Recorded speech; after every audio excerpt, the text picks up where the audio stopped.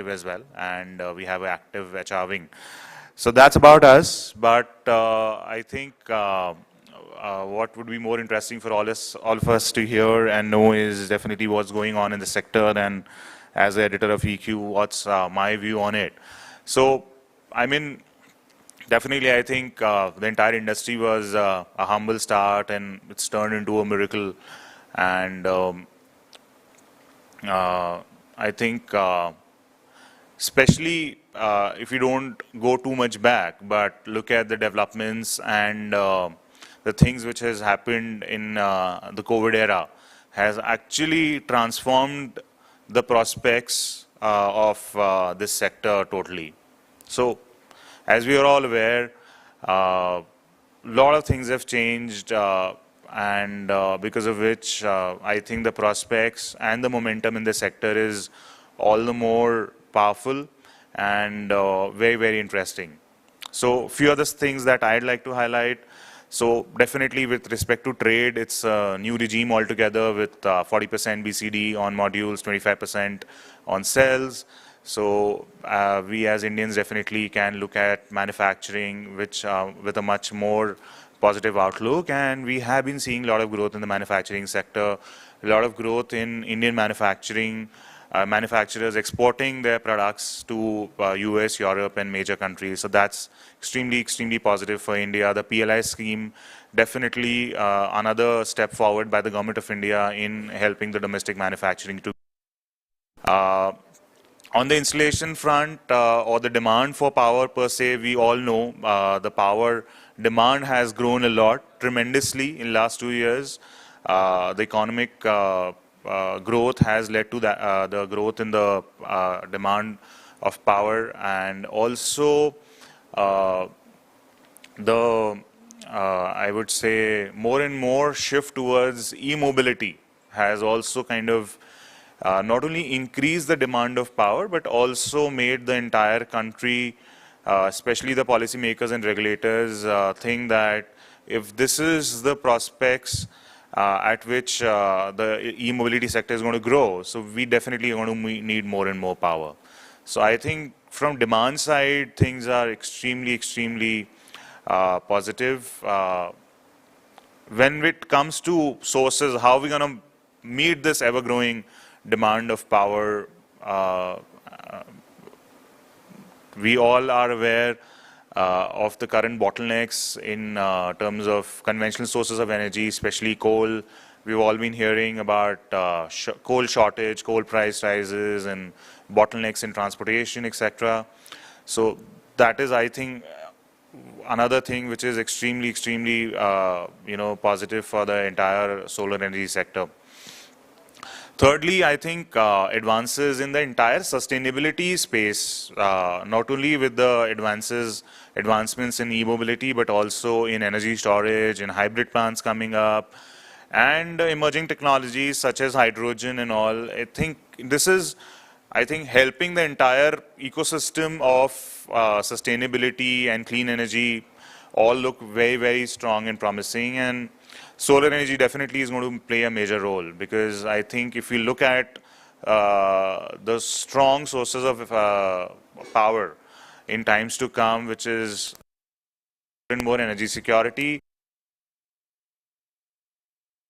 is that at I think the is known to mankind today. That is also something. International events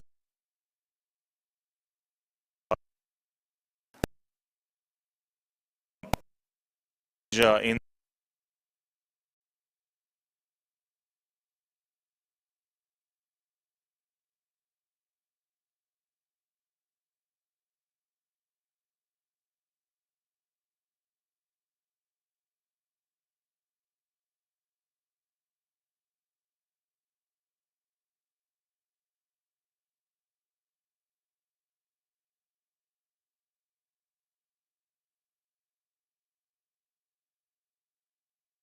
all the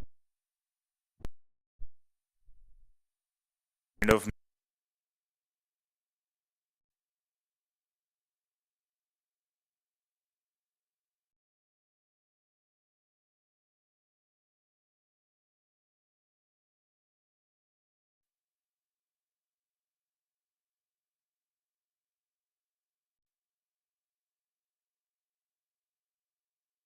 ALS or ALMS.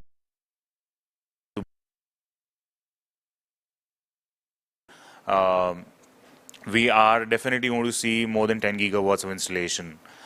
That's it. Giving, kind of share a snapshot of what's going on in the sector. Uh, so, ladies and gentlemen,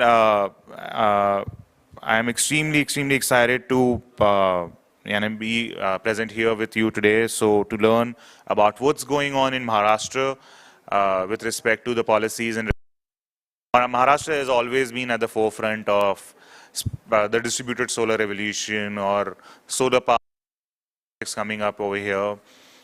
And so I think we're a very good conference and a very high level and distinguished distinguished panelists who are going to enlighten us about as to what is happening in Maharashtra, what are the opportunities, what are the challenges, and what has been the momentum with respect to rooftops or distributed solar or open access projects or utility scale projects and manufacturing in this state.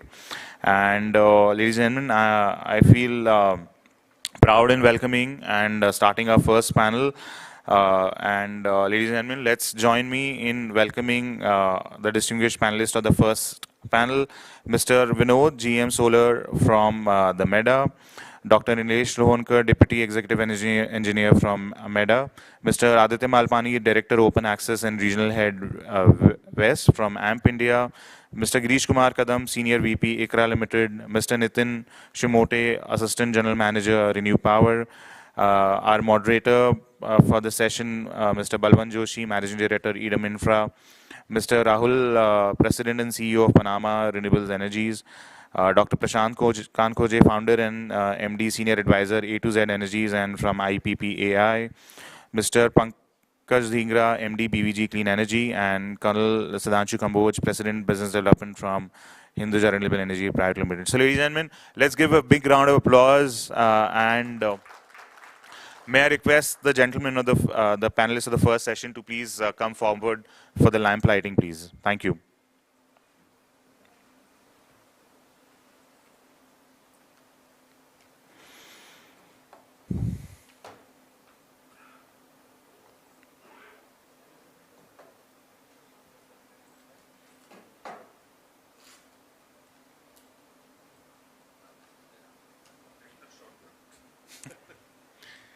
अच्छा I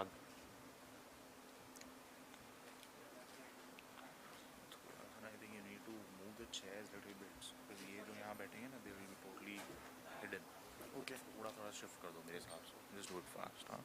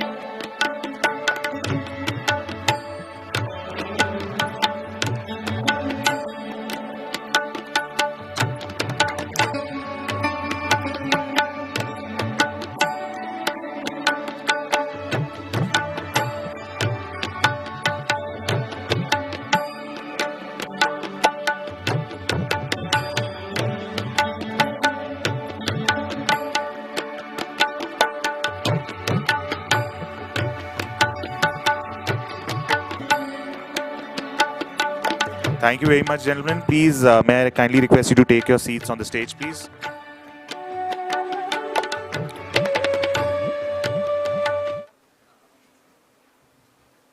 Request the camera team to please make it live. And so I'll give you a snapshot of what's going to happen. We're going to have this session for around 1.5 hours, followed by a networking tea coffee break, and then the technical presentations, followed by lunch, and then our research-based awards for the state of Maharashtra. And then we're going to have 3 panels, expert-level panels on rooftop and distributed solar, then the manufacturing and technology, and then finally the EPC O&M, followed by the networking. So we're gonna keep you occupied in DC the entire day, and I hope you have a very, very enlightening day, and a day full of a lot of networking and a lot of excitement. So ladies and gentlemen, let's welcome our panelists with a big round of applause. And may I request Mr. Balwant Joshi ji, please, to start the session proceedings. Thank you.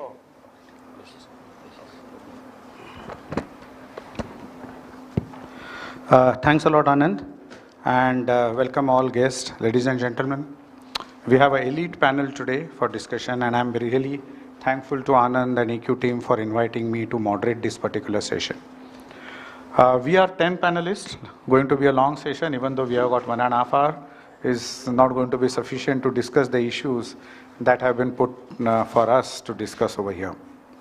What I'm going to do is that I'm going to start the session, give brief opening remarks, and then would request each panelist to speak for about 5 minutes so that we have sufficient time, at least 15-20 minutes period, for the question and answer session at the end of the panel, this particular session.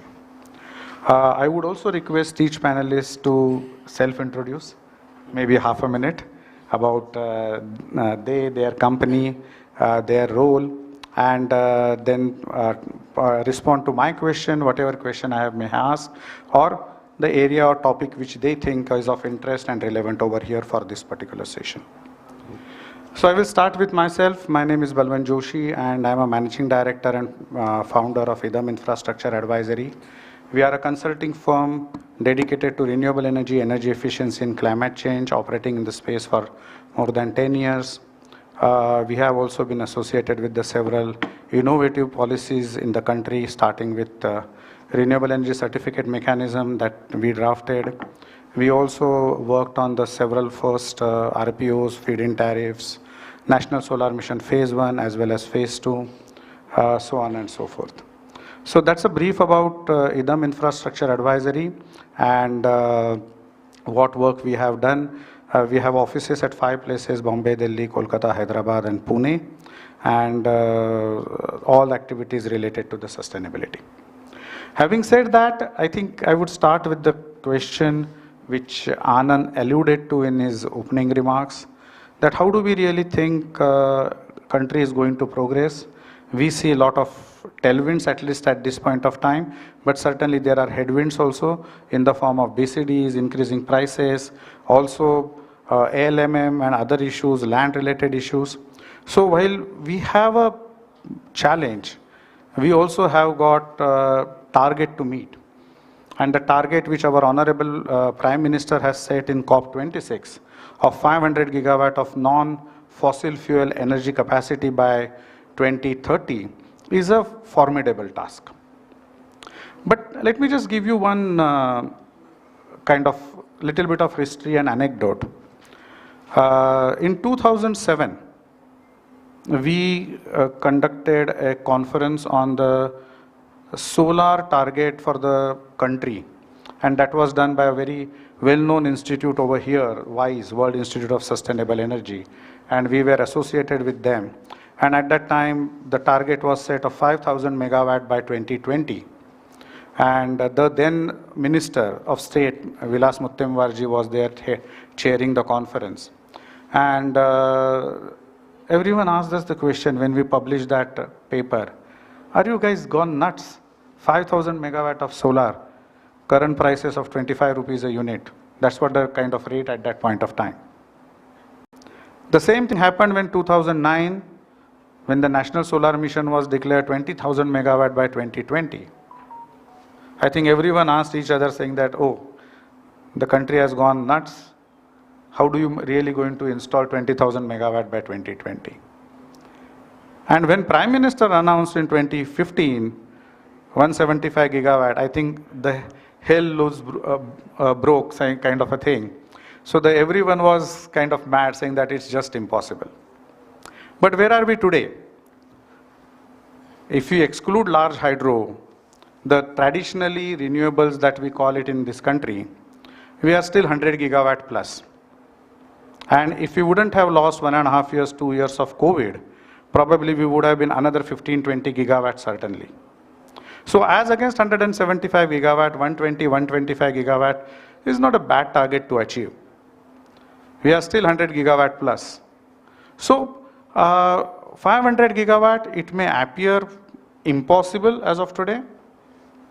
If we really put in efforts, it may not be that far out. That's my take on this. What is the issue which is again discussed as well? Okay, 500 gigawatt. Okay, what is the state target? What is the target for solar? What is the target for wind? So there have been some clarity, while many people may not know. As far as the CEA is concerned, CEA had come out with the optimum generation cost mix report, and then subsequently Parliamentary Standing Committee on the Energy has kind of endorsed the numbers: 280 gigawatt of solar and 170 gigawatt of other renewables. Out of that, 140 gigawatt of wind. So we are aware of the numbers, how it would stack up in terms of the technology mix: wind, solar, hydro, large hydro, small hydro, biomass, waste to energy. We also have a little bit of idea in terms of how the states would fare. While it is no-brainer to assume that the renewable energy rich states, 7-8 states we always talk about, especially starting with say Maharashtra, Tamil Nadu, Gujarat, Karnataka, Andhra Pradesh, Rajasthan. So these are the renewable energy rich states, 7-8 states, and they are supposed to take lion's share of the capacity addition. There have been a lot of studies in terms of what would be the share of each of the state based on the resource availability, existing generation mix, what kind of a generation that can be added in the state, different technologies. CA has done a study, but I would refer to a study carried out by us, that is IDAM Infra with Lawrence Berkeley National Lab. The study was published at the hands of Secretary Alok and Deputy Secretary Government of US, Department of State, and in December 2021, just 6 months back. And that particular study talks about what could be the potential for solar. And the total capacity addition envisaged from the solar is around 330 gigawatt. The study is little less bullish on wind, 120 gigawatt of wind, and the other technologies contributing to other renewable energy capacity addition. In terms of states, we have subsequently carried out, IDAM has carried out the studies for 4 states, Maharashtra, Karnataka, Gujarat, Rajasthan, to see what kind of capacity addition that can be done, and in order to, while doing the capacity addition, not just doing the mindless capacity addition. Essentially, we have to also ensure the sector objective, the power sector objective of the minimizing the cost. So the least cost capacity expansion planning studies were carried out under the auspices of Ministry of Power for these 4 states. And Maharashtra state, what we noticed is that least cost expansion planning would lead to around 48 gigawatt of renewable energy capacity by 2030. And 48 gigawatt of renewable energy capacity by 2030 would include 27 gigawatt of solar and 21 gigawatt of wind. It's not going to be easy task, 48 gigawatt. And while doing that, we also need to add a couple of flexibility resources, couple of technologies, demand response technology, as well as the simple flexibility technique of shifting the load from night time to daytime, essentially the entire agricultural load to be shifted from night time to daytime, and battery storage and pump storage to be added. So battery storage and pump storage to be added, the capacity works out to around 4 gigawatt. That is for the state of Maharashtra. But what is going to be the impact on the consumer tariff? One always keep asking that question. And you will be surprised to note the consumer tariffs would go down on the real pricing terms by 10%. Because solar and wind are going to be cheaper. In fact, they are today also much cheaper than the variable cost of generation from many of the thermal power plants today. There are many thermal power plants in the country, in the state, which generate at a variable cost of generation of more than 3 rupees a unit. And if you are even if you just keep the coal-based plant shut down and supply electricity from the wind or solar, it is still saving money for the utility or the procurer. And that is something that needs to be noted. And while discussing the PPAs, thermal PPAs or the renewable PPAs, this fact should not be overlooked. Having said that, I don't want to take a lot of more time of you, and I would like esteemed speakers to talk about their views on some of the issues. I would start with Mr. Shirsat. He is a General Manager Solar and with MEDA, Maharashtra Energy Development Agency, a body of government of Maharashtra responsible for assisting the government in developing the policies and then implementation of policies. So Shirsat Sahib, floor is yours. I understand he has got a presentation. I hope it has been loaded. And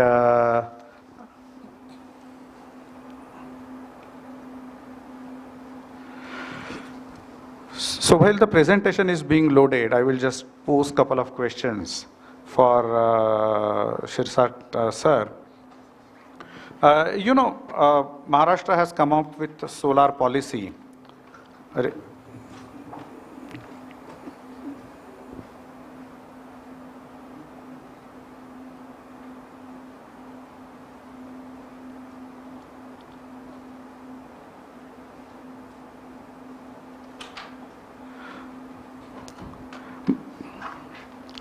Maharashtra is a unique state. It is till recently the largest demand recorded by any particular state. It was always used to be Maharashtra. Very recently, Uttar Pradesh has taken over, and thanks to Saubhagya scheme, all the villages being connected to the grid, the energy requirement, electricity requirement in the state of Uttar Pradesh, if you see, has been increasing at a rapid speed. And the demand recorded by Uttar Pradesh just a couple of days back was more than 26,000 megawatt. So that's a huge kind of demand. But Maharashtra still continues to be the largest consumer state in the country, also with very good renewable energy potential, both solar as well as wind. So the Maharashtra has certainly got a responsibility to come forward and implement renewable energy projects at as fast rate as possible, so as to be able to achieve the country's targets in terms of the renewable energy capacity addition. So I will now hand over to Mr. Shirsat for his presentation.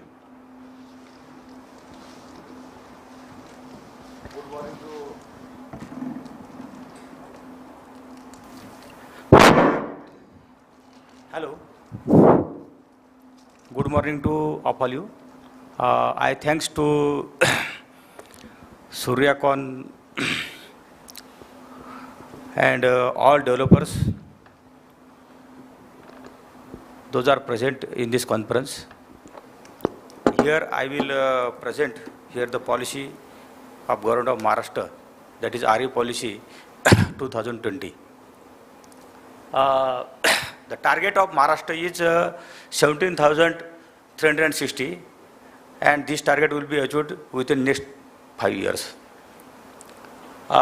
In it, the target of solar is 12,930, wind 2,500, bagasse cogeneration 1,350 megawatt, small hydro 380 megawatt, urban waste based project 200 megawatt.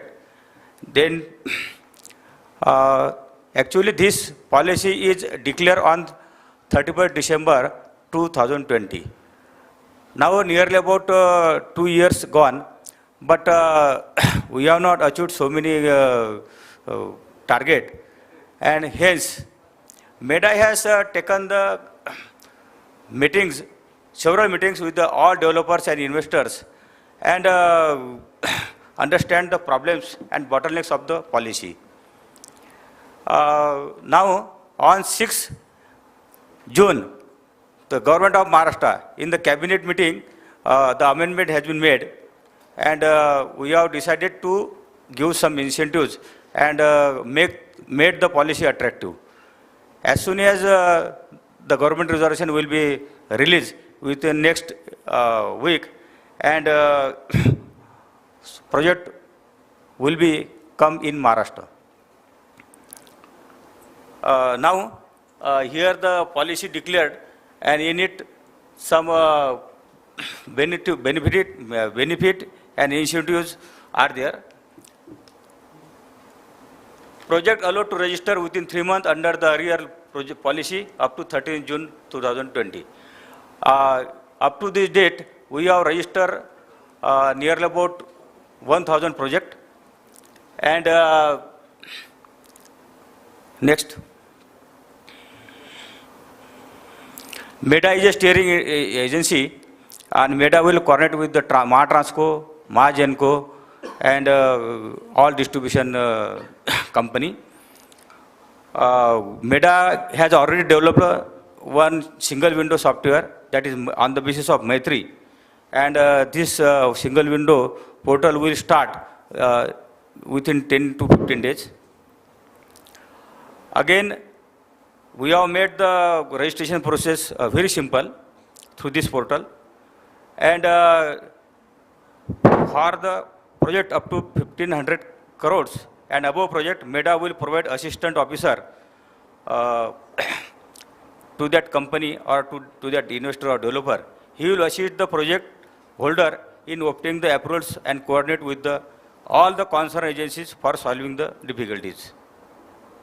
The progress of the project will be reviewed every month at DG level, and report will be submitted to the energy department by 10th of each every month. Next. Meeting of all the registered project holders will be held at least once in 3 months or more to resolve and assist in the implementing of the project. The steering committee by the energy department, chairmanship of the principal secretary for resolving of the problems oblique issues. Required changes will be made to grid connectivity procedure within time to make availability of grid connectivity on priority. Methodology simplification for installation and commissioning of the all RE project. Next. We have made land policy. Actually, in it there are 3 types. The type 1 is land owned by various institutions of Government of Maharashtra, companies, corporation, public undertaking, administrative department, municipal corporations, and local self-government institutions, universities, and land leased by Revenue Department. MSDCL, MSPGCL, MEDA will enter into agreement with concerned department and institutions.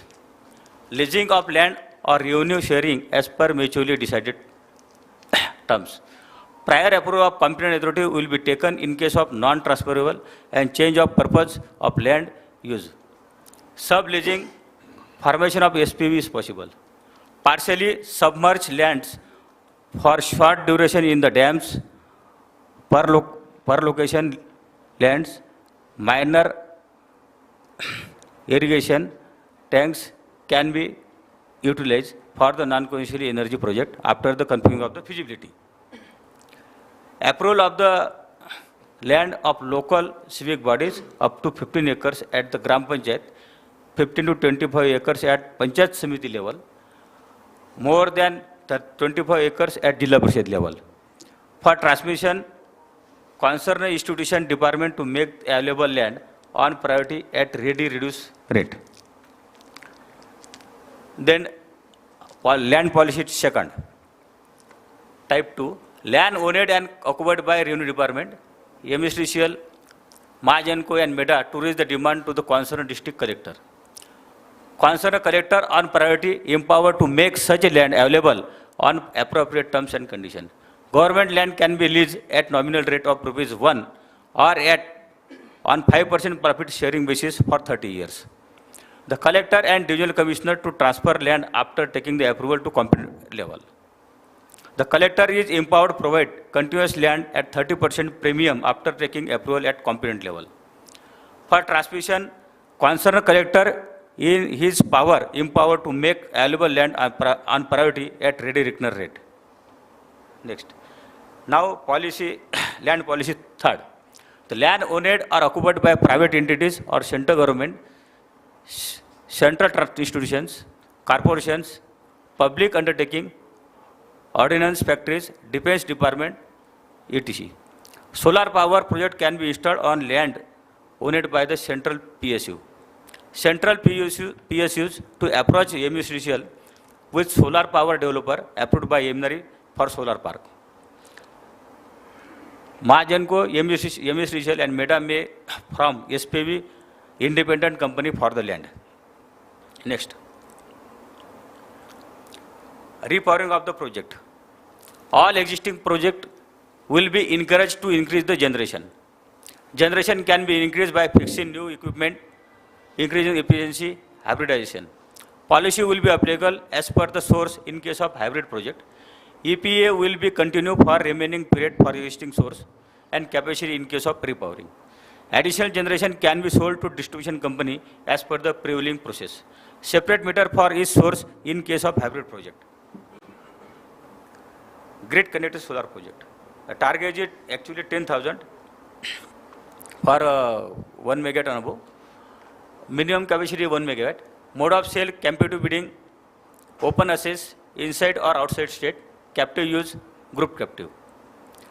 SOP by Energy Department for grid connectivity, open access for 10 years, final decision as per the MERC. Facility to register as an industry, geology and mining NOC required in notified areas. Solar park minimum capacity 5 megawatt, individual project minimum capacity 1 megawatt, grid connectivity granted as a matter of right for solar park of 5 megawatt. Sugar factories, spinning mills, MIDC and other industries can install solar project on their remaining land, parking space, rooftop. Next. Other solar project, that is solar rooftop project, target is 2000 megawatt, include the project under central government scheme and self-develop. Grid connectivity will be the right for such a project. Converting urban and rural water supply on solar. Target is 5000 megawatt for next 5 years. Land of concerned department institute. Project can be developed on ESCO principle in agreement with the ESL, similar agency or developer company. Next.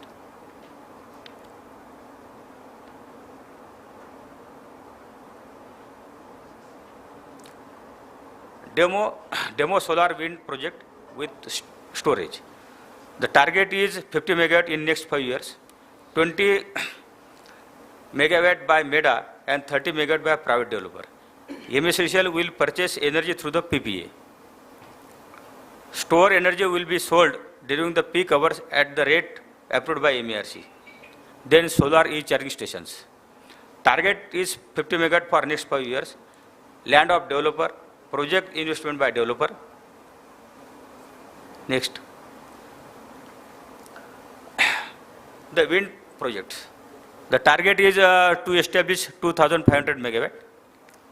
Mode of sale, competitive bidding, open access, inside or outside the state, captive use. Deemed ANA status for the land. Facility to register as an industry. Government land can be leased for wind project through the transparent procedure. Open access for 10 years, final decision as per the MERC. Geology and mining NOC required in notified area. Storage and hybridization will with other sources will be prepared. Deemed registration for project installed through the competitive bidding, but benefit will not be applicable. Next is a bagasse cogeneration, small hydro, urban waste-based project. Bagasse cogeneration, the target is 1350 megawatt. Mode of sale for fulfillment of RPO of distribution company of the state. PPA with MSDCL through MOU route at the rate approved by the MERC. Small hydro project. Small hydro project target is 380 megawatt. Mode of sale for fulfillment of RPO distribution company of the state. PPA with MSDCL through the MOU route at the rate approved by the MERC. Next is urban waste based power project. Target is 200 megawatt. PPA at tariff decided by the MRC. Here also I want to here to bring your notice that some of the developer also know the Maharashtra is as on 31st March 2020, Maharashtra is the 5th state in respect of renewable energy in India, in respect of renewable power generation. Followed by, actually number 1 is Rajasthan, second is Gujarat, Tamil Nadu and Karnataka. And when we study, Maharashtra is going on 5th. And we bring this point in the notice of Honorable Chief Minister, Deputy CM, and all the Ministry of Cabinet. Hence, Government of Maharashtra has decided to amend the RE policy 2020. Our target is to bring the Maharashtra at number 1 in next 5 years.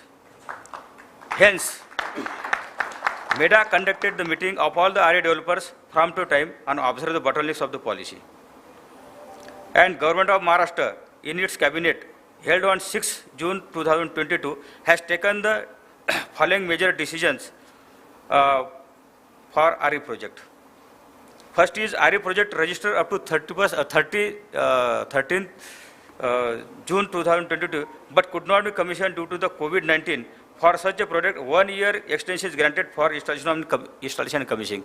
That is extension up to the June 2023.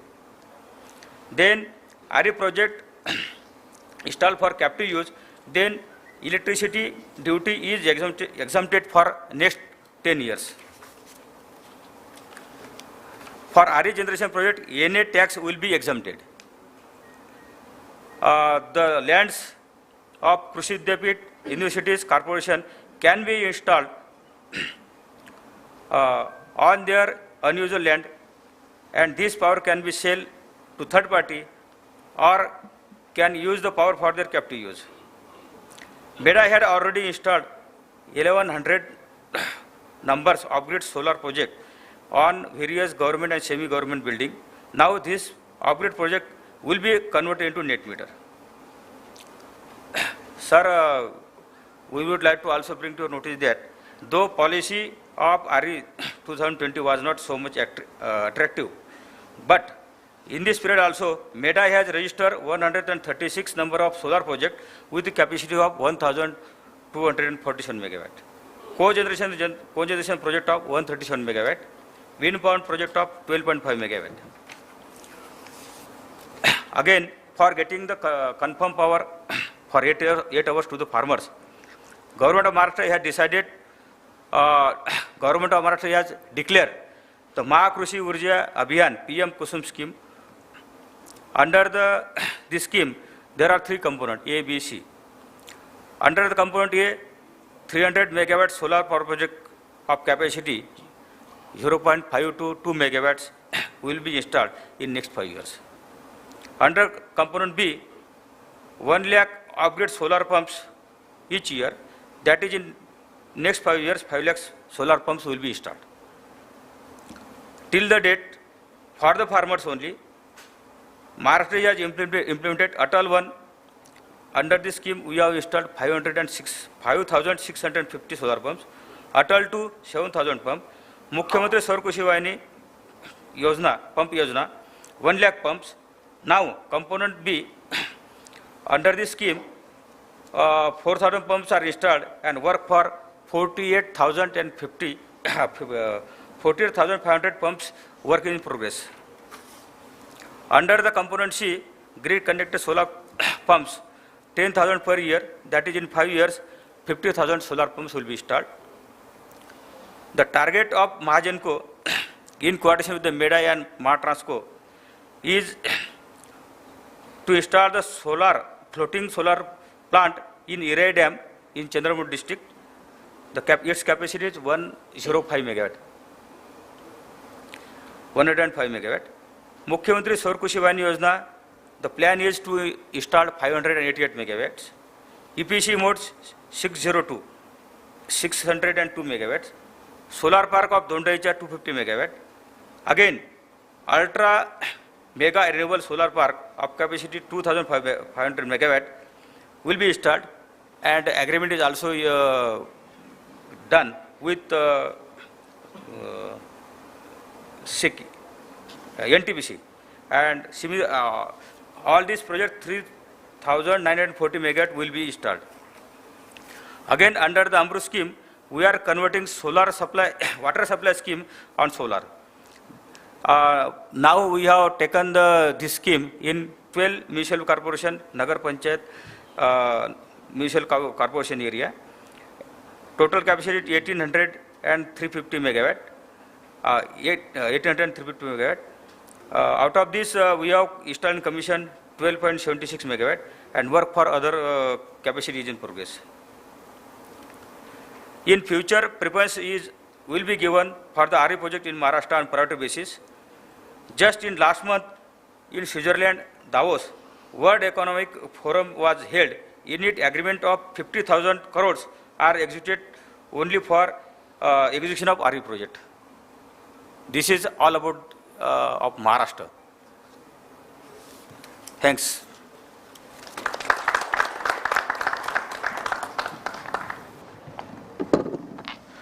Thank you, Mr. Shirsat.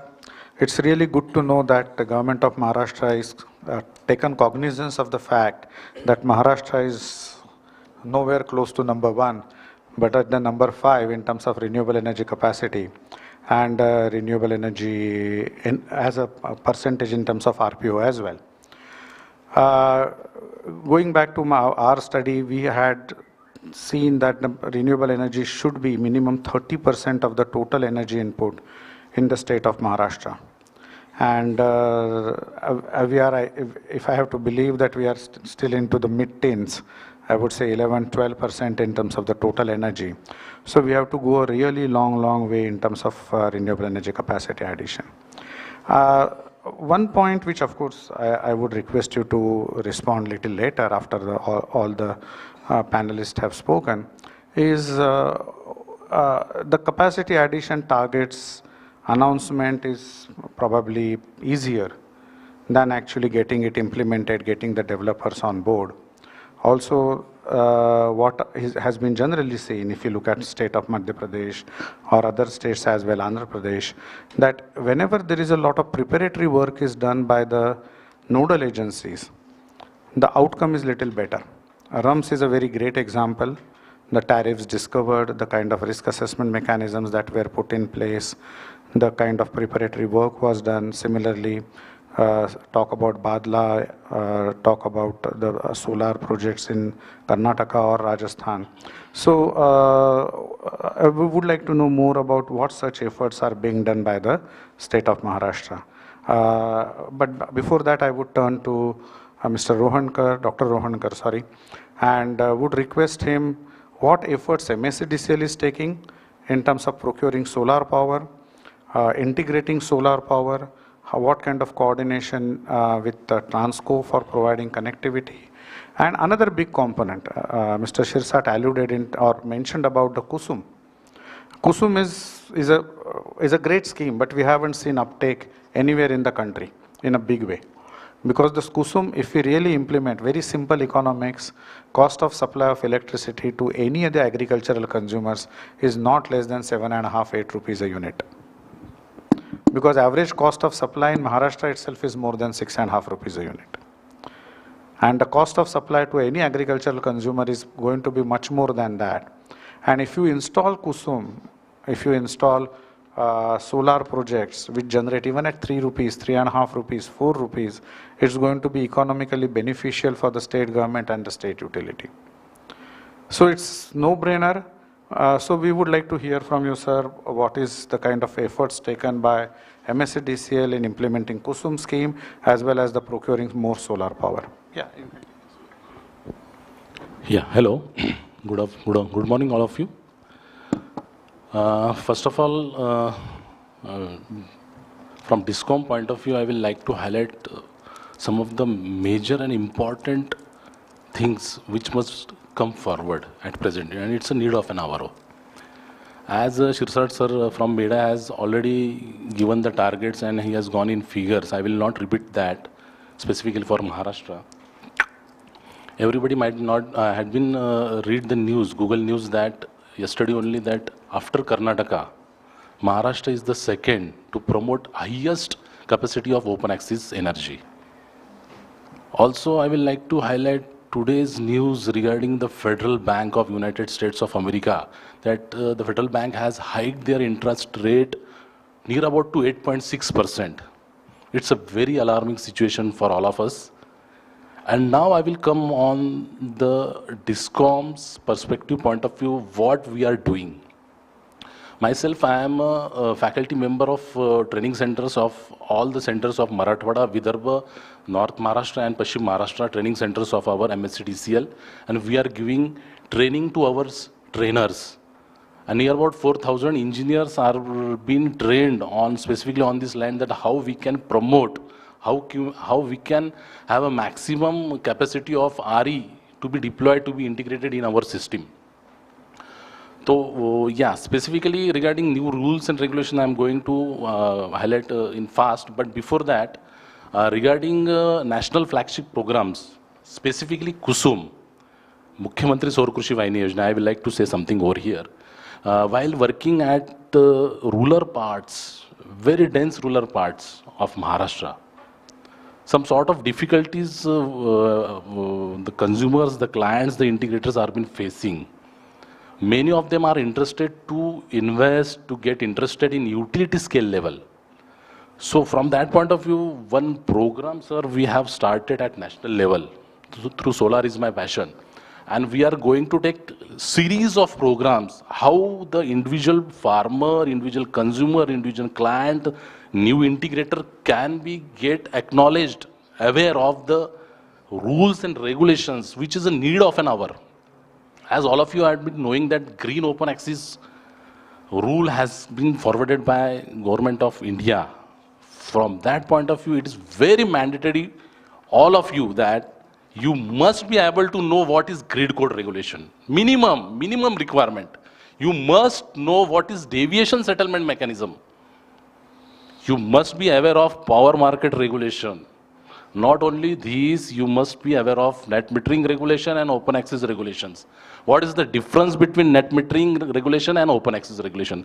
Sir, many of the integrators are trying level-based to promote the RE projects, to participate in the tenders, but these are the lacunas over here in specifically on the Maharashtra state, that many of them are not aware what are the differences in net metering regulation and open access regulation and all that.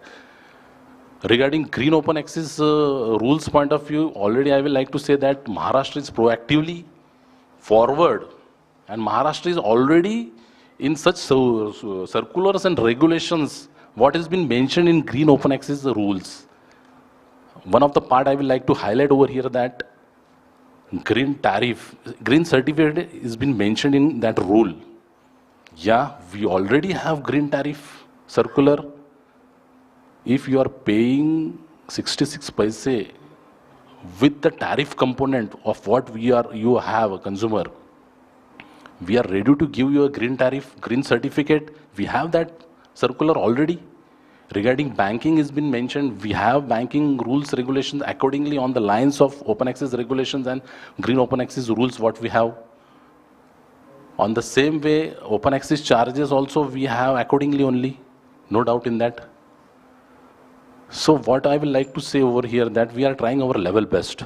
Being a nodal officer, DISCOMs are trying level best to promote, to propagate the REs. Only the thing is that we want support from your side also. Yeah, again it has been told that there are a lot of issues regarding net meterings, regarding subsidies, regarding billing point of view. I will like to highlight over here that I am being the nodal officer of specifically for Nasik zone, Nasik and Nagar. But you can contact directly to me if anybody is having any issue from Vidarbha, from Marathwada, from Paschim Maharashtra. Yeah, from secondly, what we have faced at ground level, that the KUSUM component A and KUSUM C is having a very less response. It has also been told that from financial viability point of view, the schemes are not up to the mark. As the BCDs and all the rates has been gone, the project cost has been gone more than 23%, it has been said. But sir, we are having a social obligations, we are having a propaganda and awareness programs of such utility scale levels that at present, even though the project IRR for Kusum A component, specifically for 1 megawatt, that also we have calculated. It comes near about to 9% project IRR. And how from that project IRR, the equity IRR can be improved? How the capacity utilization factor, which has been mentioned in the scheme, in the tender, for specifically for Kusume, the CUF has been mentioned for 15%. And for Mukhyamantri Saur Kushi Vahini, it is 19%. From 15% CUF point of view, I will like to say that the project cost near about goes to 3 crores 90 lakhs max. And considering the project IRR of 9%, and if any funding, good funding of low rate of interest near about 7 to 8% if you are taking, and if you are involved in such projects, you can get a good equity IRR and the project will be financial viable.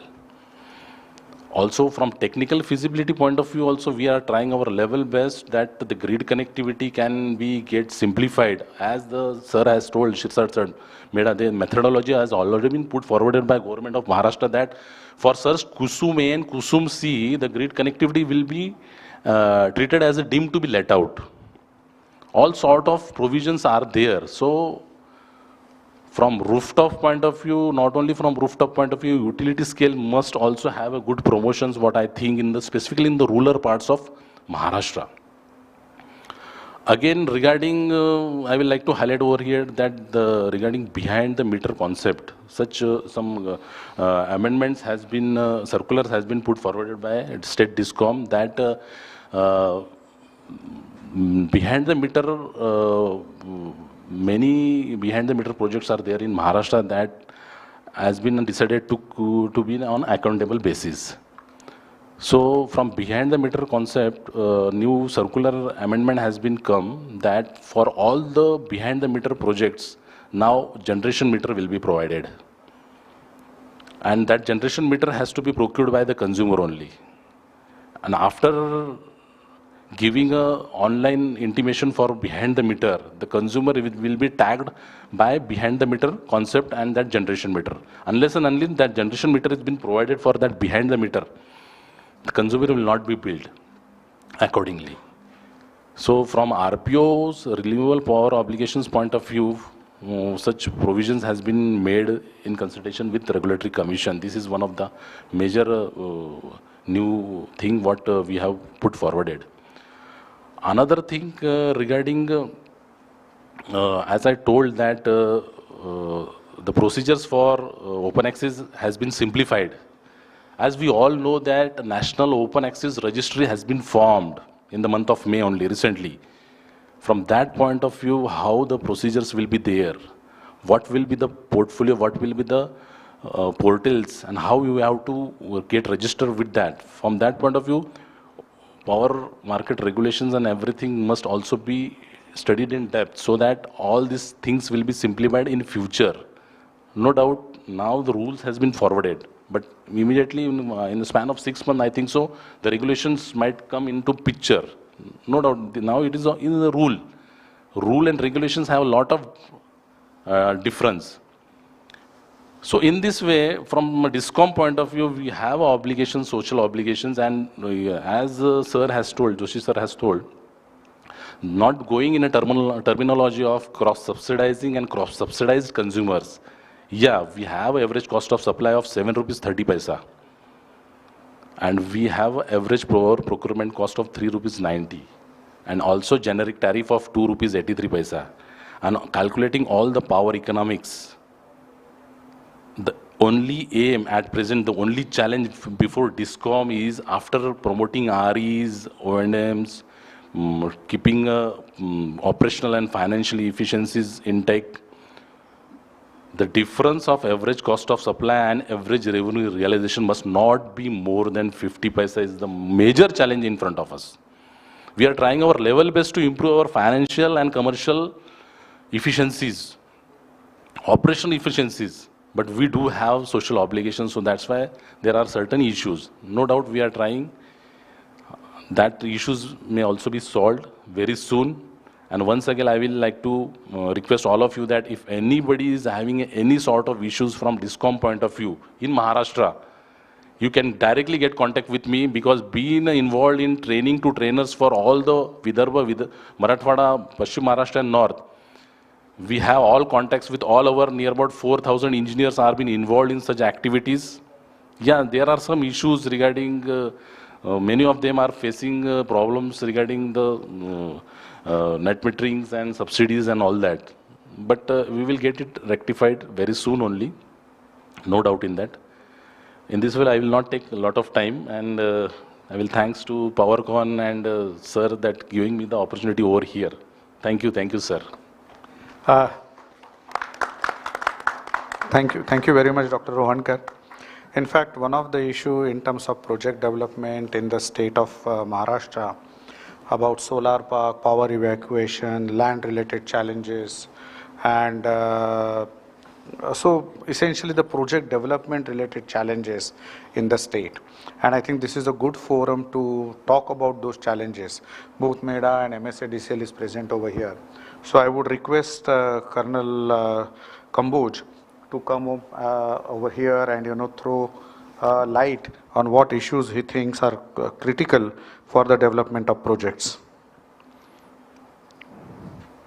Thanks. Thank you, EQ, for giving me this opportunity to be here and discuss our experiences and what we have to say. I'll just briefly introduce myself. I am Sudhanshu Kamboj. I am President of PD and Special Projects in Hinduja Renewables. Been here for last almost a decade now, and started my journey after having served in the Indian Army in Corps of Engineers for 24 years, and thereafter then I came to the corporate sector. I started my journey as a project in the project field, went on to operation, and then finally now I'm in the business development. In Maharashtra, we are very, our presence is there. We have been here since 2015. We did our first project, and now we have recently developed a 20 megawatt solar park as well as a MSADCL 5 megawatt project. Hinduja Renewable as a solar power developer, we are also coming into emerging technologies like battery energy storage system, wherein we are participating in the latest bids which are coming of NTPC and SECI. We are also in the floating solar. Recently there was a solar bid for the Ramsal where we had participated. Unfortunately we couldn't get it, but we are getting some good large size projects in Gujarat and rest of the states. I wanted to touch upon what Dr. Rohan was said regarding the behind the meter concept, and I wanted to pick one point to make everybody understand that how DISCOM can help developers gain more share of the renewable energy. So in the behind the meter concept, Maharashtra has a very peculiar, I would say, issue that any corporate or industrial customer, if he is having a behind the meter, rooftop projects, maybe of a large size, maybe within their own facility, as you are aware that in Maharashtra, large size, industrial customers have lot of land available where they can use that land to build solar projects for their captive use. Now, if under the behind the meter concept, they are using 100% of the solar power generated within their own facility and not that power is not getting out of the grid. That means the 100% is utilized inside. That particular industrial customer, as soon as he applies for open access, permission, the behind the meter concept gets changed into, though it is not a net meter connection, but it is, a change into a rate which is much more on the commercial rate. And same power which is being used by the customer is, paying around 5 rupees more just for using the energy because he's used the open access route.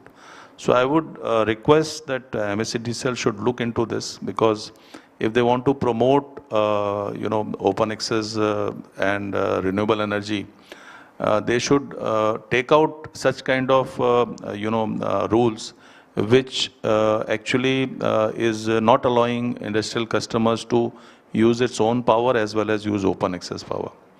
As we say, rooftop solar or behind the meter concept solar is the easiest or the low-hanging fruit which every consumer has to do. In fact, I am myself a net zero citizen. I have my own household and my EV is already on solar. So I believe in, leading by example, and that's why I put a solar on my own house. I would recommend that the rooftop solar has got great potential in Maharashtra. It's a state which has good irradiation and very good, I would say, transmission and distribution infrastructure. So in case if we can motivate more consumers to have more rooftop projects, maybe Maharashtra will be able to achieve its targets. In the open access front, I would say the challenges which developers are facing is in the approval process. The approval process of open access is a long and, it takes a lot of time. So maybe if simplification of this process can happen, there are a lot of interrelated, I would say, permissions. There is a sequence of permissions which is there.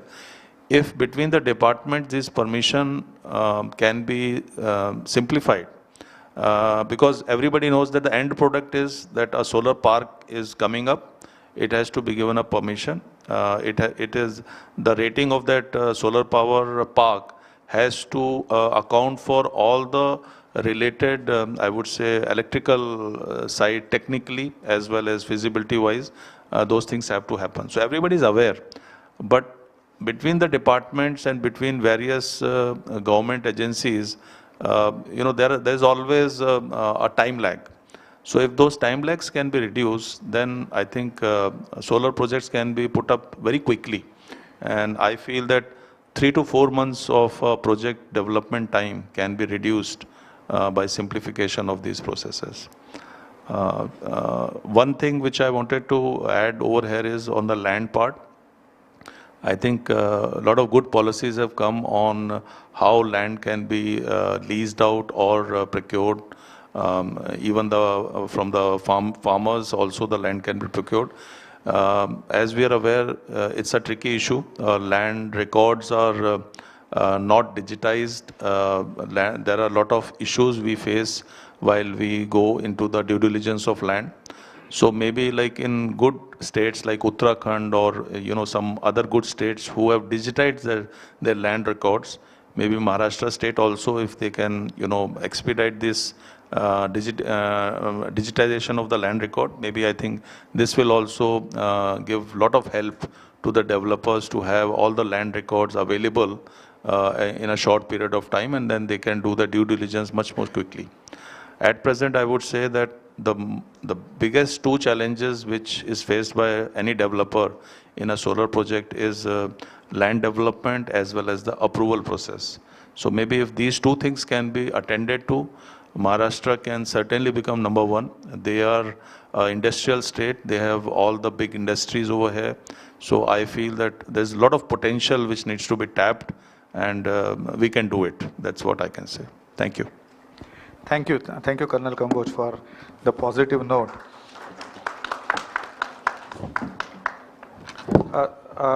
Now I would request Rahul. He has also been involved in developing solar parks over here and implementation projects, not only in solar but other technologies as well. So would like to kind of request you to share your experiences. What do you think are challenges in implementing renewable energy projects in the state, with of course particular focus on solar? Thank you, sir. I would like to start with one statement which we actually learn in early days, childhood days, that basically life should be cyclical. And during engineering days also we have learned that it is like the sine wave. If it is a business or any kind of the activity, it is there are up and downs.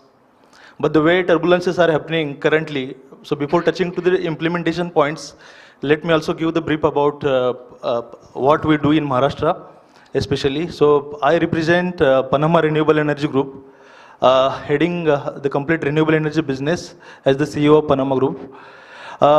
And if you have might be heard about the group activities over here, Maharashtra and neighboring states. So we have got our own 200 megawatt plus portfolio into wind and solar. And it is in both aspects, as an IPP as well as the greenfield development and EPC.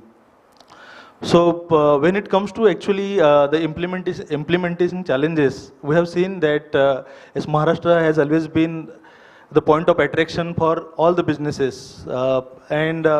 Till 2015-16, we have seen, in fact, it was annual installations, it was number one. So we have seen that those days when actually the tariffs were really good in terms of wind, those days maybe 5 rupees 81, 570, we have seen those days. And then suddenly, since the era of the industrial revolution or maybe energy revolution has been shifted from feed-in tariff segment to the reverse bidding, since those days, again, there was a gap. And the gap was, so increased. It is not only because of then tariff, because of then again, implementation challenges, procedural, stringent procedures in Maharashtra, and maybe, for the such kind of infrastructure development projects, getting, land and infrastructure in place. There are so many things to discuss, but especially now since Sirsat sir and Rohankar sir have, already, elaborated the policy framework part and what they have basically made the platform, or I can say the carpet is there with respect to the thousands of megawatts of, plans of installations in Maharashtra state. Now, let's take example of, if you take typically, solar park development part, then it starts with basically challenges of, getting the contiguous land in place. So that is the biggest challenge as on today. And again, I would say that the project should happen more of, on the barren lands and where the vegetation is not there, especially the current states of projects which are happening in various parts of Vidarbha and Marathwada. But definitely the more education and awareness programs need to be conducted in accordance with the MEDA as a nodal agency and MSCDCL. And then I think if required, like we discussed Sirsat sir during our previous meetings, maybe we will have to also take the help of revenue department. So that awareness need to be conducted at ground level, the advantages of the projects and the infrastructure development which is happening, or the local employment and the various revenue streams are happening because of the projects. This need to be educated to the down the level so that the gap can be mitigated. And the people will start getting the support. The biggest example ahead of is basically Tata's Nano plant. We have seen some years back the way the red carpet has been given to the Nano plant of Tata. Earlier it was planned at West Bengal, and then because of certain benefits have been passed on to the Tata's Nano plant, the plant has been shifted to Gujarat. We have seen it. So what we have learned from it, basically, if we are talking about this much of numbers and making the Maharashtra number one state, then definitely there is a need that actually that gap need to be filled. And we are basically all the stakeholders wherein each one of us have to take the efforts to fill the gap. And yes, definitely, I would say that MEDA and MSCDCL, they are taking huge efforts now. We have seen during last 1 year that they have almost initiated more than 8 to 9 meetings at various levels. Fortunately, I was part of those meetings, being in the regulatory advocacy framework and hand in hand experience with them. So we always used to say that we are basically, as the stakeholders of the projects in Maharashtra, whatever knowledge we have gained or whatever experience we have learned from so many 2 decades of installations in Maharashtra, that need to be actually implemented, and then only that gap will be bridged. Uh, and then, of course, the procedural, stringent various procedures are there, sir. I would request, Kumbo sir has already touched upon that. But yes, there are various procedures which can be simplified, like startup power permission, point of supply permission, metering scheme approvals, PTC approvals. So many things are there. If it gets simplified, maybe at nodal officer level or AC level, then definitely it will again become point of attraction, because at one side, installation of the plant takes about 3 to 4 months. But at the same time, even if we start our first permit, like startup power approval, then that is also taking 3 to 4 months of time.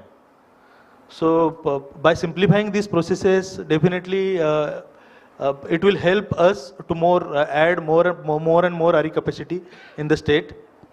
So I mean, that's all from my end. Thank you. Thanks a lot. Thank you. This is so. Thanks a lot, Rahul. This is really hands-on experience, hands-on challenges that one expect. We are now, shifting from policy to initial project development to the project execution. And now I would request Pankaj to come in and kind of give us his perspective in terms of the challenges which are there in the sector. We talked about a BCD, we talked about ALMM, and increasing in the cost. Someone mentioned 23% increase in the cost. Everyone was expecting GUVNL tariffs to be not less than 2.75 rupees, but what we have seen, the GUVNL, the latest bid, which one of the bidder is there on the dais, and is 2 rupees 30 paise, which was totally unexpected with the kind of inflation that we are seeing. We will come to the Fed interest rate and other issues later on.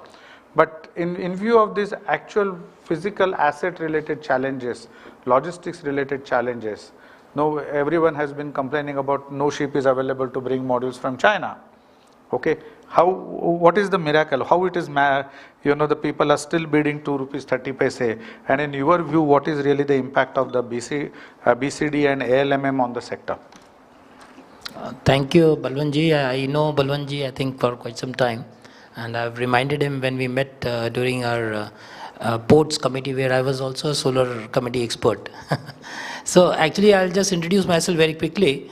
I'm the CEO and the director of BVG Group, which probably you all are aware in Maharashtra. Starting from airport, when you land, BVG people are there as a facility management guys to help you in the airport. In Maharashtra, you also see emergency medical services, where we run about more than 1,500 ambulances in terms of giving you emergency medical support. When you dial 108, our ambulances are there for you. We as a group have about 27 regional offices in India and about 80,000 manpower with us in the company. Basically divided, I'll just go through quickly about our company within 2 minutes so that it'll be good enough for also to understand. Can you just roll on very fast on the BVG slides, please? Yeah, the next. See, our agenda is basically humanity ahead. So if somebody asks us, okay, what is your goal and what is your thing as a corporate? We have employed about 80,000 people today. We aim to employ about at least 10 lakh people in the next 10 years. So that is our agenda, to give employment to the people. So our motto being humanity ahead, so that is how we are going ahead. It's led by Mr. Hanmant Gaikwad, which is a well-known figure today in Maharashtra, and I being one of the directors in the board. The next, I'll just go very quickly. So these are the next one. Basically, we are subdivided into 3 major conglomerates. One is the facility management, then the clean energy, and we have one of the largest food park in India, which is in Satara. We are also catering to a lot of humanitarian needs in terms of giving organic supplies in terms of, to the farmers. And also we have supplemented huge medicinal values by organic means for treating cancer, treating, so many other ailments that people do so have. The next one. We started this journey about clean energy about just 5 years back, where about me, if I tell you, I am ex-government of India. I was in the Department of Atomic Energy. I commissioned about 4 nuclear power plants for the country, including Tarapur. And thereafter, I was with Reliance Power, then Landco and so forth. And I'm here as in BVG today, as a director for the past more than 5 years today now. In terms of facility management, we serve Rashtrapati Bhavan, Prime Minister's House, the Supreme Court, the AIMS. You talk of temples right from north to south, we are serving all of them. By way of that, we have added this segment called clean energy. Why? Because we have been having a good proximity towards a lot of customers, and we have been trying to serve them in terms of solar needs and changing this environment. So that is how I have come into this company. The next one, please. So thereby we award a lot of awards that we won. So that's basically about our group. So I'll just, I think, go to the next topic. What is the real topic? Going forward, we were doing EPC projects, and also we did an IPP in Maharashtra. About 10 megawatt we did, and we faced a lot of challenges in Maharashtra specifically. And to the honorable people who are sitting here from MSCDCL and MEDA, there were a lot of challenges in Maharashtra, unlike other states, where I would request certain policy changes to happen in Maharashtra in terms of, getting the land, in terms of getting the ROW, which becomes a major issue for any developer, and in terms of the wheeling charges and the other charges, which Maharashtra is today the topmost probably in all the states. The wheeling charges and other charges that are supplemented on and on. The consumer ultimately gets a very huge cost of the price of the electricity. So that I think some people have to really sit down on that and make Maharashtra more attractive towards more investments in the state actually. So now if you talk of the cost, we as a company have also decided to go for module manufacturing, and we are setting up in UP, unlike in UP, because there are a lot of privileges now being given the state of UP, and also I would request, if it is Maharashtra, certain other challenges in terms of subsidies, in terms of giving the land to the developer, where we have Make in India program, where some promotion has to go by. Today, if you talk of Telangana, the state has become so formidable, they are trying to attract a lot of investors by giving very highly subsidized land for manufacturing of modules. The biggest challenge today comes is the price hike, which we all see in terms of BCD, which is about 40% in terms of modules and 25% in terms of sales. So thereafter, from 1st of April, that will become a big challenge. If I talk of numbers, it was earlier coming to 1.9 to 2 crores a megawatt, the solar modules, which has now gone up to say 2.7 to 2.8 crores a megawatt.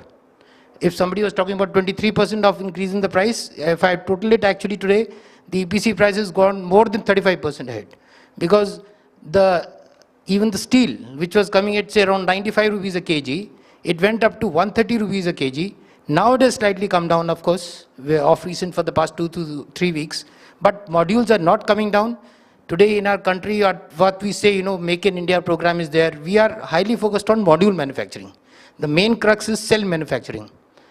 We started with a cell size of say about 132 mm, and now we are today at 182 mm cell size, half-cut cells. We don't have that technology as of now in India to really manufacture good cells and the qualitative cells that we may so have and the quantity that is required. Today, as our energy target was 175 gigawatt, as everybody has told, we have achieved about 151 gigawatts out of 175 gigawatt, if you total up the whole thing. And in terms of solar, if you really see, it's around 52 gigawatt that we have done.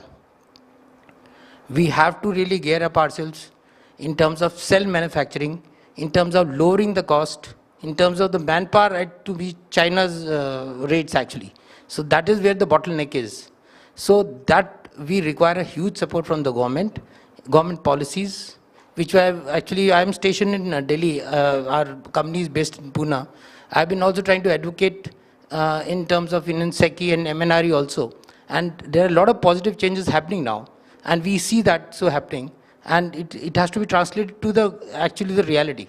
So we have to bring down the cost, the tariff being the same as say 2.3, 2.4, whatever Balwanji is telling. That actually depends on the power of that lender, that what is the rate that you're getting. Some people have managed it from international sources of funding, where the cost of lending was very cheap. So it was coming to about 2 to 2.5% of lending rates. But now looking at the challenges, yesterday only US Fed has hiked the huge rates, and even that will not be a big privilege to the developers today. Even the money will not come very easily. It will be very, very high, and the over and above the cell costs are going up. Today also the basic reason steel has come down, copper is coming down, but modules are not coming down. That is because we are still dependent on the cell manufacturing from outside India. The cell is still largely being imported from outside. So that is where we have to put a great thrust on, and which we are trying so. We as a company have thought of about 1 gigawatt of module manufacturing. We also plan to go for cell manufacturing, and thereby, the whole supply chain that has to really come through. That we are working on that, and we work, maybe, if we all work together and put our heads together, we would be certainly able to match the standards, wherein we have to lower the cost of the electricity, thereby to the consumers. So all these things, if you put in as a whole, the challenges are there, which have to be met, and there are very upside challenges, I think, for the next 2 years, where I think everybody is projecting a very bad terrain for the next 2 years, as far as the financial markets are there. But we have to withstand that. We have to go ahead, and we would also go in for changes in the power purchase agreement. Whatever the government has been doing, some revisions have to come through. So these are some of my nutshell points, sir. I think Thank you. Thanks a lot. It's the BCD on the modules and BCD on the panels, and the differentiation between the two, and which is causing stress in the sector. That's true. We need to certainly improve cell manufacturing in the country. In fact, vertically integrated manufacturing facility is something that we really need. Before we get into the project operational issues, commissioning related issues, one issue which is coming up repeatedly, and that's the financing. Fed rate hike yesterday was mentioned couple of times, 75 basis points. Another 75 basis points is expected in July, so which would increase the rates significantly. Also the inflation, which is not showing any signs of abatement, and these are going to have significant impact on the project costs, and and subsequently onto the tariff. So I would like to ask this question to Girish from ICRA. He has been involved in ratings of several power sector entities, project ratings. What do you see as a risk profile changing for both utility PPAs as well as C&I PPAs, and generally change in the risk profile for the sector that is happening because of changes that are happening in the broader sector? Say the distribution sector receivables are not going down, the stranded PPA capacity is not coming down. So two issues. One is the risk profile for the utility corporate PPAs, and the second one is the general risk profile for the sector. And how do you see ratings go moving forward? Yeah, thanks, Balwan. Many questions. So myself, Girish Kumar Kadam. So I represent ICRA. ICRA is a credit rating agency. We provide ratings to the corporate issuers across the sectors, and I lead the power and renewable sector both for ratings and research. So let me talk about the overall assessment of the renewable energy sector that we have. So we have a stable outlook on the renewable energy sector, and thanks to three important pillars behind that. The most importantly, the policy focus. As everybody has talked about, the policy focus by the government of India is pretty strong. We are talking of 500 gigawatt of non-fossil fuel based capacity by 2030, right?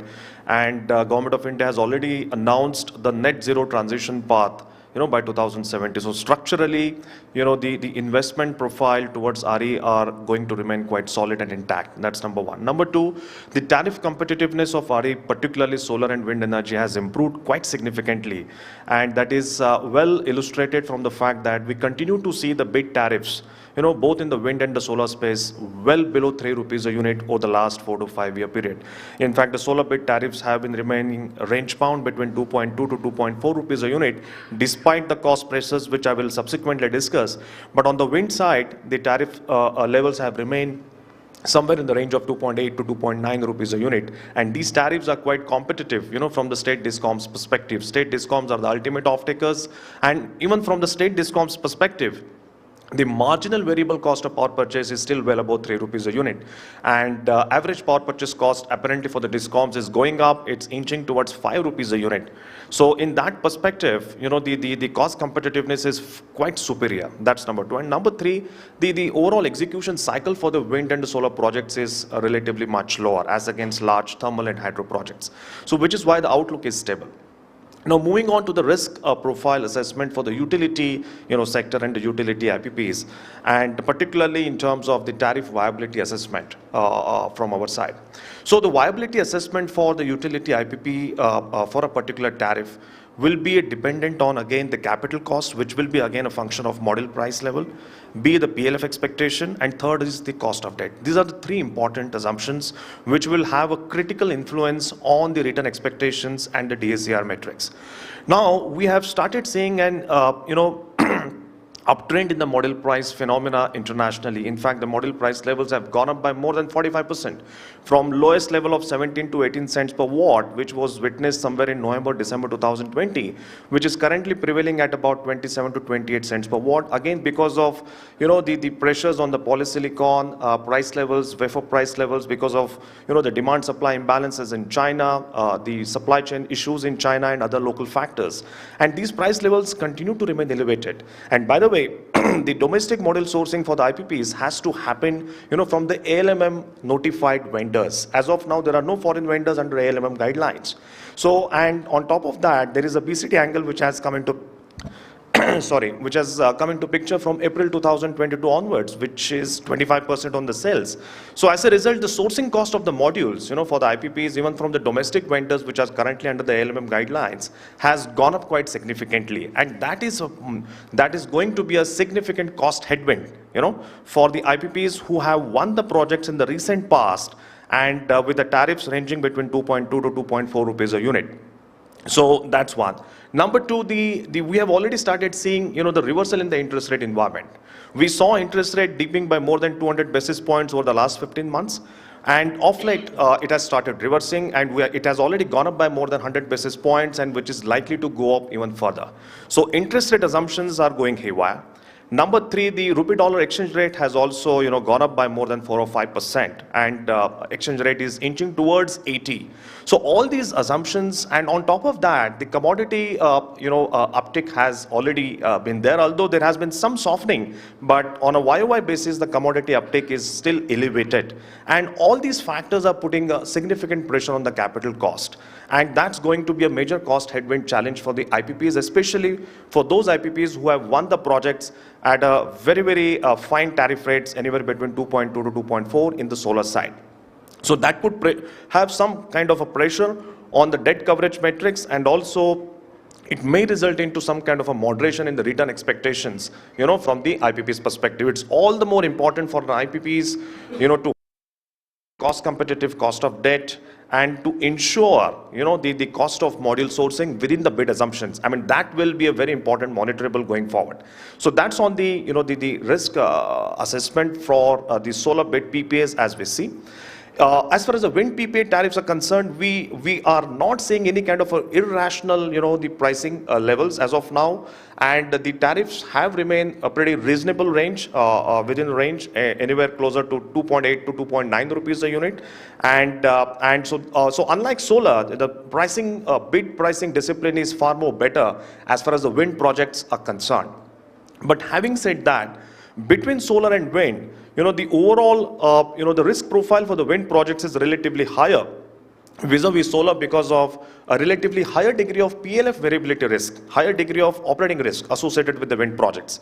We have seen high degree of PLF variability for wind projects in financial year 2021, where the wind PLFs actually dropped by more than 15%. On top of that, wind is highly seasonal as well, right? And which is why the financial threshold benchmarks which we have as part of the overall rating assessments are relatively tighter for the wind projects vis-a-vis the solar. So that's on the overall on the utility market. When it comes to the corporate utility, corporate PPA market, we see that this market has lots of promising demand potential going forward. If you look at the CNI demand, it actually accounts for almost 45% of the all India energy demand. And even if let's say 20% of the CNI demand were to be made through RE, okay, the incremental renewable energy capacity addition requirements are going to be quite significant, anywhere touching closer to 70 to 80 gigawatt. So the market is quite promising. In fact, it's a win-win proposition both for the RESCOs, IPPs, and also for the CNI customers. What we see is the net tariff realization, even after deduction of the applicable open access charges, right, is quite remunerative, for the RESCOs and IPPs, which ranges anywhere between 3.5 to 4 or even higher than 4, depending upon how the open access policies are prevailing across the states, which actually are quite inconsistent. But it's quite remunerative as against the utility bid auction tariffs which got discovered otherwise over the last 2 to 3 years. So it's quite attractive. It's win-win proposition. On the other hand, CNI customers, they continue to get benefits of the discounted tariffs, which is anywhere at least 10 to 15% to the prevailing grid energy tariffs. Within this market, otherwise, the regulatory risk element is relatively higher, and that's the challenge. In fact, there is a natural dependency on the open access and the banking when it comes to the third-party open access-based projects. And apparently these norms related to open access or banking, they are quite inconsistent and they are varying quite widely across the states. In fact, the open access charges have gone up quite significantly across some of the prominent states. All put together, the aggregate open access charges, they actually vary anywhere between 2 rupees to 5 rupees a unit across the states. And that's a quite significant burden. And that itself is a pretty significant regulatory challenge. But otherwise, we have rated number of projects even in the CNI PPA space, and their credit profile has remained quite stable and quite superior, thanks to the underlying project strengths and also the strengths coming from the sponsors. Overall, if you look at the credit profile and the rating trends for the number of entities that we rate in the renewable energy space has remained by and large stable, right? Thanks to the adequate liquidity buffer which is there for most of the renewable energy IPPs, which is in the form of DSRA, working capital limits, and more importantly, the presence of relatively, credit-worthy sponsors. We have seen the sponsors coming in a timely manner to support the underlying issuers in exceptional circumstances where there has been a cash flow mismatches arising out of either payment delays or the lesser generation or so and forth. So in fact, almost 65% of our rated portfolio is rated in A category and above, and we continue to see higher number of rating upgrades in relation to the rating downgrades in the renewable energy space over the last 3 to 5 year period, and that has been because of number of factors related to the better operational performance, the favorable changes in the ownership pattern. Last year has been largely due to the favorable debt refinancing terms, reduction in the interest rate, and elongation in the tenure as well. So there are a number of factors which led to the rating upgrade. So overall, we have a stable outlook. The one another aspect which I would like to highlight is the ultimate off-takers are the state-owned distribution utilities in the power sector, and the financial health of the state-owned distribution power utilities continues to be a matter of concern for the entire power sector, and that is something which we can't ignore. And in fact, the financial position of the state-owned distribution utilities has further worsened because of upward pressure coming up on the cost of power supply for the DISCOMs. In fact, we have recently revised the estimate for the cash gap number for the state-owned distribution utilities for the current year, which is closer to 70 paisa per unit, and thanks to and that too even after factoring certain amount of the tariff hike. And this is essentially arising out of inadequate tariffs, high level of operational inefficiencies, inadequate subsidy support. The fundamental issues continues to hamper the financial position of the state DISCOMs. So that's where, just to summarize, we have a stable outlook on the renewables, we have a stable outlook on the power transmission segment, while we have a negative outlook on the thermal generation and the distribution segments. So that's a broader summary on the overall, risk assessment on the power sector. Yeah. Yeah, fantastic, Girish. That's quite exhaustive and will take time to subsume. I will now move to Aditya. Unfortunately, we are running short of time, but would request you, in terms of the open access project development in Maharashtra, what are the challenges and what are your suggestions? Yeah, so more than challenges, sir, I would like to talk about how do we benefit the system, right? Fundamentally, the way CNI business has been growing, right? And sir, Dr. Rohalkar is also here. So I would like to highlight that open access fundamentally is not there to steal consumers off Discom. It adds a value, and that is why that business has been growing. Am I audible? Yeah. So, well, everyone knows that it all started in 2008 with the Tamil Nadu when they faced a huge power crisis, the similar crisis that we are facing right now across the country, right? So, at that point of time, they have promoted left, right, and center the open access, renewable open access banking, because that's what the only thing which was available with them. It was not connected with the central grid, the NEW grid, right, the southern grid, and the prices were very high. So similar situation is probably arising right now across the country, right? And at the right time where we are opening the open access market, right? The policies are getting more favorable, the regulations are getting more favorable. So limited point I want to make here is that when we set up a open access project, it's not that there is a net loss to Discom, right? That's the popular perception here is that there is a loss of revenue to the Discom. With the numbers, I would like to prove that what we pay provided compensates for the loss of cross-subsidy surcharge and additional surcharge. Let's take, and that is across the country. So let's take this example for Maharashtra. What your average purchase cost you have said is 3.94 rupees, right? We pay transmission charge and wheeling charge. Transmission charges losses of about 1 rupee. Add wheeling charges of about 70 to 80 paisa. Add the RPO benefit, which is ultimately goes to the Discom to meet the RPO, right? So total net revenue, total net benefit to the system because of the single unit generated intra-state is about 6 rupees. Then if you reduce the cross-subsidy surcharge and additional surcharge from it, probably you will fall somewhere between, close to your APPC is, right? So rather than purchasing power outside the state, if you promote intra-state, right, you will get the system gets benefited in the long term. Plus the GST revenues, right? Earlier the GST revenues was less. Right now it is 12%. So approximately 28.5 lakh or 30 lakh rupees per megawatt GST revenues getting accrued to the state. Right, so what we pay, about 50% of this coming to the state directly, right? So put together, these advantages are there when the projects are coming up. So therefore, we should continue on the path balancing the interest of the Discoms as well as consumers, right? Because that's where we have seen Mr. Girish from ICRA has highlighted, like CNI has a better profile. We have been able to pass on the cost. If you see CNI, if the utility business, the tariff still remains. People are wondering like how they are going to achieve. In the CNI business, we have been able to pass on the cost. We have been able to build as a sustainable business, probably.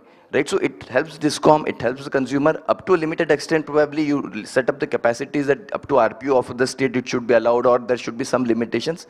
But whatever the investment happening, the framework under which the investment happening should remain for the 25 years. That's what, right? So currently, if you see the distributed open access regulations of Maharashtra talks about that the framework will be applicable up to the long term, up to the open access contract tenure. It could be made for 25 years as it has done for Gujarat. Right, Gujarat, they have come up with a policy, hybrid has taken up very well there, right? And they have provided a very stable framework. So probably some of these things can be implemented in Maharashtra. It's going on the right direction, I believe, and it should put up a win-win situation for everyone. Great, thanks. Thanks, Aditya. This is economic perspective, which is very important for the state to look at. What is the state's total economic benefit versus economic loss? And most renewable energy projects are economically more beneficial than other projects. I will now come to to Nitin from Renew. Longest serving IPP, largest IPP, lot of experience on operations. So experience in terms of RE curtailment, delayed payment, and similar operational challenges in terms of scheduling, dispatch, balancing settlement code implementation. So Nitin, unfortunately, it's a wide gamut, wide canvas, but we don't have a lot of time. So I would request you to be as brief as possible. Yeah, so almost we are end of the first session, and even this screen also gone sleep off. So now I will take a short time. Shortly, I will introduce myself and company. I am Nitin Chimute. I am representing Renew Power. We call India's largest independent power producers in the renewable space in terms of commission capacity. So we have 8,100 commissioned projects in the wind and solar in India, and almost in accumulated 12,000 megawatt in the wind and solar in the pipeline. So Out of that, company started just a decade back, but grown exponentially, and we got a support of distribution companies, means regulators, and in each and every state, not only on the perspective of Maharashtra, but each and every state there is a good renewable resource available in Karnataka, Gujarat, and they have come up with the good policies. So now coming up the issue and straight away on the points. So if you talk about the curtailment or delay in the payments issues and sometimes of challenges in the open access market, so there is a delay previously.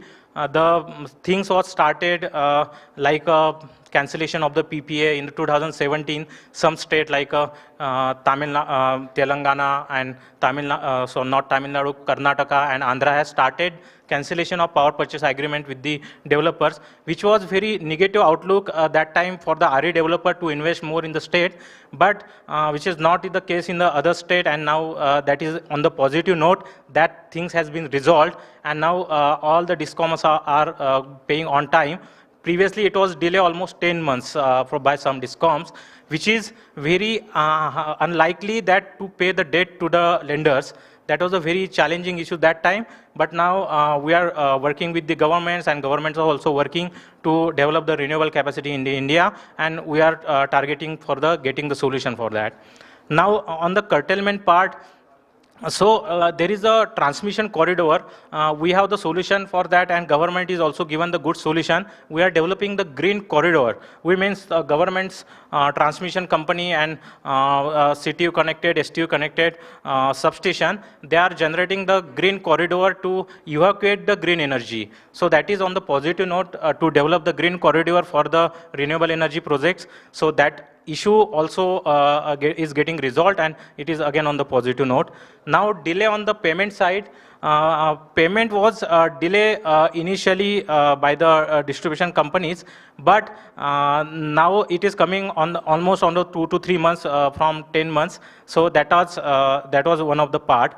And challenges in open access. So we talk about the higher charges in open access. That is the one part. But just looking on the other side of DISCOM, high paying consumer or high power intensive industries, they are switching back from open access market to DISCOM. Whenever they are getting the low rate, they are going to the market. They are getting good rate, then they are switching to the DISCOM. So there is DISCOM is or any company, transmission company or distribution company are not able to plan their evacuation capacity and requirement of the consumer. So maximum capacity is going in the stranded, and that stranded capacity paying the higher cross subsidy charges or other charges that levied by the DISCOM. So that solution we don't have, but we should also think on the DISCOM side. Also, we have to help, because DISCOM is the only company in any of the state who is helping to the commercial consumer, farmers, industrial consumer, and everyone,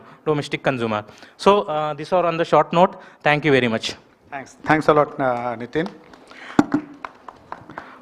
Now, last but not the least, Dr. Prashant. And I have got a little different question for him.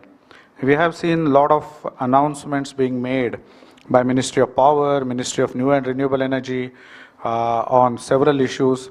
Green energy open access is being touted as one of the most radical change in the sector in the recent past. There have been notification on the battery storage, power market developments. So how do you really see the sector evolving? Do you really think green energy open access is going to open up huge market for C&I for the renewable energy developers? Do you really think, or where do you see India in 2030 vis-a-vis the 500 gigawatt target? Some broad, macro, little philosophical thoughts. Thank you. Thank you, Balwant. Dignitaries on the dais and friends, very good morning. At the outset, I am thankful for Anand and EQ team for arranging this timely seminar after Corona, because we were missing physical touch meeting all the renewable energy friends. First, I'll start with gratitude to the renewable energy sector, because I am working in this sector from 1994.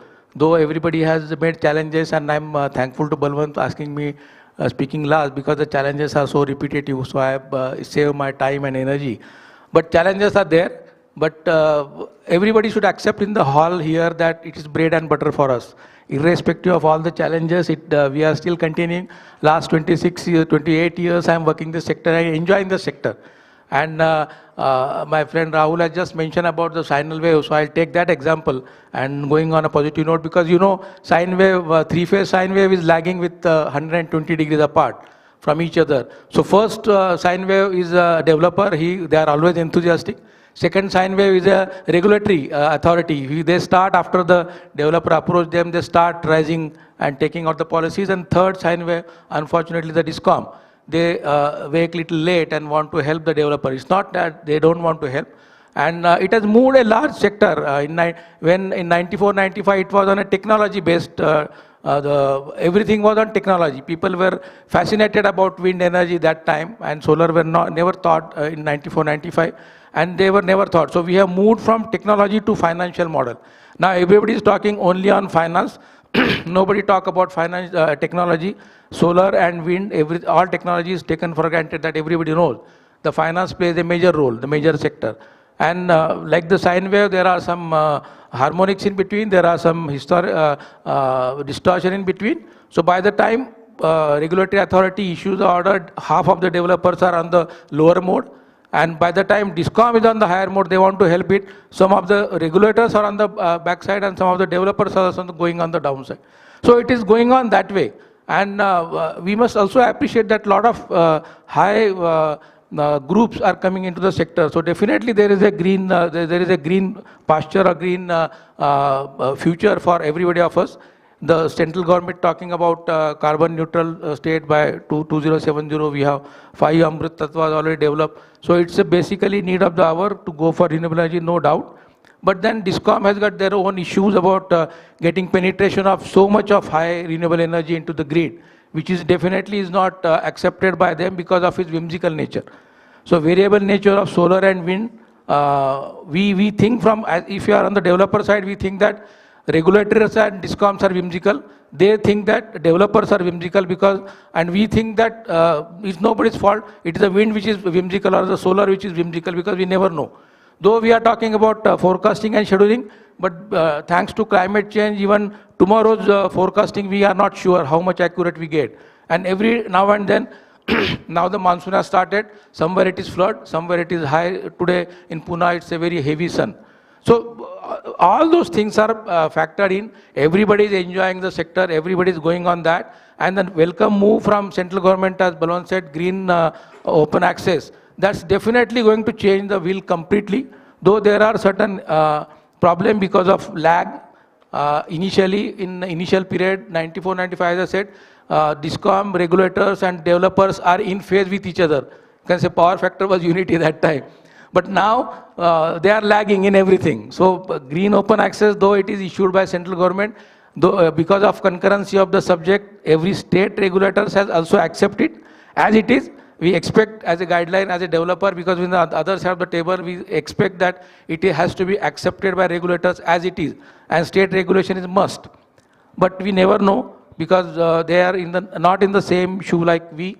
So regulators may think there are certain things which are too much to be given to developers, so they find out some excuse. And of course, DISCOM will be always there to find out, reading between the lines, that this is not mean this, what you are thinking. So that we have to be with that. So let us expect regulatory commissions to actually issue a regulation on that front. But nonetheless, 100 kilowatt acceptance on contract demand for open access is a welcome move. One more thing, deemed open access after 30 days, if it is not allowed, it's a major thing, which I think DISCOM will not like at all. But then all developers will like that, okay, you just apply, wait for 30 days, and hope that 29th day you may get some email that this is not there, that is not there. But then we have to be with that.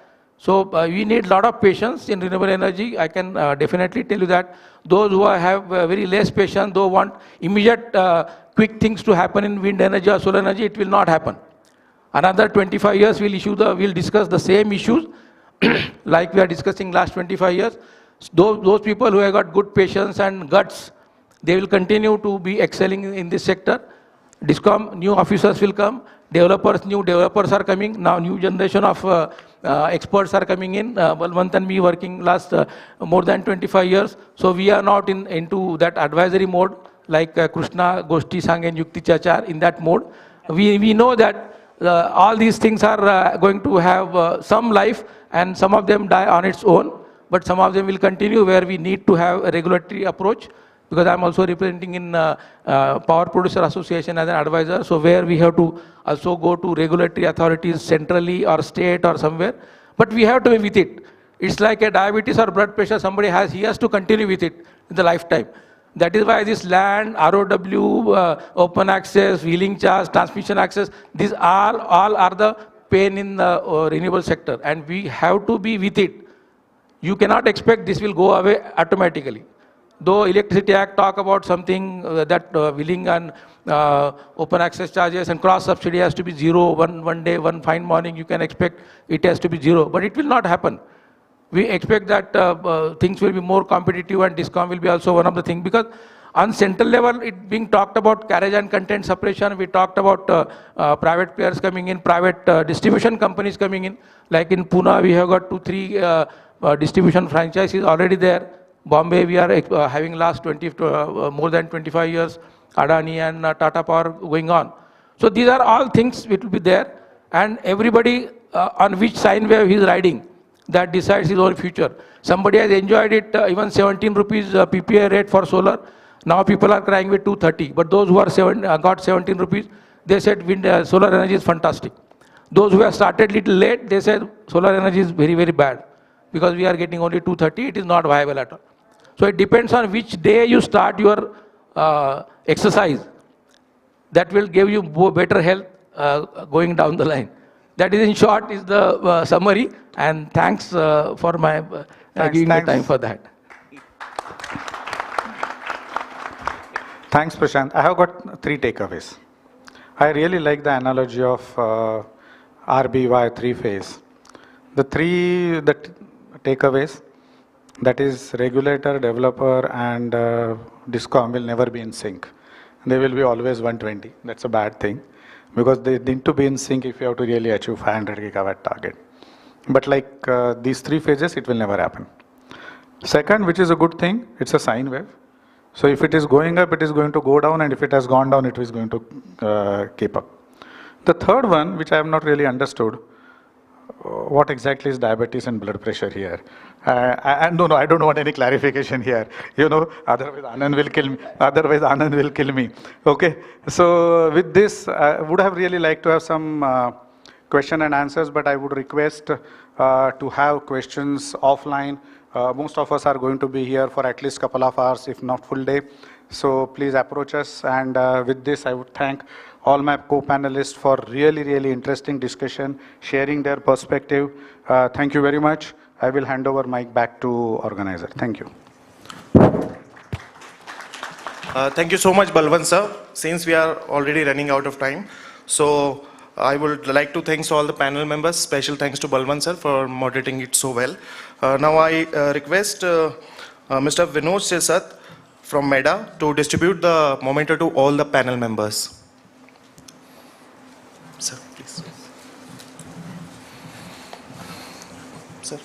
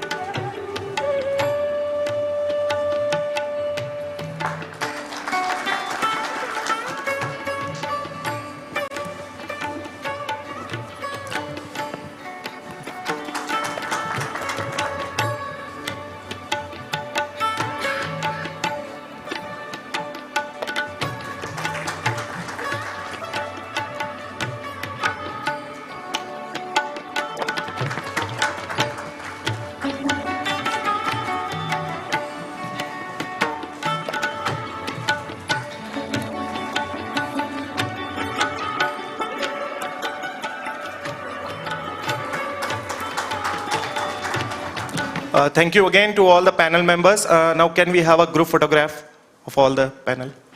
Please come forward, sir.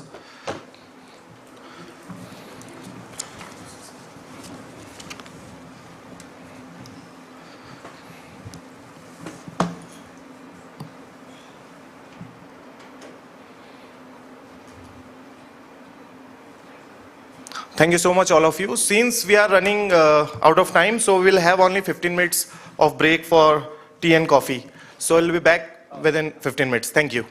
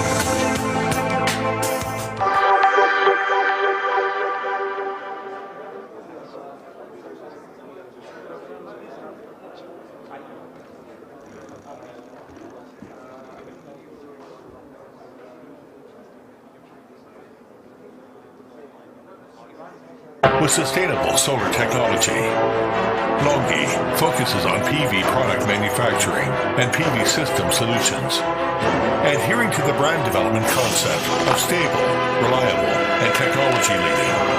The businesses of Longi cover the whole industry chain, from monocrystalline silicon wafers, cells, and modules, distributed PV systems to PV power stations. Longi has developed into the world's largest monocrystalline silicon PV product manufacturer and committed to becoming the world's most valuable solar technology company, changing the pattern of world energy. Longi focuses on R&D, production, and sale of monocrystalline silicon ingots and wafers, was the first company that fully adopted diamond wire slicing technology. The production capacity is estimated to exceed 75 gigawatts in 2020, became the global leading monocrystalline silicon wafer manufacturer. Longi has broken the world record for many times in the conversion efficiency of PERC cells. Monocrystalline modules have won the trust of global customers because of its reliability, high efficiency, intensive, beautiful, and so on. The global shipments of monocrystalline modules continue to be the #1 in the world continuously. Distributed PV system market potential is huge. Longi sets up branches in many countries and regions to provide customers with high standard and omnidirectional services, cover system equipment, project design, construction and grid connection, etc. PV power stations integrated to agriculture, fishery, sand control, husbandry, and stock raising, etc. Its main business focuses on investment, construction, and operation of the comprehensive ecological industrial projects dedicated to providing efficient and smart PV application system solutions. Longi's mission is to create value for our customers with excellent financial health and international vision. Based on the whole process integration research and development platform with more than 700 core patents, technology leadership keep Longi in the forefront of the industry, advancing energy technology and sharing a bright future with you.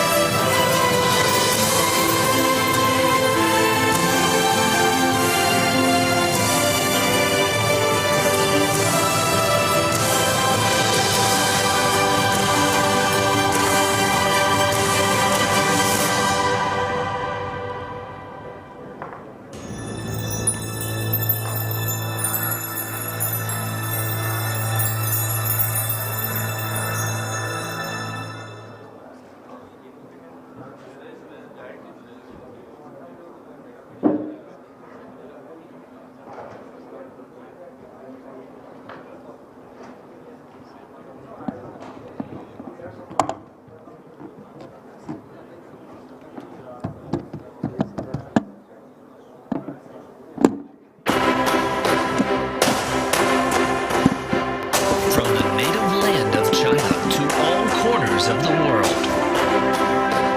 From the seaside to the mountain tops. From the peaceful countryside to the bustling city. JA Solar is dedicated to the great cause of energy transition and innovation, a great journey that never stops. Driven by the concept of customer first and mutual value, JA Solar continues forging ahead.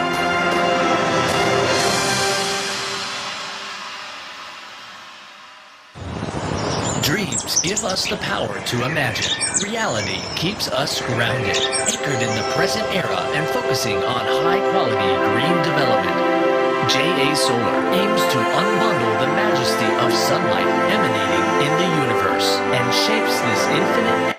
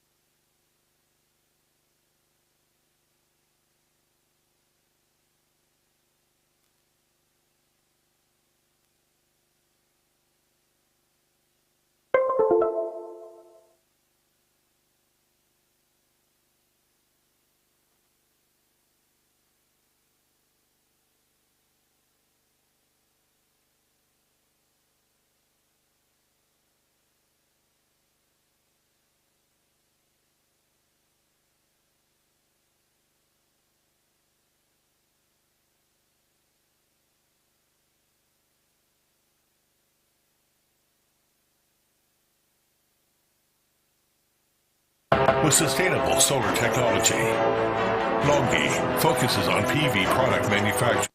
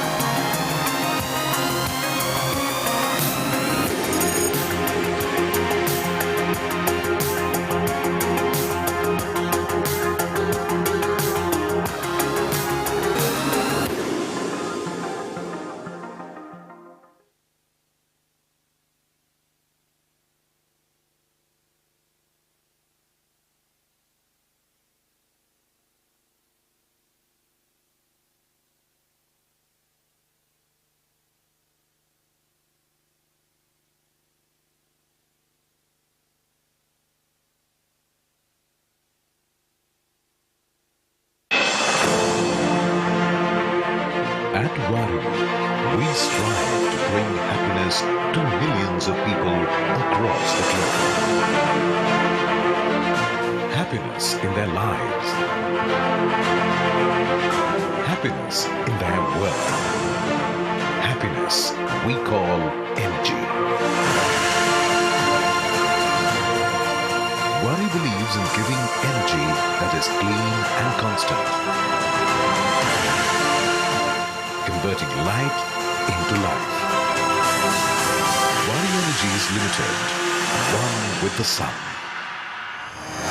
is the one with the energy.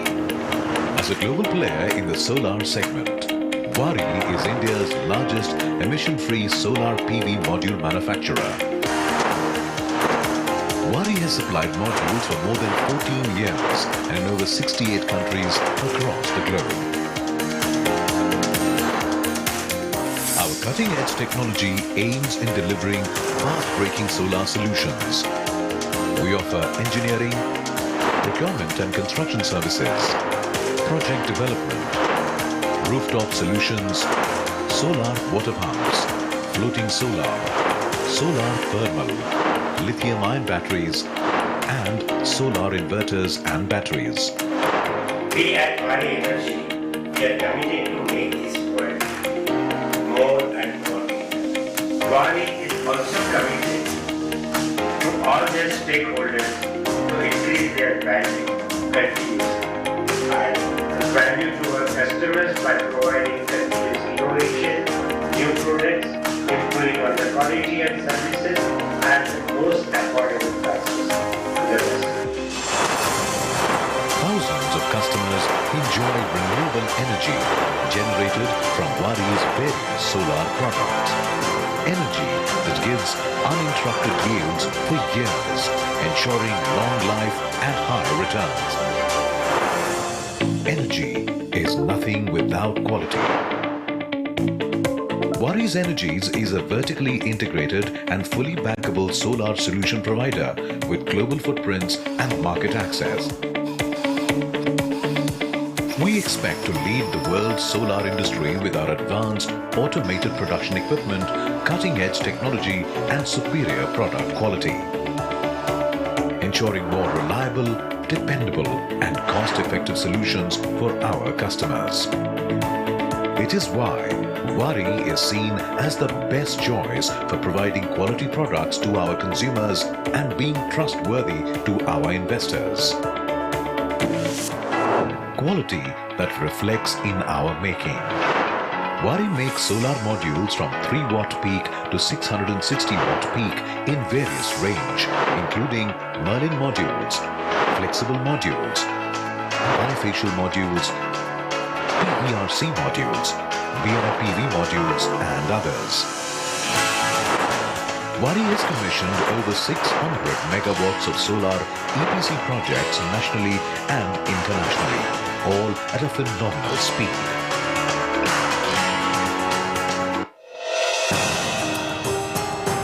In order to minimize the impact of dust on solar modules, reduce power generation losses of power stations, and assist the intelligent operation and maintenance of power stations, Sun Pure Tech launched its own patent, high-performance, highly reliable and intelligent cleaning solutions for photovoltaic power stations. Sun Pure Cleaning Robot adopts integrated self-power supply, equips lightweight structural components and high-performance lithium battery that has up to 2000 DOD charge and discharge cycles. It is also equipped with high-performance spiral brush to ensure zero damage to modules, as well as complete dust removal without dead angle. The cleaning efficiency has been tested to be up to 99.7%.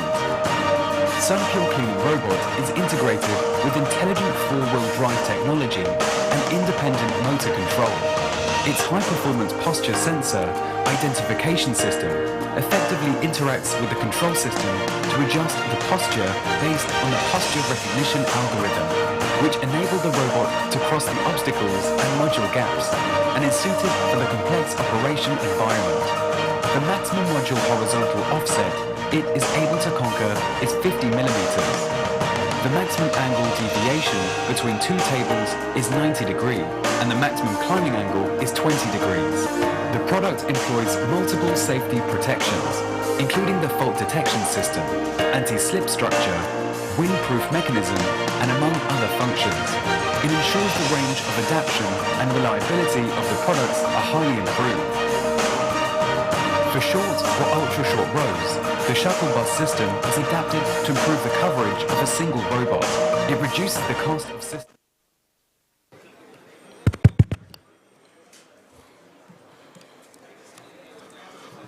I request all the panel members, speakers, attendees to take their seats as we are about to begin our next session, that is a Tech PPT session.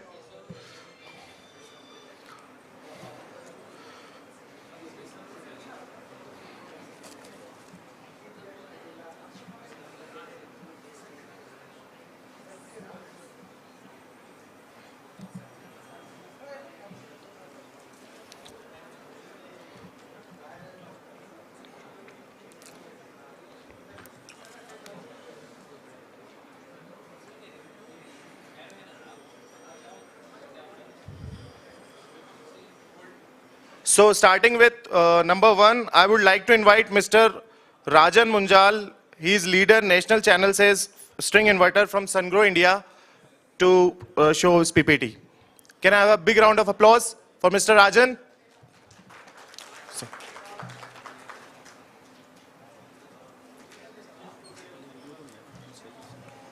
Switch कर देना इसमें चलेगा ना वो सामने आपको दिखेगा ठीक ये अप डाउन करने का है आपको कर्सर दिखाना रहेगा तो हम पुश करेंगे कर्सर से दिख जाएगा ठीक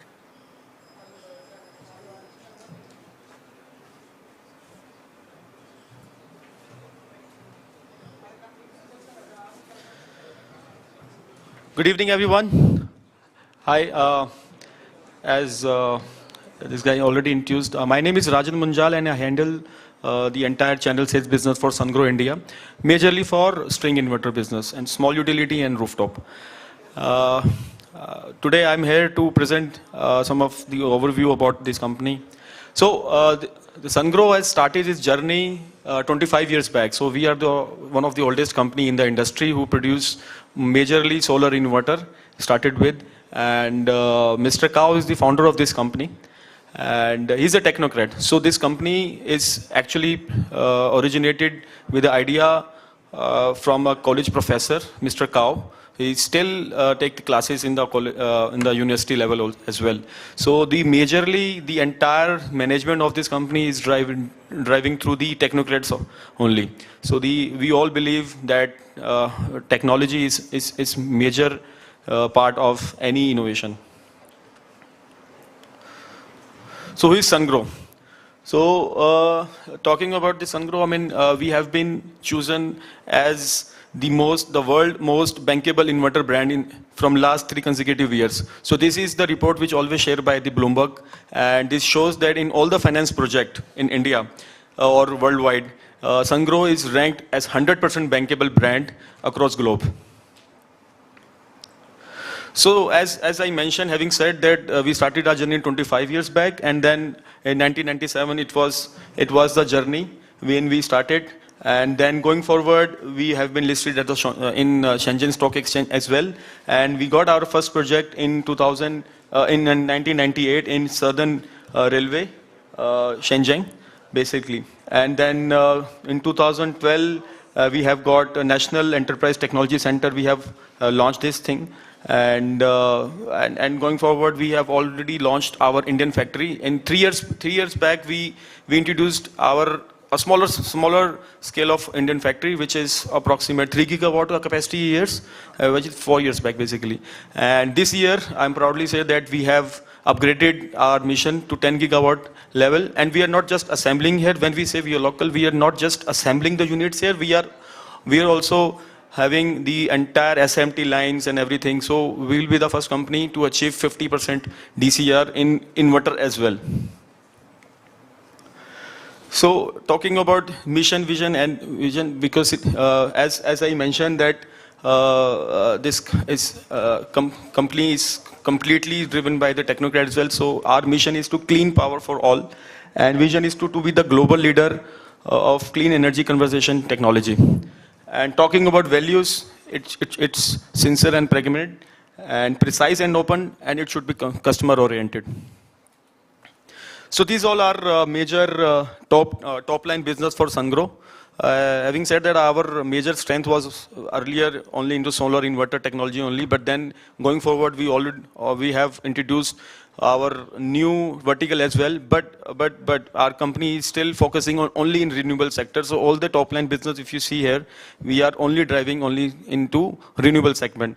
Talking about PV inverters and energy storage, wind energy, and driving system, floating PV power plants, and smart operations and management, EV, intelligent PV cleaning robots, and then renewable hydrogen production systems.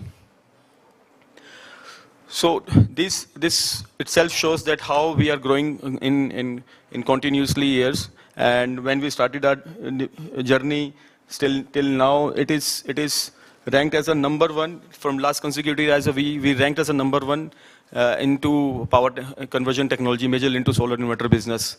So this shows that in last year itself, in 2021, we shipped 47 gigawatt of inverters across globe. So as having said that, we all believe in technology. So 40% of total strength in Sangro, it is into R&D. So we all believe that without a proper R&D, you can't produce a new products which brings revolution into the industry. So it itself shows that how we are focusing into new technologies. So and we all believe that the complete management should drive through the customer-centric approach only. So we take the feedbacks, we do research, what customer want, what are the pain points of the customers, and then we do produce our products. So without having said that, we are majorly focusing globally also in India as well. So our total strength of manufacturing capacity is approximate 140 gigawatt together. So which also include 10 gigawatt Indian facility, and then 130 gigawatt is overseas and local Chinese. So we all believe that it should be how we do our performance. So these are certain examples.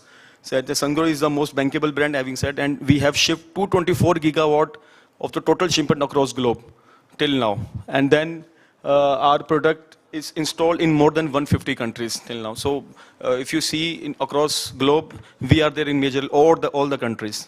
And then the trademarks trademark of Sangro has been registered in 160 countries plus areas. So this shows that we have all the major installations of globe, be it any environment, our inverter is perfectly running fine. So these are the certain application of energy storage, as well as being said that the industry is changing the entire thing. So globally, we are already supplying our energy storage solutions to the globe. But in India, we have already set up our energy storage plant, and I'm proudly say that we are going to have one of the biggest plant in India, which is in Leh, Ladakh, approximately 75 gigawatt hours of factory with Tata. So what is Sangro India? How we started? So in India, we started our first project in 2014. So there was a company in IBC. So our German companies brought Sangro into India. And we got our first project of 5 megawatt plant in Badla. Until now, it is running perfectly fine and without any failure. And it is completely running through string inverter only. So our first central inverter shipment made in the next year, in 2015, which is in Pokhran. And then 2017, it was a year when we achieved 1 gigawatt of shipment in India. And 2018, having said that, we have started our small manufacturing setup, which is with 3 gigawatt level. And 2019, we started our exports from Indian factory, not just in India, but from neighboring countries plus US. And 2020, we have achieved 5 gigawatt, and 2020, 11 gigawatt. And today, we are sitting at 14 gigawatt plus shipment in India. So these are certain reports which shows that we are always ranked among all the top inverter brands, and approximate 30 to 40% market share we always get across globe. These are certain reports which shows that how we are targeting Indian marketing being local. Obviously, approximate 30,000 days we have already spent with our local installation, and then 13 gigawatt plus shipment it's already been done, plus 40,000 plus inverter is already installed in India. And then we are not just specific to any states, but then we have an installation base across India, starting from Jammu and Kashmir until Karnataka or Kerala as well. And without a local team, it cannot be done. So we have approximate 350 to 400 people, which is resource from India is only including our Indian factory. So this is our Indian factory. I said that 10 gigawatt, which is in Bengaluru, Karnataka. And this year we are just starting it. And this facility does have SMT lines, and we do have the entire testing facility as well, which makes sure that we do produce our local inverter with good quality. Some of the services or inverters which we offer into Indian market, it is into string inverter, central inverter, and residential inverters. And when he said that we are just having 3 gigawatt facility, and which shows that 15.5 gigawatt of shipment, it's already done through our Indian factory, including overseas.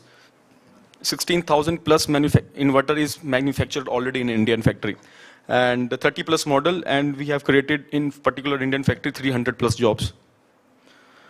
So this shows that how we are operating in India. We have 10 plus warehouses and repair center in India, and services is 35 plus team is already deployed within Sangro. So we have largest team in service as well, because without a good service team you cannot sustain for long, and it carries a lot of confidence from the customer as well.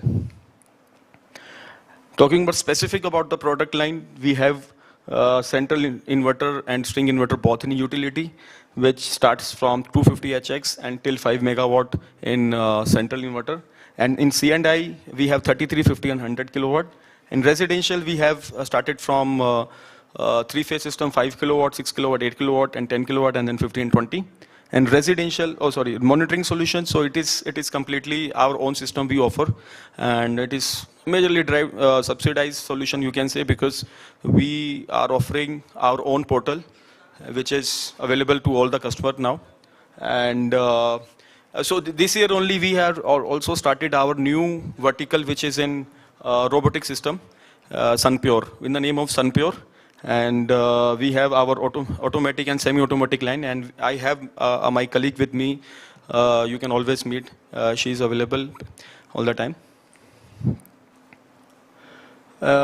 Talking about energy storage solutions, I've said that we have all the solutions available in India, talking with string inverter and central inverter both. And battery storage, we have LFP batteries with us to offer the complete range into system. And we have PCS and DC and monitoring solution as well.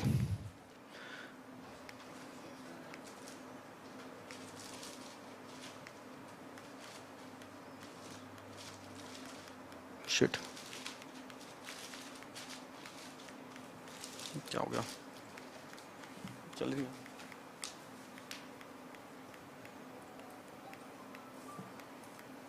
चल नहीं रहा, देखना.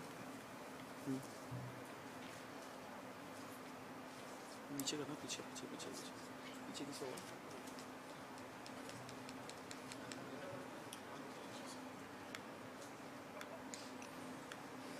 So this is, having said that, we have launched this intelligent PV cleaning system, because we all have short of water, all the areas specific in Maharashtra. So we are offering the complete range of robotic cleaning system in India as well.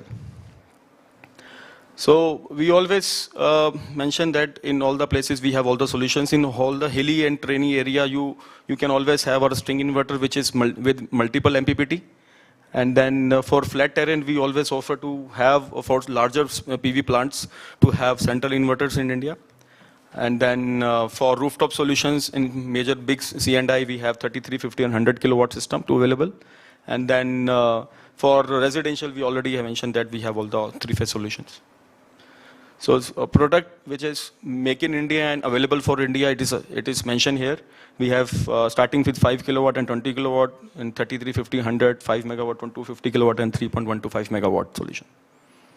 So these are certain recognitions and awards which we got from all the media centers, which shows that how we are growing in India.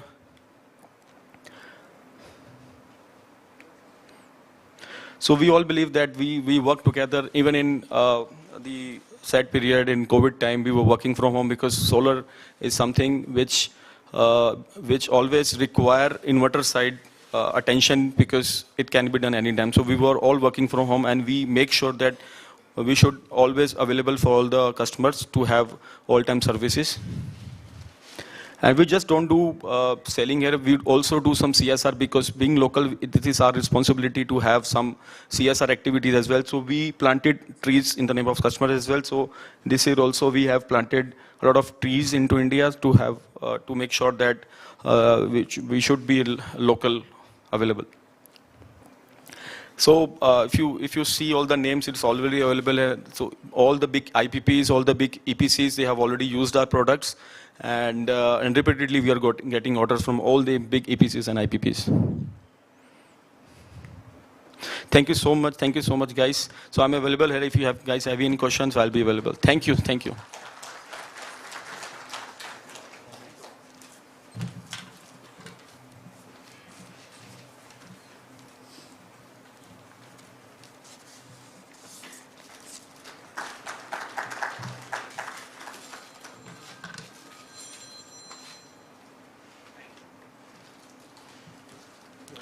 Thank you so much, Rajan sir, for this presentation. Moving on to our next presenter, I would like to invite Mr. Rohan Shelar, his Deputy Manager Channel Business, India and Sri Lanka from Longi.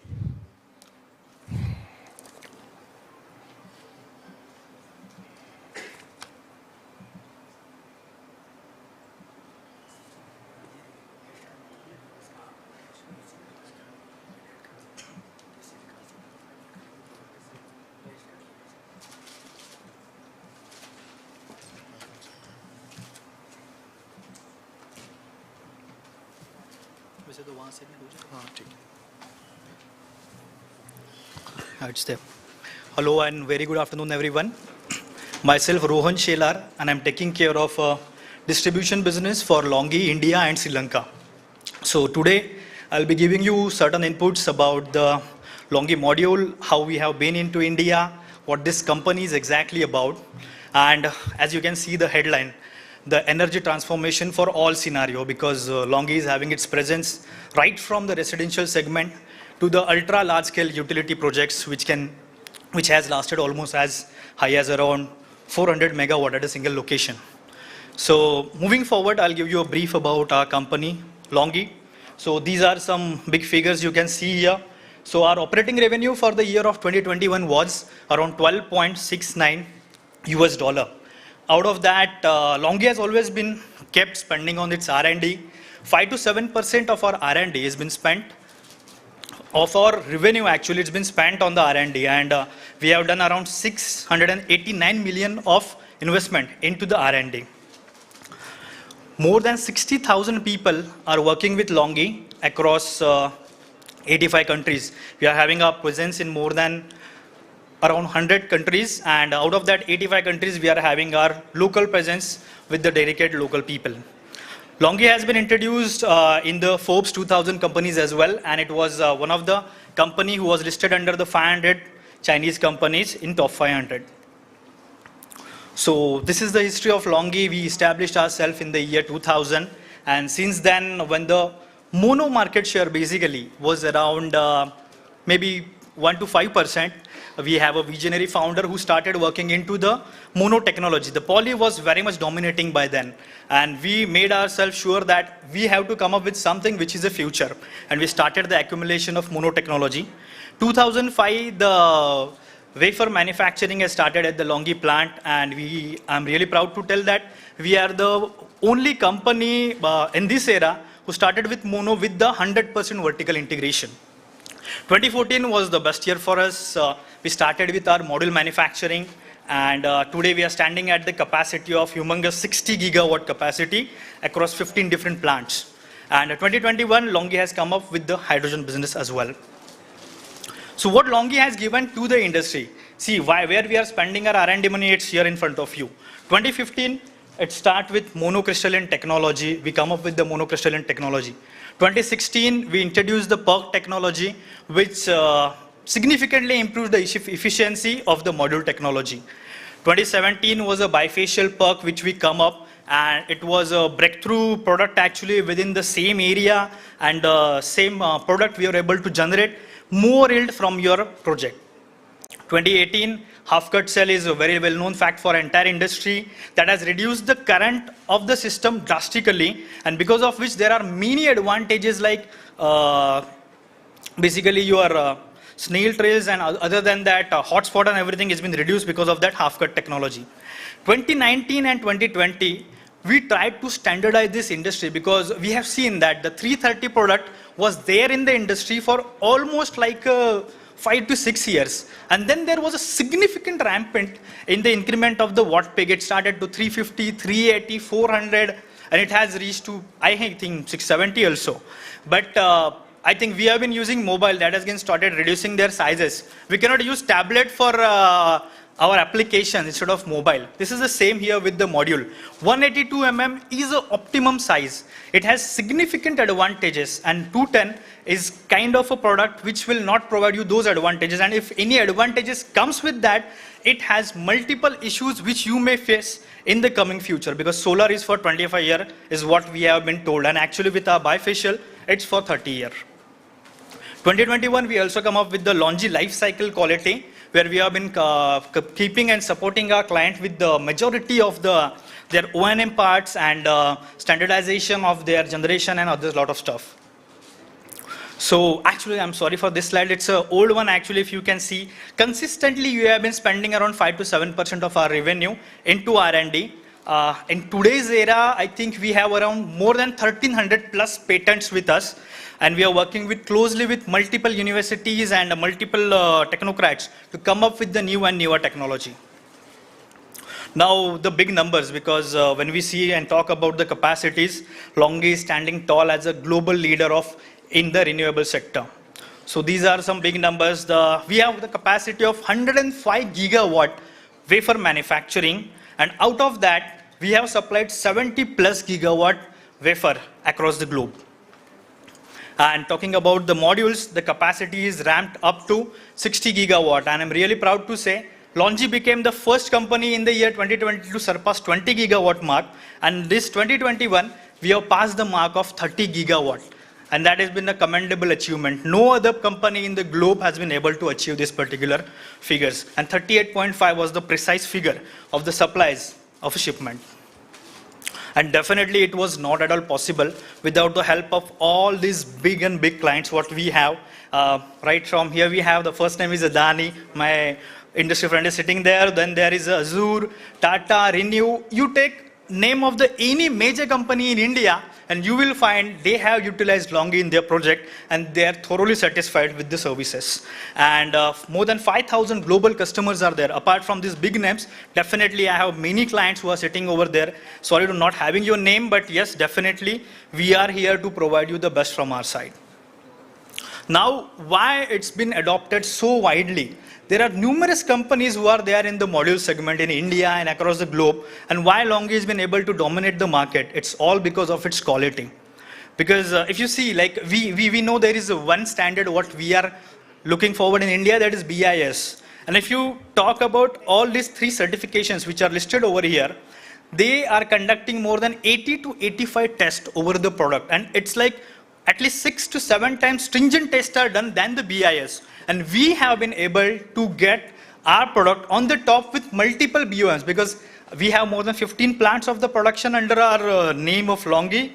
And from there, we have multiple BOMs. And through that also, we have been able to rank as a #1 and a top performer. That's a kind of achievement Longi has been consistently doing since many years. And the last one, that's the energy yield test. Because yes, many products perform in the factory because boundaries are sometimes set by the manufacturers or the developers. But in our case, it's not that. If you see the recent PVEL reports as well, Longi has been outperforming on the ground as well with multiple our inverter partners. So these are some records, and I think we consider ourselves as a competitor. Every day we have been spending a lot in our R&D, and the result of that you can see every day. If you can see the dates, actually, I don't know if I would like to highlight. Sorry. So Longi P-type perk having the efficiency of 24.6, and the HJT cell, what we have introduced to the market, has been able to match the mark of 26.3%, and that's phenomenal.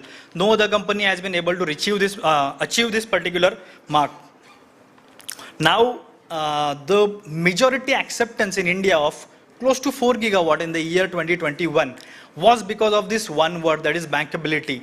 You will see it everywhere. Many people will say we are bankable. But when Longi is talking about it, what bankability exactly means, if you can see, there is a Altman Z-score. Even this is a little old slide of a previous quarter. We have the Altman Z-score of 6.1. And anyone who is reading those analyses and data, if they go through that report, the experts are telling that any company who is below the 2, they are on the verge of getting insolvent in coming next to 2 to 3 years because of the poor financials. So Longi is standing tall. Even after becoming so big, we have been strong in our bankability. And it's not only the Altman Z-score. We are the only AAA rated company. And that's a kind of a proud thing for us. And for me, basically, we are 100% bankable brand since many, many years. And this is a report which is always shown. If you can see this pyramid, there are 100 companies who are manufacturing the modules, and they are into 100% renewable, I'm talking definitely. And Longi is having the only company who is there with that AAA rating. So that gives you a confidence how bankable, and why we need to consider the bankabilities is because your product is going to stand for 25 years. Anyone who is there since last 1 to 5 years, it is not going to make sure that they will retain for the 25 years if their banks and their financials are not that strong.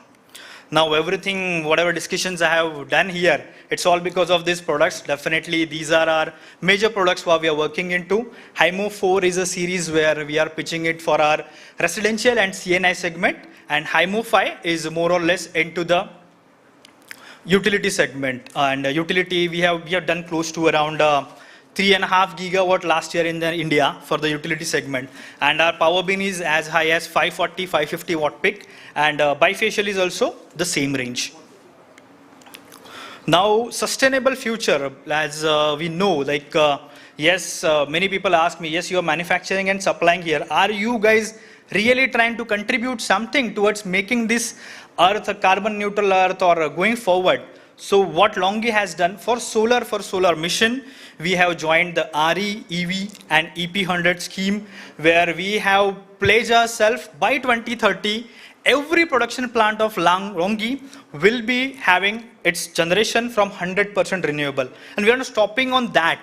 In the EV100, every employee of Longi, maybe in coming next 6 to 7 years, we will be going forward to utilize only the e-vehicles. So this is what is commitment of Longi towards the nature. It's not only that we are here to sell the product or supply the renewable product and tell globe that, yes, we have to adopt the green energy, but it's from the bottom of our heart that we want to make this thing a carbon neutral. And by 2050, our vision is, with all our effort collectively, we definitely reach that carbon neutral mark.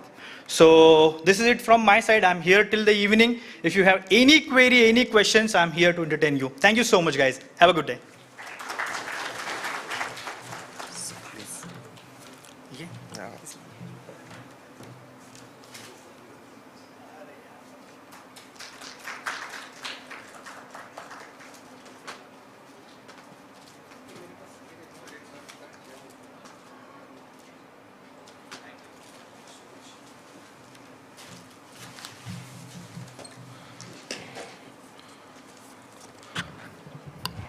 Thank you, Rohan sir, for this presentation. So moving on to next presenter, I would like to invite Mr. Trilok Singh. He is Senior Sales Manager from JA Solar.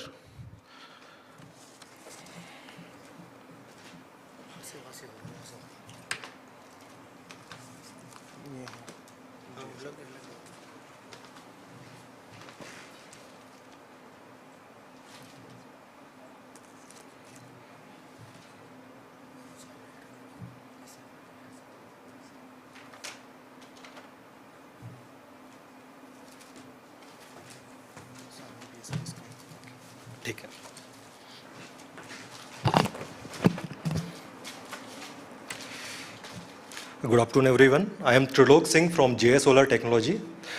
And now in the next 10 minutes, I am going to brief you on our company profile as well as the product we are having for Indian market and the technology behind our existing project as well as the forthcoming products.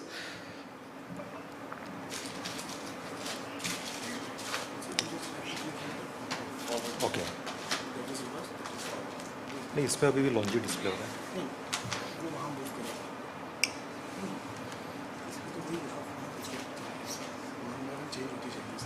नहीं यहाँ display नहीं हो सकता क्या हाँ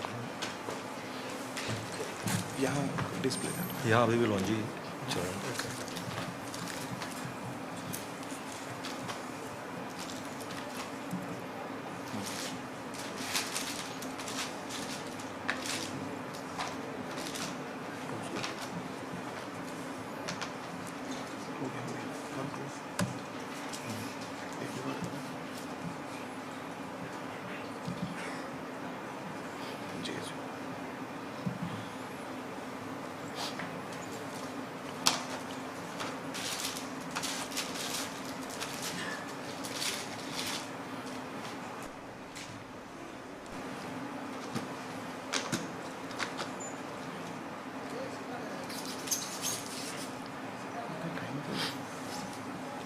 ये laptop से connected नहीं है क्या? नहीं कनेक्टेड है सर वो एक्चुअली वो ये था ना ओके इसलिए वो अच्छा कर दिया था बट ठीक है यहाँ से भी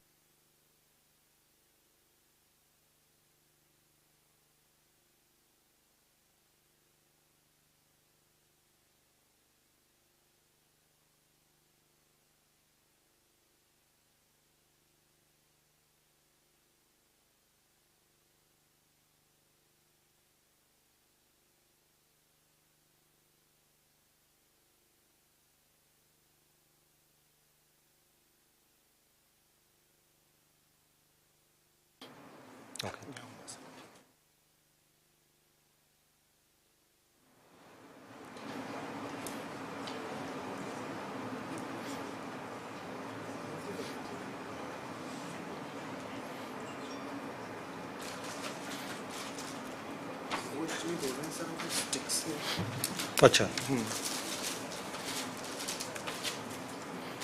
बट ये नहीं हो रहा ना अभी भी वहाँ से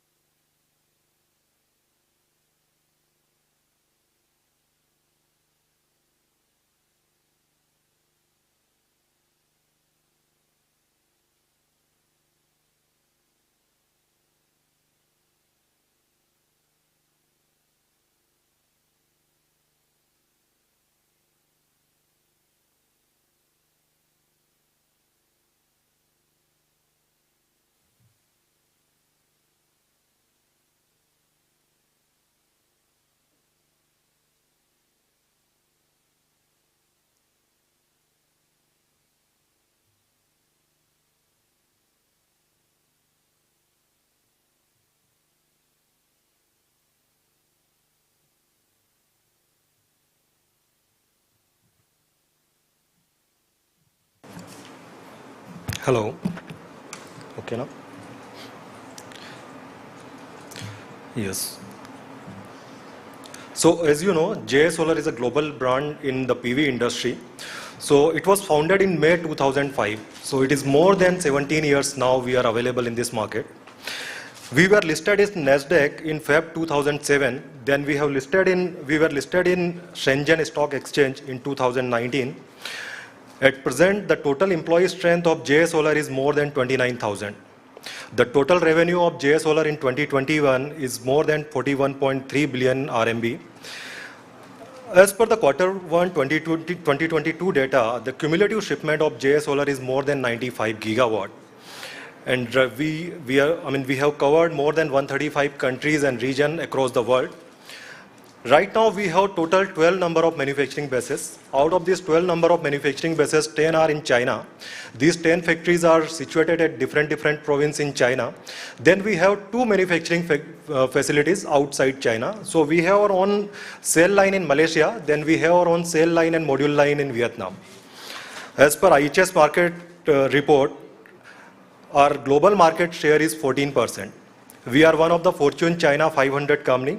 And as per 2021 PV Infolink report, we are number 2 in the global shipment. JA Solar is a top manufacturer of high performance PV product, and most of our lines are completely vertically integrated. So we start from silicon ore. We have our own wafer ingot, we have our own ingot facility, and the annual capacity of our ingot is 40 gigawatt. Then we have our own wafer line. The annual production capacity of our wafer lines are 40 gigawatt. Then we have our own cell line, and the cell line capacity is also 40 gigawatt. Then we have our own module line facility, and the annual capacity of our module lines are 50 gigawatt. Then we have developed some of the power plant in different corners across the world. So these are our company motto. Our mission is to develop solar power to benefit the entire human race. Our core values lies in put customer first, then respect our shareholders' interest and let our employees grow. Our attitude lies in the integrity and professional ethics. So these are some of the technology milestones of JA Solar. Like in 2011, we have achieved 18.8% cell efficiency with monocrystalline cells and 17.2% cell efficiency with polycrystalline cells. In 2012, we have started the mass production of our NT-PID modules. In 2015, we have started the mass production of 1500 volt modules. In 2017, we have started, we achieved 325 watt peak with 60 cells monocrystalline modules. In 2019, we achieved 410 watt with 72 cells monoPERC half cell technology modules. And in 2020, we have started our signature product that is called Deep Blue 3.0 series. These modules are based on half cut technology, 144 half cut technology. Then we are using P-type monoPERC in these kind of modules. So right now we have 6 ratings, 6 type of modules under our Deep Blue series. And all these series are already BIS certified. So if you have any requirement with the half cut and monoPERC module, we would be happy to assist you. Under Deep Blue 3.0, we are using three type of solar cells. So the first one is 148 mm cell size, and the available ratings are 405 and 410 watt peak. Then we have the bifacial also with the same kind of cell size, and the available ratings are also 405 and 410 watt peak. Then the next one is 166 mm cell size. With 166 mm cell size, the available ratings are 455 and 460 watt peak. We have the same module with bifacial as well. Our bifacial modules are basically glass-to-glass modules with anodized aluminum frame. So with 166 mm cell size, we have 450 and 455 watt peak under bifacial series. Then the highest rating available with us is 540 and 545 watt peak. This 540 and 545 watt peak modules are based on 182 mm cell size. We are using P-type monoPERC and the cell size is 182 mm. Then we have the same modules with bifacial technology as well, and the available ratings are 540 and 545. So all these modules are already BIS certified, and now we are submitting samples from our Vietnam manufacturing facility to get the BIS done. And maybe in the coming time, we would be happy to cater your requirement from our Vietnam factory as well. So as I shown you in the earlier slide, like JA Solar is a global company, it is a multinational company, and we have our presence in almost each and every country across the world. So our operational headquarters is in Beijing. Then we have our sales offices in Germany, Turkey, Dubai, United Arab Emirates, in US, South Korea, Japan, Mexico, Brazil. So in almost each and every location we have our sales office. We have our own warehouses also in different countries, but basically the warehouses are available to cater the European market demand. So on the right hand side, it is the chart for our global installation by region. So if you will see this data, in 2020, based on the global installation data, out of the total shipment of JA Solar, 33% modules were installed in China. So we have a very strong brand acceptance in China's domestic market. Then 23% installation were done in America, 22% contribution was from Asia Pacific, and 19% contribution of European countries. Based on 2021 shipment data, we have supplied approximately 40% of our manufactured capacity to China's domestic market. Then we have supplied approximately 9% of our capacity in America, 23% in Asia Pacific, and 24% in Europe. So we are selling our products to almost each and every corner of the world. The installations are being carried out in different regions, in different climatical conditions. And we have long-term association with utility scale client as well as the small scale EPC companies. And we are supplying them our latest technology in a regular manner. These are some of our strategic partnerships.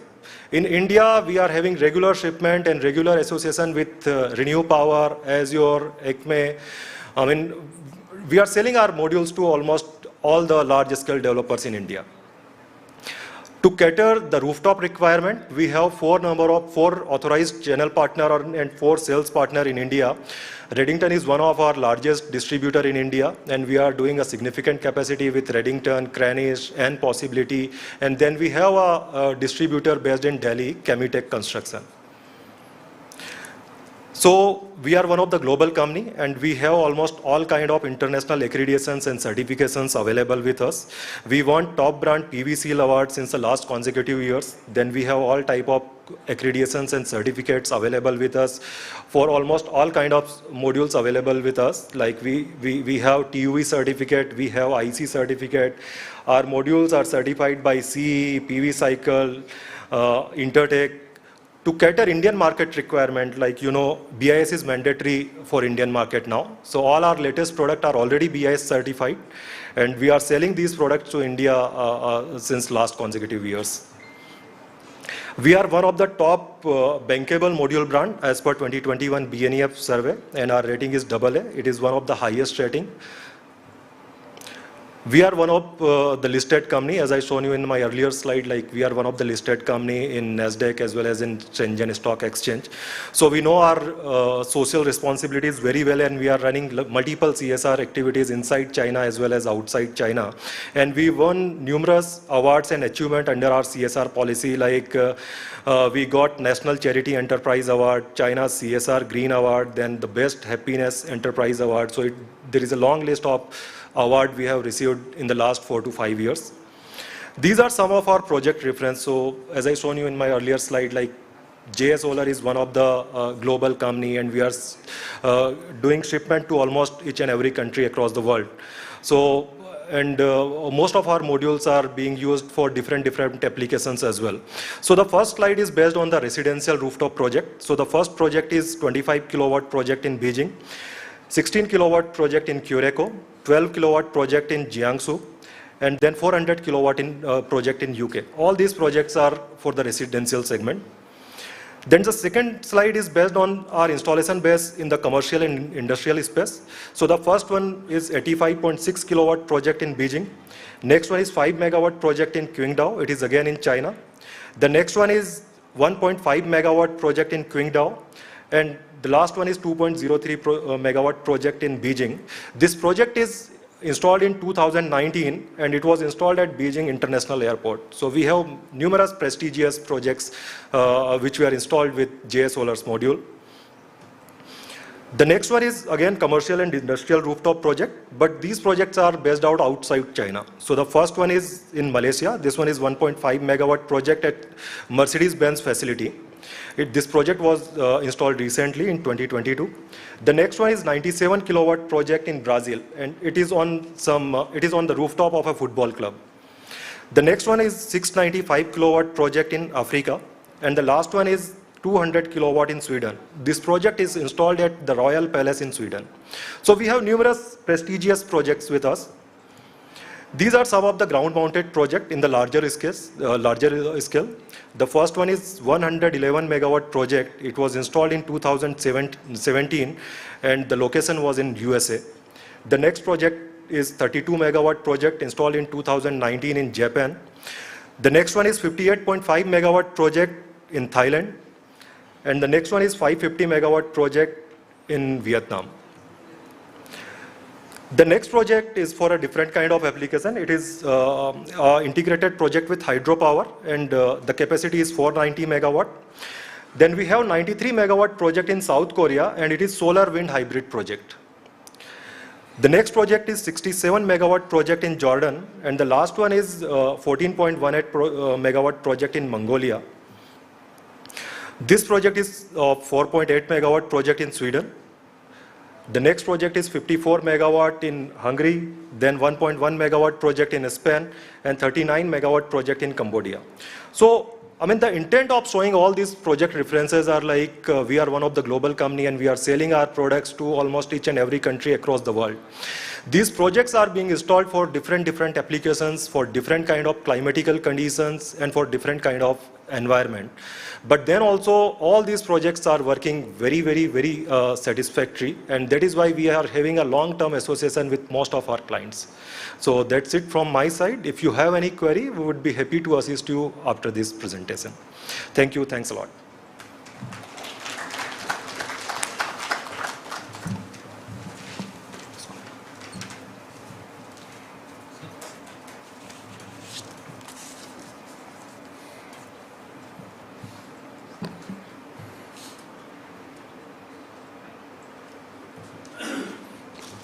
Thank you so much, Trilok sir, for this presentation. Moving on to next, I would like to invite Mr. Rohit Pandita, Regional Head Sales West from Adani.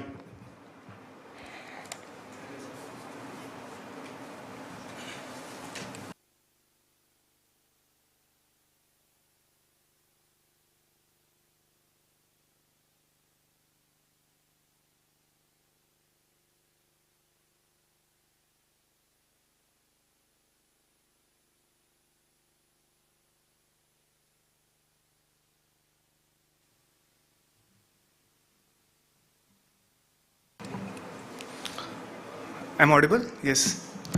So, good afternoon, everyone. It's been a good session so far, thanks to EQ. And I mean, we have been meeting online on webinars most of the time, but good to see physically people over here. And I mean, glad to see you all, and let's stay connected. And it was not bad 2 years, but good. We got a good feel of 2 years. Now things are back on track, and let's start the things physically. So I am Rohit Pandita. I am heading the West region for sales at Adani Solar. So coming to my company presentation, I won't take more than 5 to 8 minutes so that I should not come in between your food. So I'll make sure that. So we are the part of the Adani Group, founded in 1988. And we, as Adani Solar, the manufacturing hub of Adani Group, we started in 2017, to be precise, 2016. And we have 7 listed companies on the stock exchange with a valuation of more than $100 billion now. Plus, we are expanding our footprints to other major markets of the European market, US market, so that our products are supplied across the globe. This is what our intention is. So, this is the product, the portfolio for the Adani as a whole, which has the ports and logistics business, the rail business, the T&D, the transmission utility, the renewables, AGL, the biggest developer across the globe now, with more than 25 gigawatt of running portfolio. And then we have the, so we lie somewhere around the MSPVL, which is the manufacturing hub of the Adani Group as a whole. And we are venturing into data centers now. That is the next big thing to happen across India. So this is the whole picture of what we as a group are committed towards the nation building. And this is our motto, and we are on that. So this is so what I said earlier, that our mission is to, we have so much capabilities within India, and we have decided to take a good initiative in the COP26 meet, wherein we have met the targets. We have decided to meet the targets for the coming future. So we are doing in line with that. And this is what I'm going to tell you in the next couple of minutes. This is the vision which our chairman has envisaged for the next decade, for around 70 to 50 billion of investments in the renewable segment, which includes your hydrogen, your fuel cell technology. All these are coupled together with the investments coming in the future. So coming to my manufacturing arm, so we currently have the 3.5 gigawatt of facility in Mundra, Gujarat, which is having 1.5 gigawatt of indigenous cells and modules ready with us. We are the largest DCR manufacturers of India till date, with 1.5 gigawatt of in poly. And in January this year, we have started a new line of 2 gigawatts with the mono PERC technology of 535. So it's the module that we are having, but in the next couple of months, you will see the cell line also coming for the mono. So we will be the only players in India who will be having the cell manufacturing also for the mono modules, precisely 530 plus. And if I talk of January 23, so we will be having another 2 gigawatts, so which will add up to 5.5 gigawatt of modules with us. Out of that, 4 gigawatt of cells and additional 1.5 of our module capacity. We have been the largest. So I was hearing in the morning that Kusum has not picked up, but it has around 300 megawatts installed so far in India, and we have done almost 70% of that.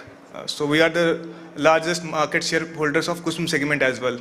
And even in rooftop, our market share is more than 60-70%. So I'm leaving aside the utility segment, which we are already catering to a good sense.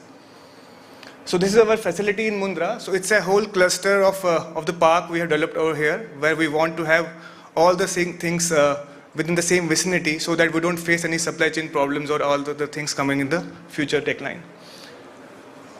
So this I have already spoken about, and this is our factory pictures. And this is the ecosystem we are trying to build within Mundra. So like I said, we don't want our dependence on the outside market, so that we don't face the problems which we faced last year, like the supply chain constraints, which you all would have been, you would have all seen that.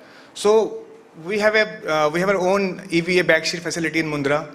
We have our own module and cell manufacturing in Mundra. So we are coming up with glass manufacturing also in a couple of months, so that our dependency on glass comes down. And plus, if we see our expansion plans, so we want to have around 10 gigawatt of overall PV modules. Even for the polysilicon, the wafer, we don't want the reliance on outside players. So we are trying to do something within India, and this is our plan. And this 2 gigawatt of cells is in addition to 4 gigawatt which I was talking about.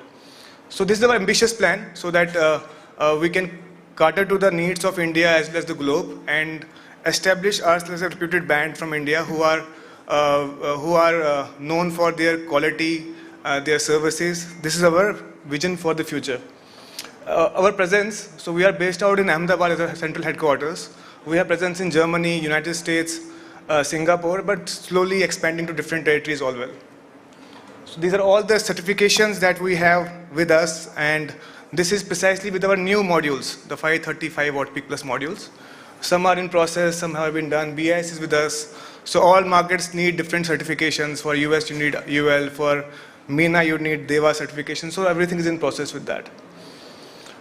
So I'll show you a video which you would have already seen. Maybe that would be a repetitive thing. So I'll come to that maybe later. That will cover all these inputs. So this is, we have been the only Indian manufacturer who has been the top rated in PVL scoring from the past 4 consecutive years. And even Black & Which, they have given a good feedback to our modules. So these are all the certifications we have done, and in line with the international standards that we are catering to. These are the banks who are helping us for all our things, and these are the certifications, these are the awards we have won from past so many years, thanks to accreditation by EQ and all other players. And this is our presence till now in the retail segment across India. So we are expanding quite aggressively in the market. You would have seen from the past 6 months, we are launching things across nation. And this is our small, we have captured these things in the slides. These are the preferred, our partners. We call them partners in progress. This is what we say them. So I'll just play a video after this. It's only 2-minute video that will give you a sense of the technology and the product mix that we are having.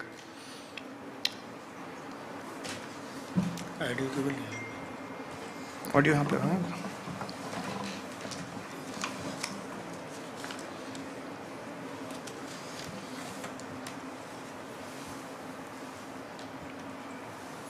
Shall I play?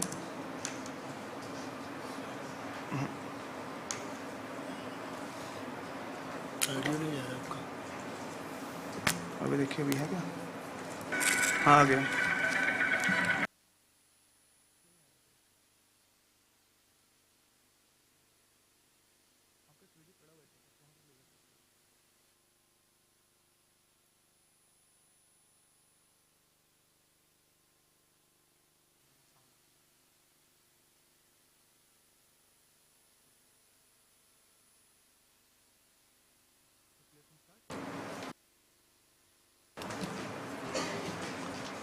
Volume नहीं आ रही है शायद।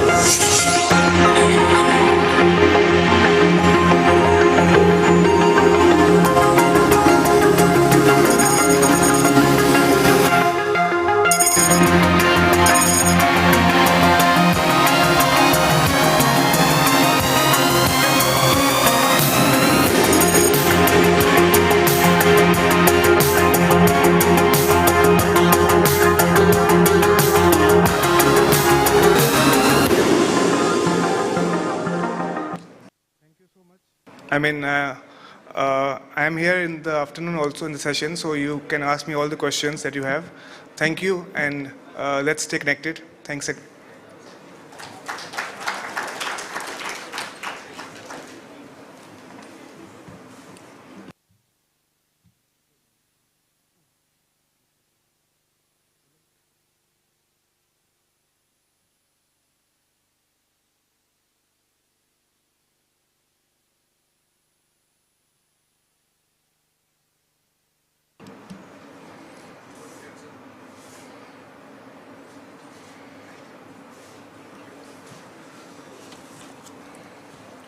Thanks, sir.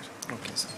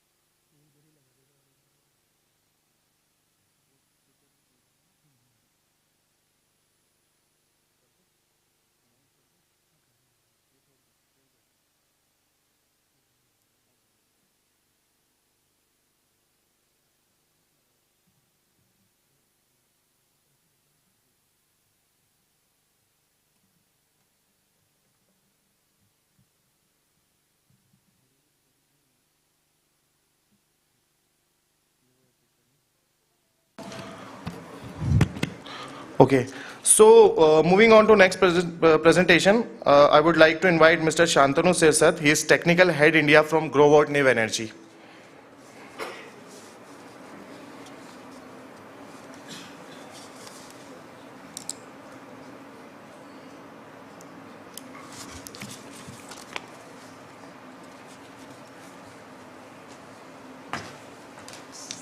Thank you. So, good afternoon everyone. Myself Shantanu Sirsat from Growart, and today I am going to give you a brief about Growart as a company and different products that we are offering for the Indian market. So, as we have discussed, basically Growart was founded in the year 2010 with an USD capital of $20 million, and basically we are a new energy firm which is dedicated to R&D as well as manufacturing of on-grid inverters, off-grid inverters, hybrid inverters, and lately we have started with EV charger manufacturing also. Growart is having its presence in more than 150 countries worldwide, and majorly Growart inverters are used in the application of residential rooftop, C&I, as well as in the utility segment. So talking about the different milestones that we have achieved in the last 12 years. So as we were founded in the year 2010, in the next subsequent year, that is 2011, Growart was the earlier exporter of string inverters from China. This is the same year in which we came up with our subsidiaries in different countries like Germany, Hong Kong, and Australia. In 2012, we became the #1 string inverter brand in China. And in 2015, we officially launched our first hybrid inverter. In 2017, we reached the milestone of exporting 1 million units for the global market. In 2018, as per the IHS market report, we entered into the top 10 inverter brand in the solar segment. And in the same year, that is 2018, we also reached the milestone of supplying 2 million units for the global supply. In 2020, we came up with a new manufacturing facility, which we have ramped up from 5 gigawatt annual production to around 20 gigawatt annual production. This is the same year in which we became the #1 supplier of inverters in the residential segment for the global market with a market share of more than 16%. So talking about our sustainable growth, so if you're talking about the last 10 years, so we are having a CAGR of around 40% growth every year. We are a total team of more than 3,000 employees, out of which 400 are dedicated only for the R&D purpose. Till date, we have shipped more than 3.8 million units for the global supply, which aggregates to around 40 gigawatt of inverters globally.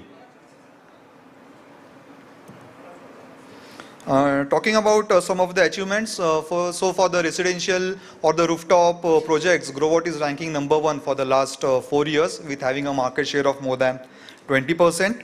And if you are talking about our rank for the distributed solars market globally, so basically Growatt is ranking in majorly in the top 3 positions. If you are talking about Mexico, Brazil, China, India, Vietnam or Australia. Also, just as I mentioned, as per the IHS market report for the residential supply of the inverters for the global market, Growatt is ranking number 1 with a market share of more than 16%. Also, if you are talking about the commercial supply of inverters, so Growatt is ranking in top 5 positions for the supply of inverters for the rating greater than 20 kilowatt. And if you are talking about the overall market share, which consists of central as well as string inverter, then Growatt is ranking number 7. Also, as per the Wood Mackenzie report, Growatt was ranking number 2 for the supply of inverters in the hybrid storage segment with a market share of more than 20%. In the year 2022, as per the UPD Research Lab report, Growatt was awarded 22 different awards for the best PV inverter as well as the storage inverter for different countries, which also includes India. As I have already mentioned, every year Growatt is spending around more than 6% of its total revenue only for the R&D purpose. So in the last 5 years, from 2016 to 2021, cumulatively we have invested more than $100 million for the R&D purpose. Till date, we are having more than 110 patents to our name, out of which 70 are Chinese patents, 30 are international patents, and more than 10 we are having software copyrights. Growatt's 20 kilowatt inverter is the only inverter which was tested by the Photon Lab to have achieved the maximum efficiency of 99.06%. Also, as per the TUV Rhineland, our Max series inverter has received the best commercial inverter award in the year 2018. Also, in the year 2021, Growatt has established a research center with National Electric Power Conversion and Control with China Ministry in our new office in Shenzhen itself. And in the same year, we have also set up a joint laboratory with Texas Instruments for having new research and developments in the sustainable energy products. In the year 2020, we came up with a new manufacturing facility nearby Shenzhen itself, where we are ramped up our production capacity from 5 gigawatt to 20 gigawatt. This particular factory is spread to around more than 2 lakh square meter of area, and it is a completely automated production line. Talking about our global presence, so we are having 23 offices worldwide along with the warehouses. And if you are talking about India, then we are having our service center as well as warehouse based out in Hyderabad as well as in Ahmedabad. Talking about Growatt India, so right now we are a team of more than 26 employees. We are having 1 Indian director, and so to support him we are having 4 salesperson as well as 2 product managers. For after sales support, we are having a team of more than 20 service engineers who are based out in different cities of India. To support the after sales, we are having service centers. We are having 2 service centers in fact. One is based out in Hyderabad, and the second one, that is in Ahmedabad, which we came up in the year 2020. Cumulatively, we are carrying a total stock of more than 5 megawatt in terms of spare inverters as well as spare parts for the in terms of PCBs as well as other accessories. Growatt started its operation in the Indian business around in the year 2012-13. So it's now around 10 years that Growatt is having its presence in the Indian market. And till date, we have shipped more than 2.5 lakh units only for the Indian market, which aggregates to more than 2.5 gigawatt of supply of inverter. Now coming on to the portfolio that Growwatt is offering. So starting on with the on-grid inverters. So for the residential products, we are having two categories, the single phase inverters as well as three phase inverters. In single phase, we are having a range of inverters starting from 1 kilowatt onwards up to 6 kilowatt. Whereas in three phase, we are having a range of inverters starting from 3 kilowatt onwards up to 15 kilowatt. If you are talking about the C&I as well as the utility products, so for the C&I, we are having the range starting from 20 kilowatt onwards, which goes up to 125 kilowatt for the Indian market in 400 volts. Whereas for the utility, we are having two products for the Indian market, 250 kilowatt with 12 number of MPPTs, whereas 253 kilowatt with 15 number of MPPTs. This 253 kilowatt inverter is the only inverter available in the market right now with the highest number of MPPTs, that is 15. Coming on to the energy storage. So for the residential storage, we are again having different products in single phase as well as in three phase. These are DC coupled as well as AC coupled inverters with battery backup system. Also, we are coming up with new inverters which we are calling as battery ready inverters. So basically, these battery ready inverters will be working as a normal on-grid inverter, and in the future, if you want to go for any sort of storage facility, then readily the inverter is coming up with your battery inputs, and you just need to add the batteries to the existing inverter. So you don't need to go for any additional inverter or any additional accessories for converting your on-grid plant into battery storage plant. In off-grid systems, we are having range starting from 2 kilowatts onward up to 12 kilowatt in off-grid. And in this year, we are coming up with new off-grid inverters which can go up to 100 kilowatt. Also, we are having our own lithium-ion batteries. So, depending on the requirement of battery backup, we are also providing the batteries. In the year 2020-2021, we came up with our new product that are the smart EV chargers in single phase, three phase, and also DC chargers. So basically in AC chargers in single phase, we are having the range starting from basically two ranges, 3 kilowatt and 7 kilowatt. And in three phase, we are having 11 kilowatt as well as 22 kilowatt. Whereas in DC chargers, right now we are having a 40 kilowatt DC charger, but within 2 months we are coming up with 60 kilowatt DC chargers with two different charging guns. So Growwatt is also into smart energy management, and basically we are providing all the smart energy solutions with the help of our accessories that we are providing for monitoring the plant. So for that, for individual inverter monitoring along with the inverter itself for the Indian market, we are providing the Wi-Fi facility, but along with that we are also having the GPRS 4G as well as the LAN options, but it depends on the project to project availability.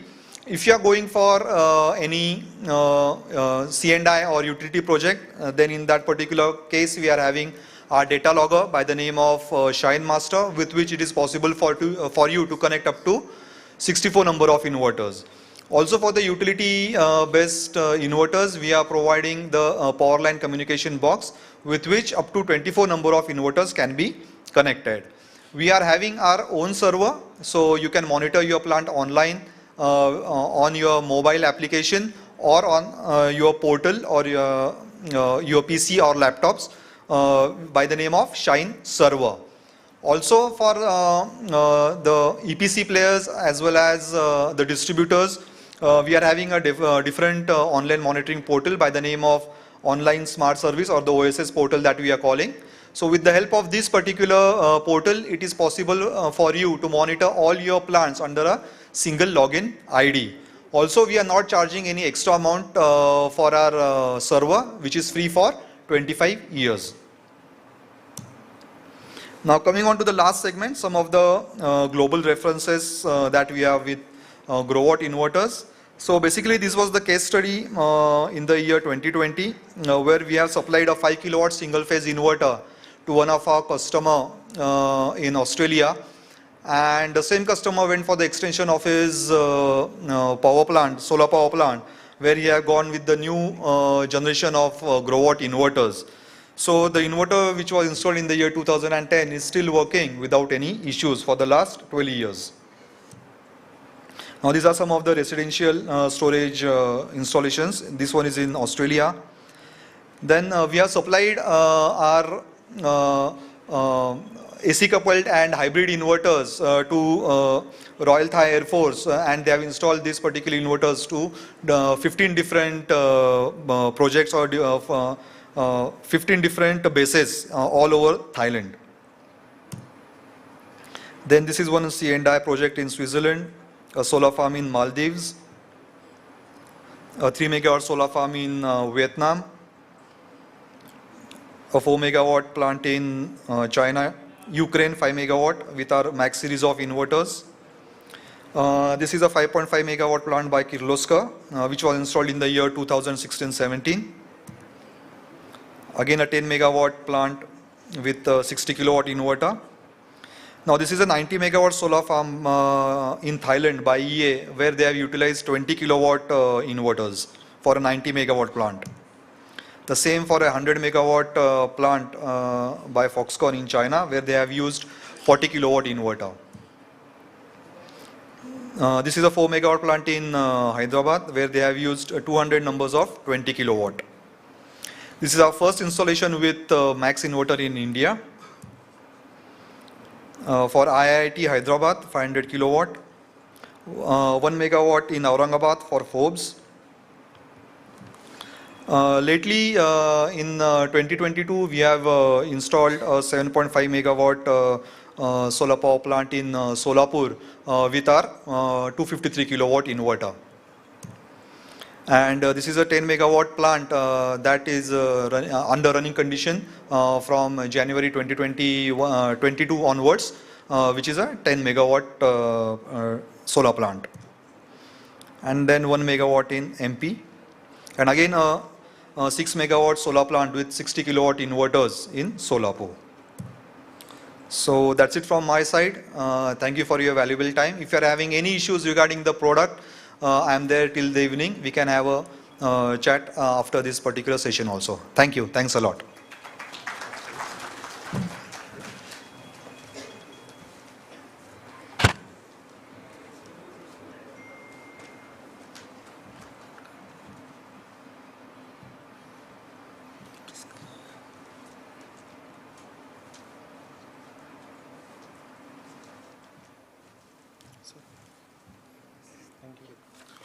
Thank you so much, Shantanu sir.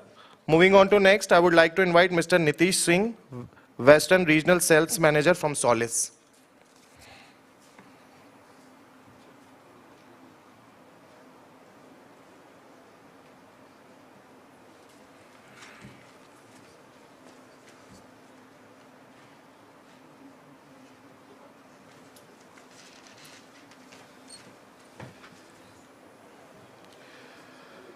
Good afternoon, everyone.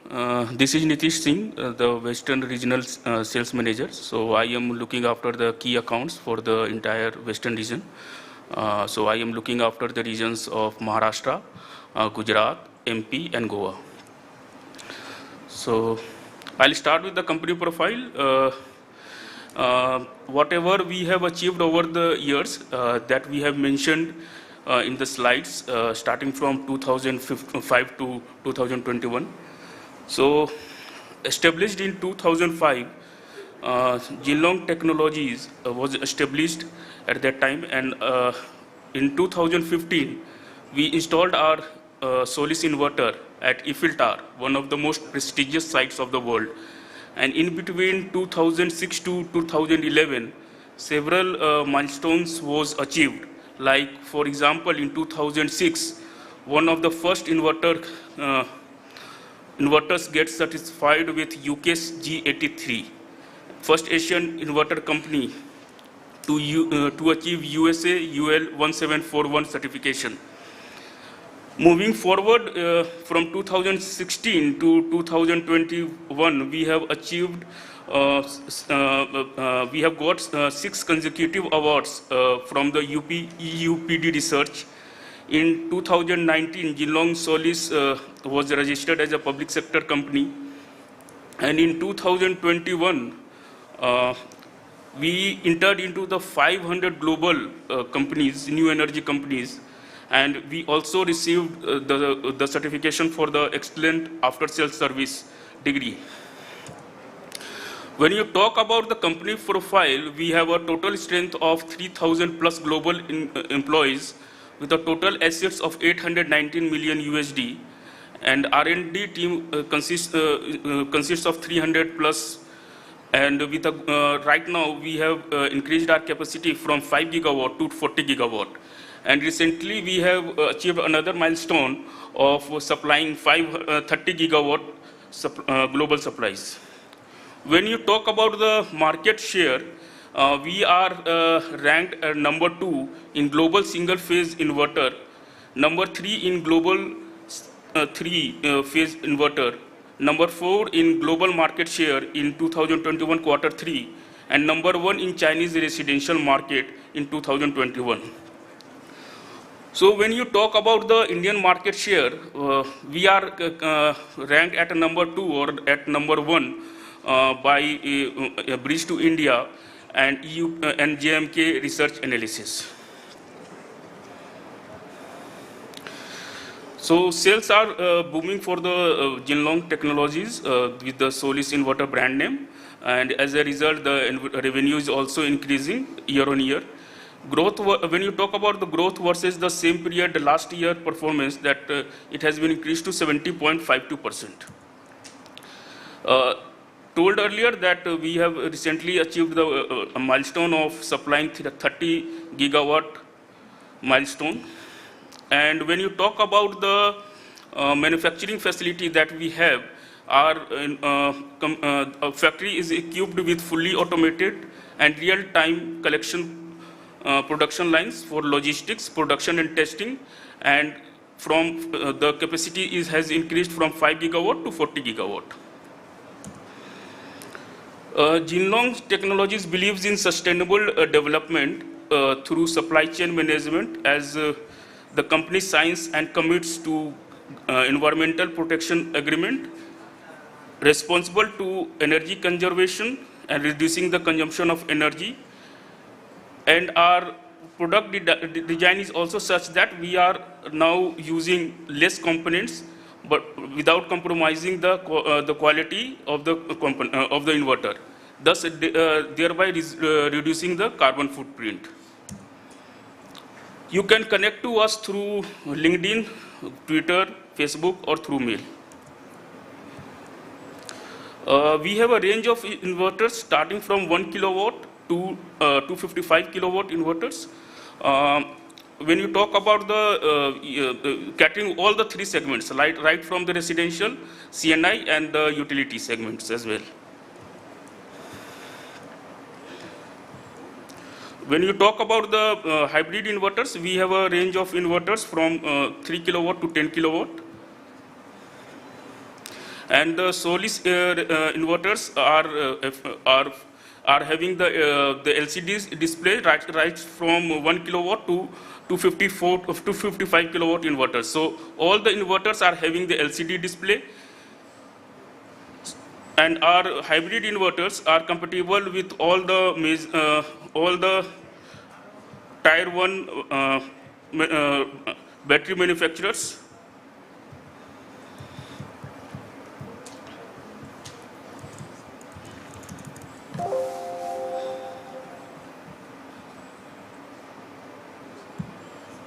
Sorry, once.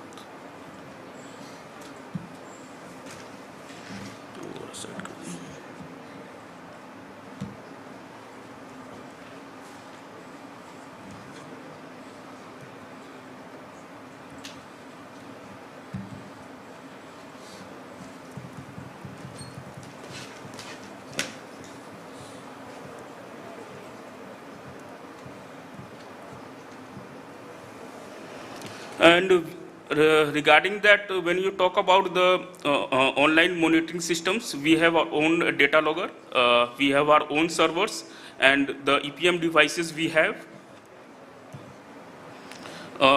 Talking about the 255 kilowatt inverters, our inverters are having the maximum efficiency of 99%.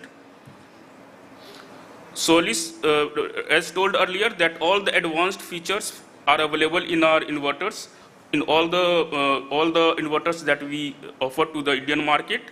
Like they are efficient, they are safe, smart, and economic. We have 150% DC-AC ratio, supports Y connector, IV curve diagnostic features are there available in our products. We would like to share some site references also, like our 110 kilowatt inverters is installed at Vietnam. The project capacity is 924 kilowatt. Talking about the energy storage, we have our inverter installed at USA. We are using the 5 to 10 kilowatt inverters over there. And for the residential, the capacity of 20 kilowatt, we have used 5 to 10 kilowatt inverters over there. And talking about the utility installations, in Poland we have installed 10 megawatt, and there we have used the 125 kilowatt inverters. Currently in India we have discontinued this model. Now we are offering only two models, 215 kilowatt and 255 kilowatt.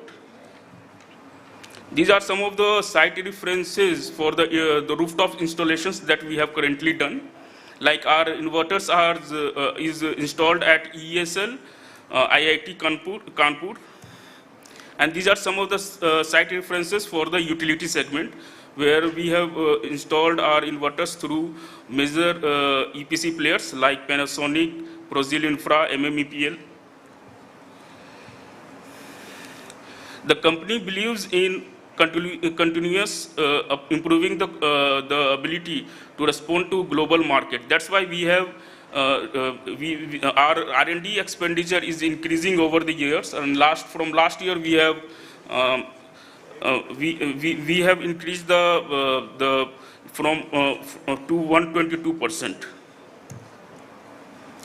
Our manufacturing facility is vertically integrated, starting from surface mounted technology workshop to auto aging test. We are one of the inverters with top of the range lifespan projections certified by DNVGL. We use world-class components using for example, we are using the Infineon IGBT.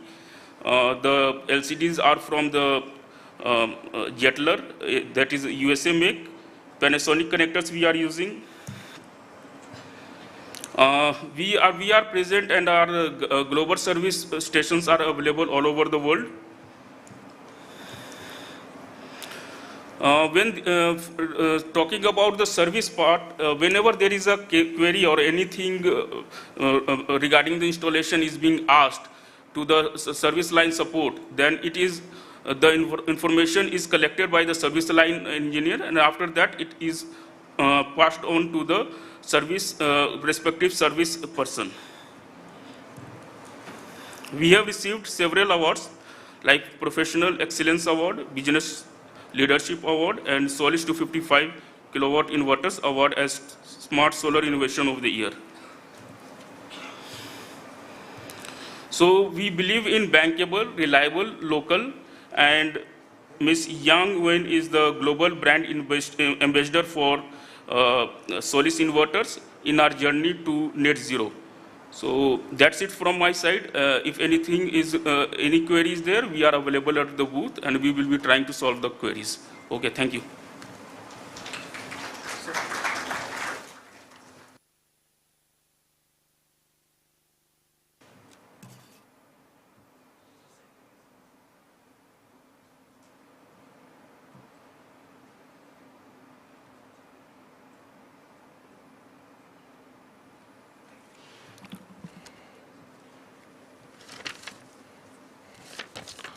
Thank you so much, Nitish sir. So with this, we are coming to our last PPT of the session. I would like to invite Mr. Brinder Gandhi. He is the CEO of Impulse Green Energy.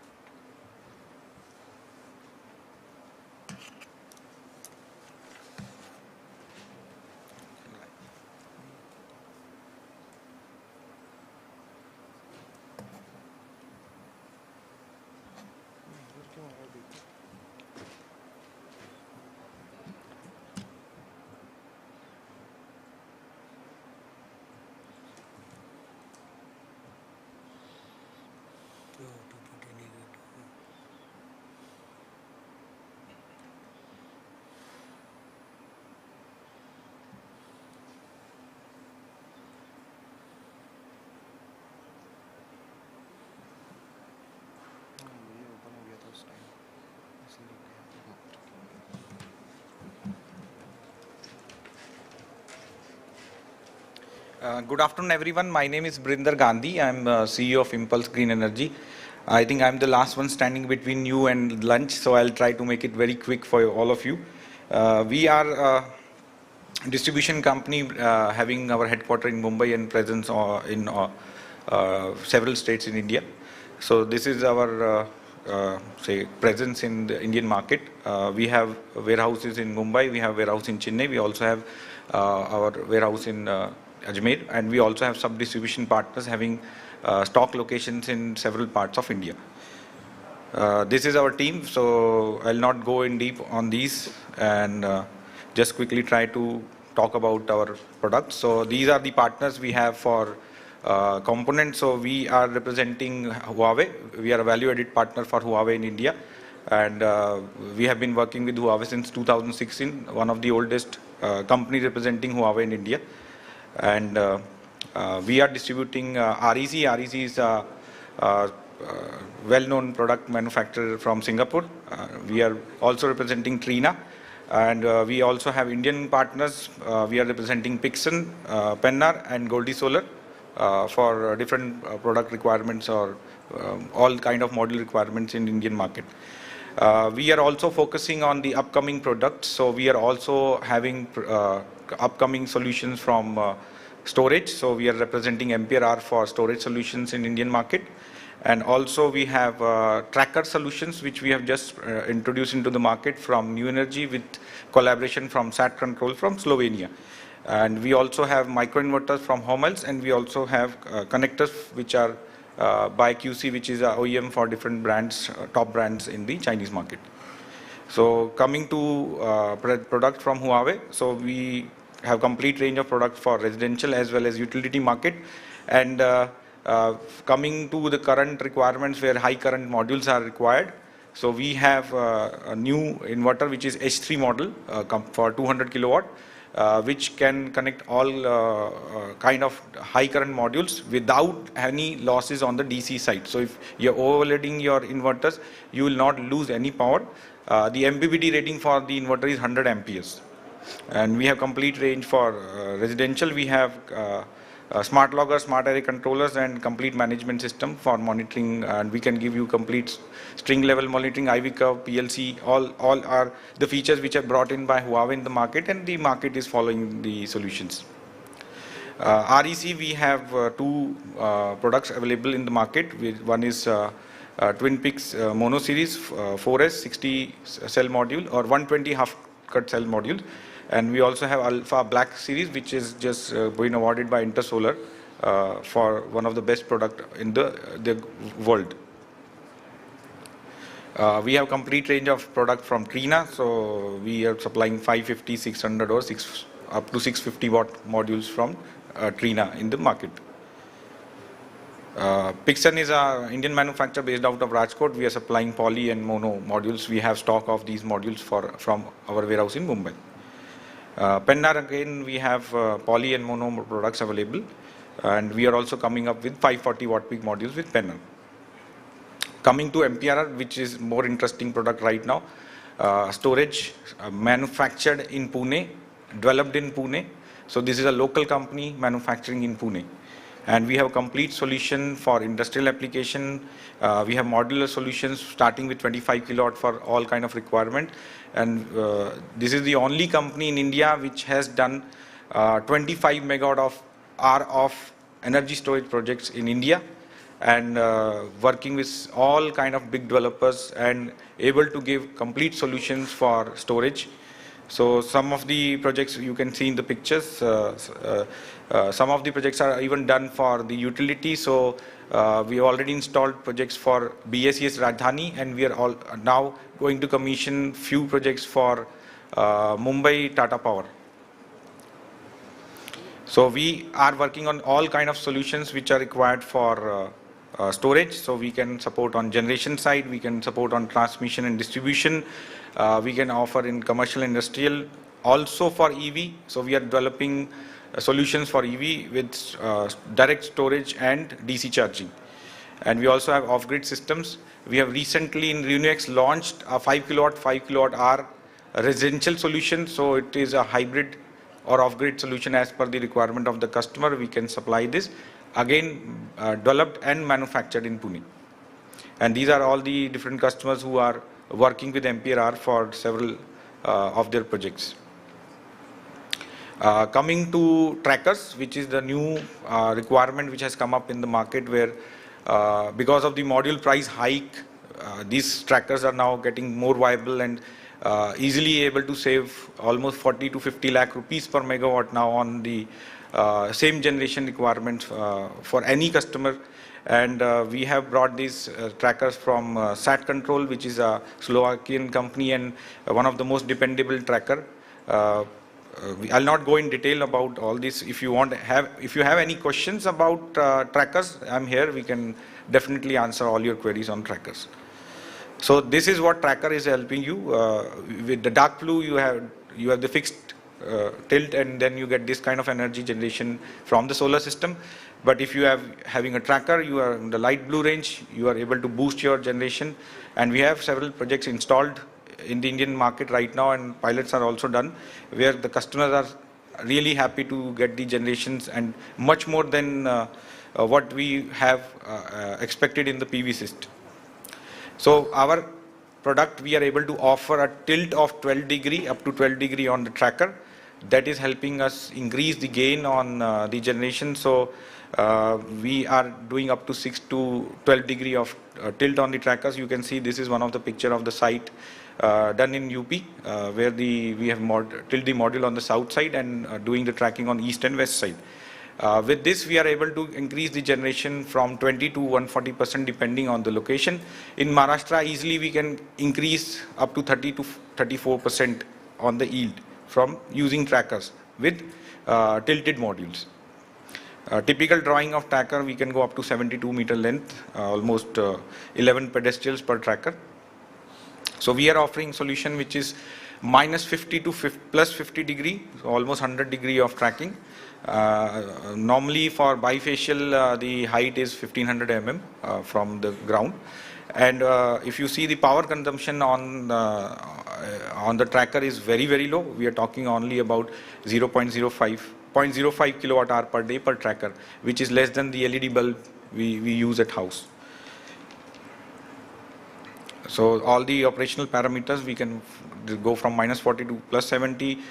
We have can cover all kind of wind terrain categories from class 1 to 4, and the auto stow position is programmable. We can do backtracking, auto stow at night, and we can minimum time to take or to stow is less than 10 minutes. We can easily do that in 2-3 minutes. We can set in parameters. If this wind speed goes beyond 50 kilometer, automatically the tracker starts going into the stow position. This is the actuator motor, which is completely stainless steel, working as a jack. So it's not having any liquids. It's maintenance free. You don't have to do anything for almost a very long period of time. We are talking about real-time tracking. So the concept is coming from time-derived astronomical positioning system. So this is the dates you can see. One of that is the longest day in India, 21st of June. The second is 21st of December. So you can see difference in tracking, but this is real-time tracking, how the tracker will work. This is programmable. For each location, when we program the tracking, it will automatically start tracking as per the location requirements, and you will get real-time generation or real-time tracking from the tracking solution. All our trackers are Wi-Fi based, so all the communication, everything you can control, and we have all solutions for complete remote monitoring of the tracker and positioning system. So we are the only company today offering operational warranty of up to 25 years with trackers. So we also are guaranteeing an uptime of 99%. Condition is that we are given the task to handle the trackers. So we will have a minimal fee of per megawatt per year, but we will ensure that the tracker is running 99% and also running for a very long period of time.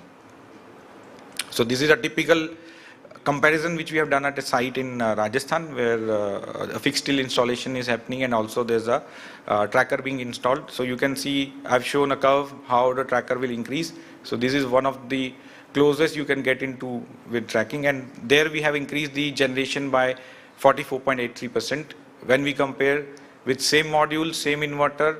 Only difference is that they have a fixed tilt with 50% overloading, and with tracker only 25% overloading. Still, we are much more in generation. We have complete range of connectors and solutions from quick contract. Hour miles, we have micro inverters available up to 1200 watt. So these are the customers we have been catering to. And in Pune, we have, I think with us, we have already installed more than 100 megawatt of inverters with Huawei. So most of the top customers have used Huawei in India. In Pune, if I say one of the most prominent site for us is Mercedes-Benz in Chakan. So we are doing a lot of activities. We are doing technical seminars to educate our customers about the product and solutions. We also have done a seminar in Pune. We had a break because of COVID, but soon we will be starting this new series where we'll talk about all solutions and in detail explaining customer about the solutions and their value addition for them. So this is all from my side. This is a picture from our whole team. Thank you. If you have any questions, I am available.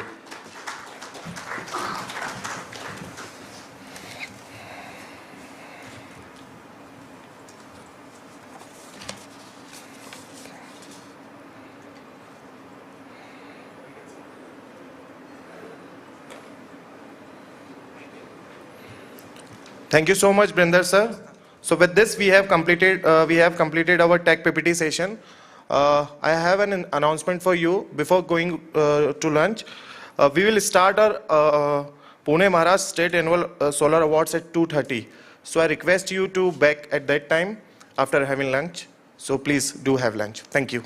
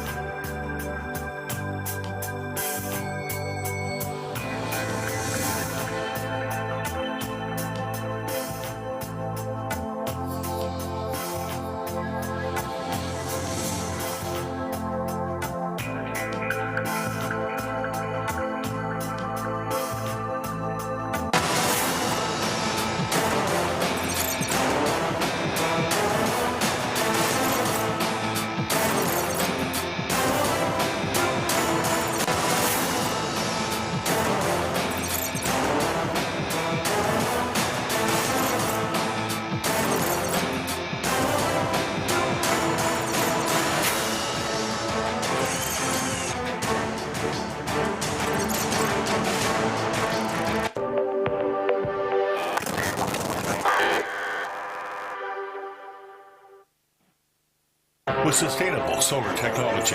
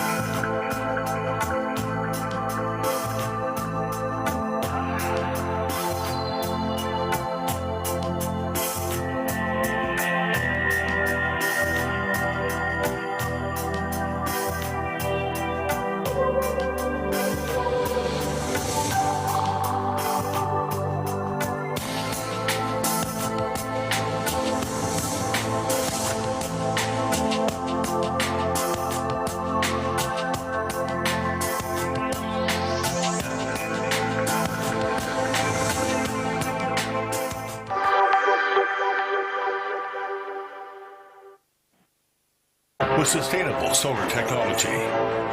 Longi focuses on PV product manufacturing and PV system solutions, adhering to the brand development concept of stable, reliable, and technology leading.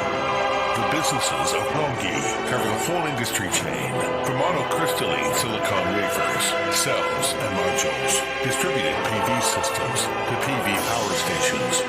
Longi has developed into the world's largest monocrystalline silicon PV product manufacturer and committed to becoming the world's most valuable solar technology company, changing the pattern of world energy.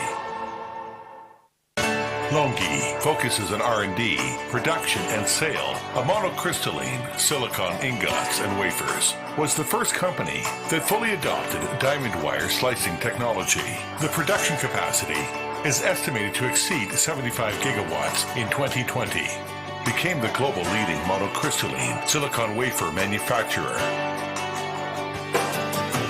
Longi has broken the world record for many times in the conversion efficiency of PERC cells. Monocrystalline modules have won the trust of global customers because of its reliability, high efficiency, intensive, beautiful, and so on. The global shipments of monocrystalline modules continue to be the #1 in the world continuously. Distributed PV system market potential is huge. Longi sets up branches in many countries and regions to provide customers with high standard and omnidirectional services, cover system equipment, project design, construction and grid connection, etc.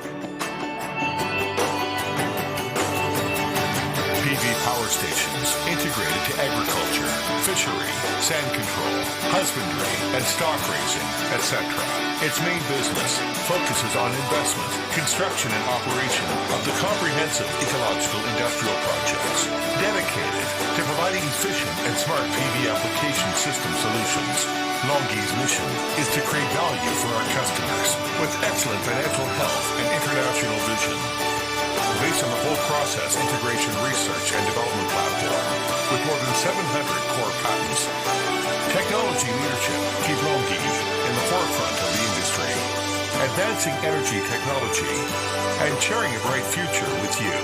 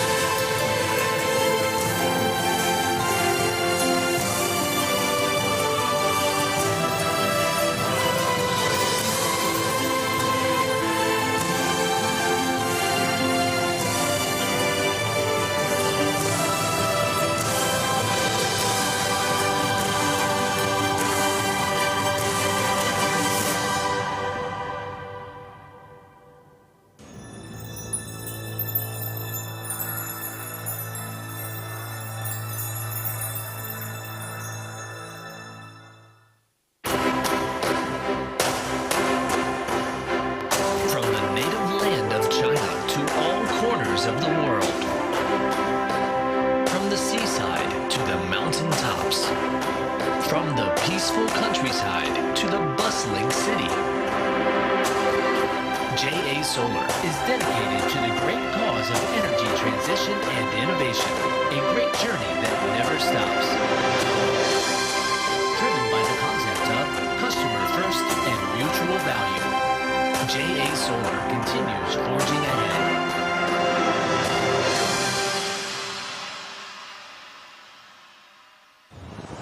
Dreams give us the power to imagine. Reality keeps us grounded, anchored in the present era and focusing on high-quality green development. JA Solar aims to unbundle the majesty of sunlight emanating in the universe and shapes this infinite energy into a road of new greatness by repurposing it for a higher calling. Beginning in 2005 when it was established, accelerating in 2007 when it was listed on the Nasdaq Stock Exchange in the US, and maturing in 2019 when it successfully relisted on the Shenzhen A-Shares Exchange. JA Solar has written a magnificent history through the powerful currents of those times. Throughout this journey, JA Solar has remained true to its sacred mission, develop solar power to benefit the entire human race, standing bravely on the tide and pressing ahead on firm footing. After steadily developing and improving over more than a decade, JA Solar has continued to build and perfect an integrated manufacturing chain covering silicon wafers, cells, modules, and power plants, all in an effort to achieve a vertical integration of manufacturing and marketing service systems, from the front-end products to the back-end power generation solutions. Innovation promotes advancement. Excellence produces miracles. With insight sharpened by the rapid fluctuations in the global PV market and adaptability forged by the ever-changing customer demand, JA Solar consistently gets its teams that are never satisfied to pull together and realize a road to stardom in the PV industry.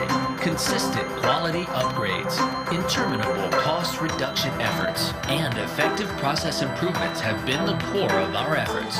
JA Solar plays an active role in the digital and intellectualized transformation and upgrading, and strives to build a dual mode of intelligent manufacturing and intelligent operation by adopting such advanced technologies as big data, cloud computing, and artificial intelligence, which help to realize intelligent operation and maintenance management and quality control in the production stage, and therefore greatly enhances the security, smartness, reliability, and cost-effectiveness of the operation and maintenance of the solar power station during application stage. On this great journey of bringing grid parity across the PV industry, JA Solar produces premium cells, premium modules, and has developed an independent innovation mechanism by making continuous investment in R&D. By the end of 2020, JA Solar had been issued more than 897 patents based on its leading-edge R&D, maintaining a leading role in driving tremendous development in solar PV technology. On the foundation of leading park cell technology, JA Solar continuously optimizes module types and their component materials in order to keep improving product performance and bring down the overall LCOE for the entire value chain. The next generation of products coming out of R&D are exciting and will further contribute to the industry development. JA Solar's technology roadmap has attached great importance to perfecting the N-type solar cell, whose average conversion efficiency in mass production is estimated to exceed 25%. By the end of 2020 fiscal year, JA Solar's cumulative solar module shipments exceeded 63 gigawatt, guaranteeing highly reliable components in power plants with different applications, therefore achieving enhanced financial returns for the power station owners. From China to the world, JA Solar is focused on bringing more light and hope to the entire human race, anchored in its foundation to build a road to prosperity within and beyond the borders. For more than 10 years, JA Solar has explored and succeeded to overseas market, establish a global network of support, distribution, and world-class technical service. Presently, JA Solar manages 13 foreign sales corporations across the globe. Our high-quality products have been sold to more than 135 countries and regions, with overseas shipments accounting for nearly 70% of our overall sales. JA Solar's module shipments rank first class perennially all over the world. JA Solar maintains steady and responsible growth in its global market share. As a reward for its many years of hard work, JA Solar has been on the list of Fortune China 500 and Global Top 500 New Energy Enterprises for many consecutive years. JA Solar has won many awards from respectable international authorities, such as International Leading Brand PV Module Bankability, Global Tier 1 PV Module Supplier, Europe Top Brand PV Modules. These validate JA Solar as the world's leader in the core technology and quality of PV products. We toil and sweat, we smile and persevere. We remain true to our original aspiration and keep our mission firmly in mind. We lay a road of sincerity that goes deep into our customer's heart. JA Solar, core value of putting customers first and continuously improving its service, tirelessly enhancing its quality, and seeking more sustainable production. Every technical process, every finished product, and lot that ships out all bring out the best in JA Solar and its goal of pursuing ingenuity, modesty, and excellence. Driven by a professional attitude of zero tolerance to quality defects, JA Solar carries out real-time and full process inspection of module production, and naturally its module products are accredited by the global certification and accreditation authorities to guarantee zero defects and long-run reliability. JA Solar is focused not only on the successful project-by-project supply, but also on the total life cycle of product, which is supported by its professional capability matrix. Today, in order to grasp the opportunities of the new PV era, JA Solar keeps an open mind and maintains a resolutely international outlook, constantly improving the sales and service network for the global market. JA Solar has played a large part in such monumental large-scale ground-mounted solar power projects as China Datong Photovoltaic Top Runner Power Demonstration Project, China Qinghai UHV Yellow River Hydropower Project, Dubai Electricity and Water Authority, US Utah, Pakistan, Punjab, etc. And also played a big role in the world-famous landmarks such as China Beijing's Daxing International Airport, Marina Bay Sands, Singapore, the Swedish Royal Palace, Audi Hungary Factory, and many others. JA Solar has established strategic partnerships with many top enterprises in the world, while its number of customers across the globe has been over 33,000. JA Solar is fully aware that a company mission is not only to strive to pursue its economic growth, but also tirelessly try its best to meet its social responsibility obligations as well. Ever since its foundation, JA Solar, filled with gratitude, has been playing an active role in social and public welfare causes, endeavoring to provide green impetus for the happiness of more people. Time does not stand still and is the only non-renewable resource. Standing at the starting point of a new era, JA Solar will undertake 5 development strategies: market globalization, product value realization, capital securitization, management digitalization, enterprise platformatization, and work with business partners to build an ecosystem of intergrowth, regeneration, and symbiosis. JA Solar is committed to the cause of benefiting the whole world with this green energy source.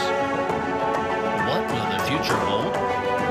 Standing firmly on the tide of energy revolution, JA Solar will adhere to the course of put customers first, respect shareholders' interests, let our employees grow, have keen insight into the ever-changing world situation, and keep pace with time along the grand journey of globalization. Pull together and strive forward dreams and a great vision. Being a great enterprise, the great mission, develop solar power to benefit the entire human race. Harvest the sunshine. JA Solar.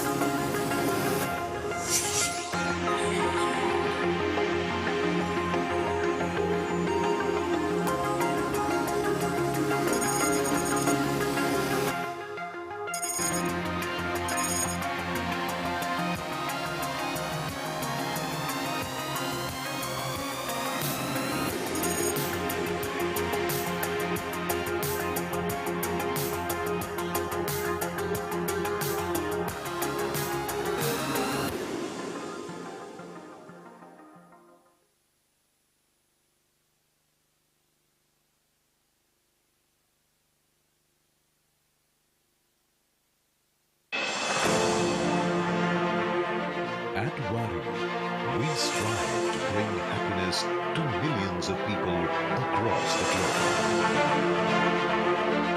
Happiness in their lives. Happiness in their work. Happiness we call energy. Worry believes in giving energy that is clean and constant, converting light into life. Worry Energies Limited, one with the sun, is the one with the energy. As a global player in the solar segment, Worry is India's largest emission-free solar PV module manufacturer. Worry has supplied modules for more than 14 years and in over 68 countries across the globe. Our cutting-edge technology aims in delivering path-breaking solar solutions. We offer engineering, procurement and construction services, project development, rooftop solutions, solar water pumps, floating solar, solar thermal, lithium-ion batteries, and solar inverters and batteries. We at Worry Energy, we are committed to make this world more and more. Worry is also committed to all their stakeholders to increase their value continuously and value to our customers by providing continuous innovation, new products, improving on the quality and services, and the most affordable prices to the customers. Thousands of customers enjoy renewable energy generated from Worry's various solar products. Energy that gives uninterrupted yields for years, ensuring long life and high returns. Energy is nothing without quality.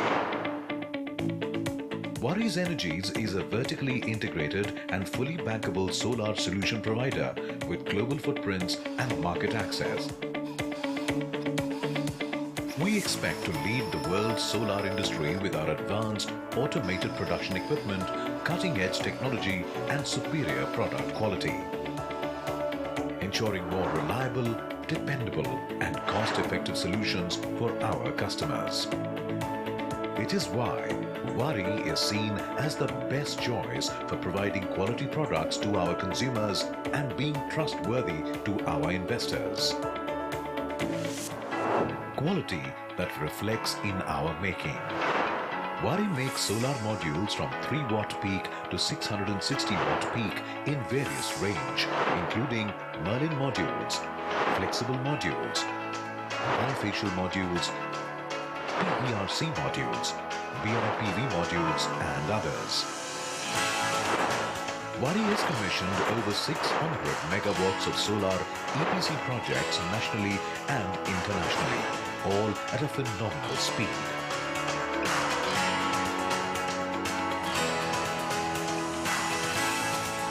Qua tiếp xúc với bên Worry và cũng đã làm với dự án đầu tiên thì phía chúng tôi cảm thấy rất là hài lòng và cũng làm việc với Worry thì mặc dù cái ngôn ngữ ban đầu thì giữa hai cái văn hóa của Việt Nam Ấn Độ nó khác nhau, nhưng quá trình làm việc với chúng ta thì hai bên đã có cùng một cái tiếng nói chung và chúng ta cũng đã cố gắng hoàn tất tất cả những cái công việc mà sắp tới mà chúng ta lên phát triển lên ngày đến ngày phát điện. Về các cái dự án tương lai thì chúng tôi vẫn muốn thực hiện đối với Worry. Its rooftop portfolio has crossed over 10,000 installations and is one of the first company in India to successfully commission floating solar projects. The products made in India, they are not only for India.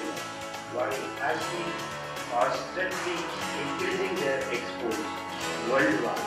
This speaks a lot about the Worry's quality, services, innovation, and the customer's preference to us.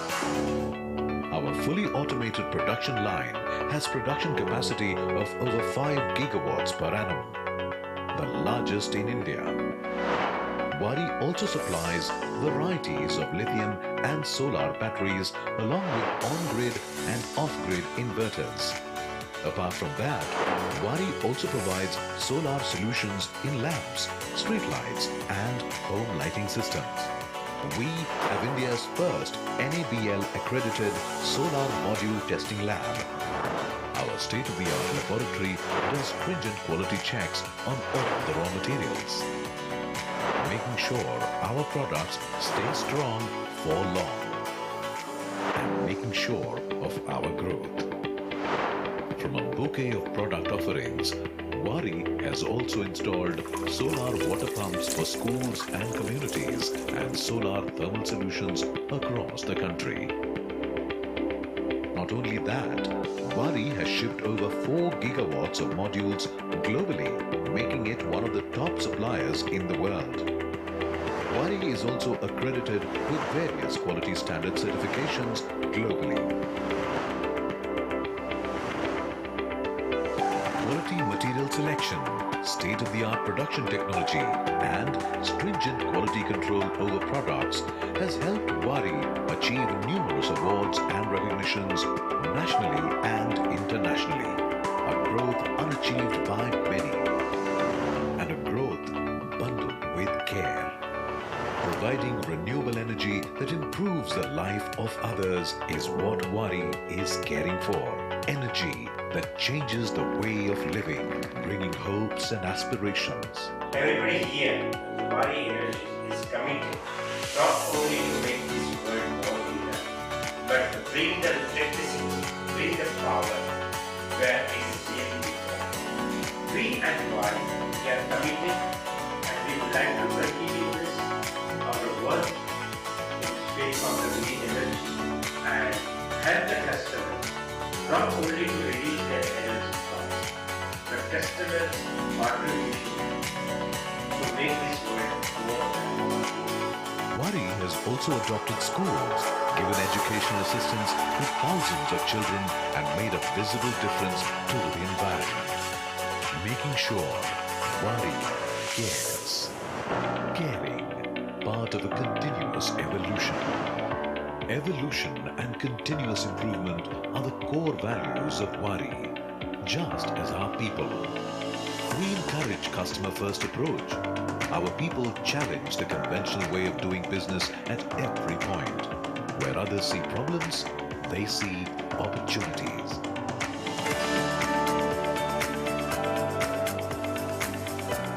We drive the positive change, celebrate our performance, and believe in a healthy and happy workplace. Our technicians, engineers, skilled workers are given best know-how of the latest technology in the solar sector.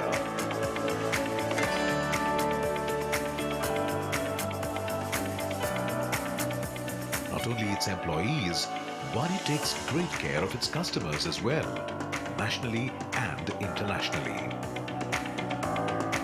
With over 375 sales and service centers spread across India, Wari's smart assistants can reach the remotest location in no time.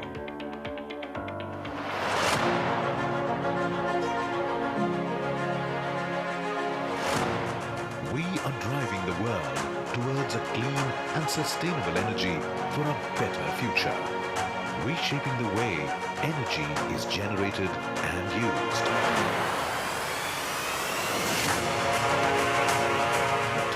Is now to evolve from conventional energy to renewable energy.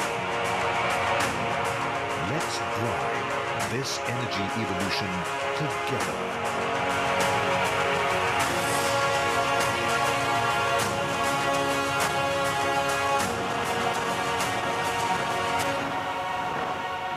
Wari Energies Limited, one with the sun.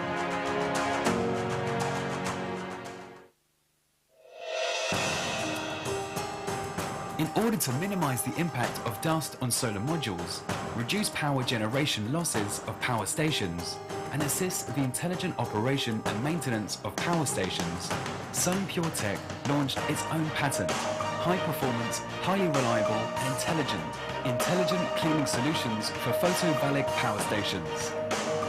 Sun Pure Cleaning Robot adopts integrated self-power supply, equips lightweight structural components, and high-performance lithium battery that has up to 2000 DOD charge and discharge cycles.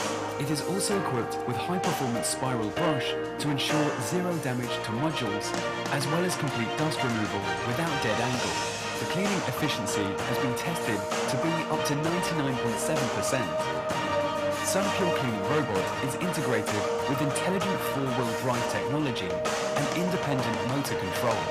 Its high-performance posture sensor identification system effectively interacts with the control system to adjust the posture based on the posture recognition algorithm, which enable the robot to cross the obstacles and module gaps, and is suited for the complex operation environment. The maximum module horizontal offset it is able to conquer is 50 millimeters. The maximum angle deviation between two tables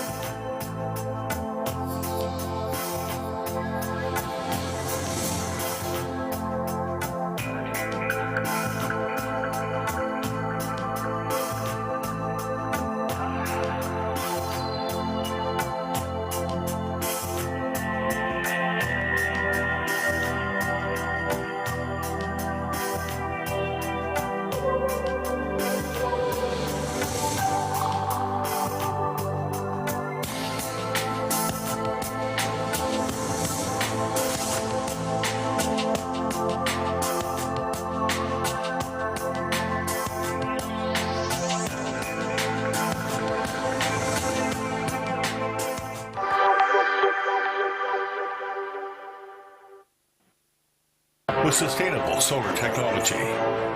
Longi focuses on PV product manufacturing and PV system solutions, adhering to the brand development concept of stable, reliable, and technology leading. The businesses of Longi cover the whole industry chain, from monocrystalline silicon wafers, cells, and modules, distributed PV systems to PV power stations. Longi has developed into the world's largest monocrystalline silicon PV product manufacturer and committed to becoming the world's most valuable solar technology company, changing the pattern of world energy. Longi focuses on R&D, production, and sale of monocrystalline silicon ingots and wafers, was the first company that fully adopted diamond wire slicing technology. The production capacity is estimated to exceed 75 gigawatts in 2020, became the global leading monocrystalline silicon wafer manufacturer.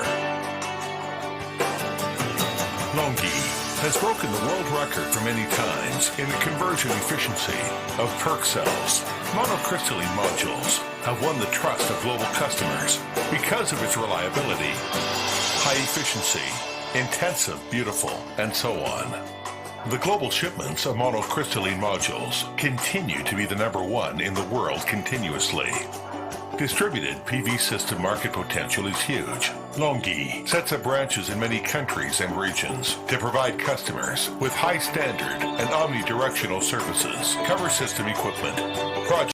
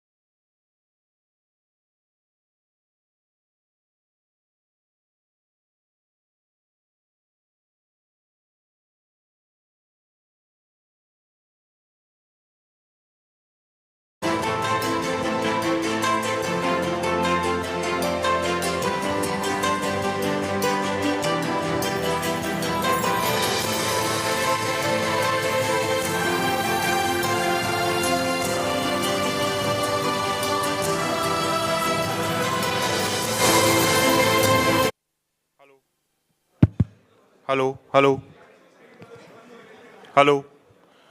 So, very good afternoon, ladies and gentlemen. I hope you had a day, or I would say half a day, full of a lot of insights, a lot of valuable insights, a lot of networking, and I hope you had a great lunch as well.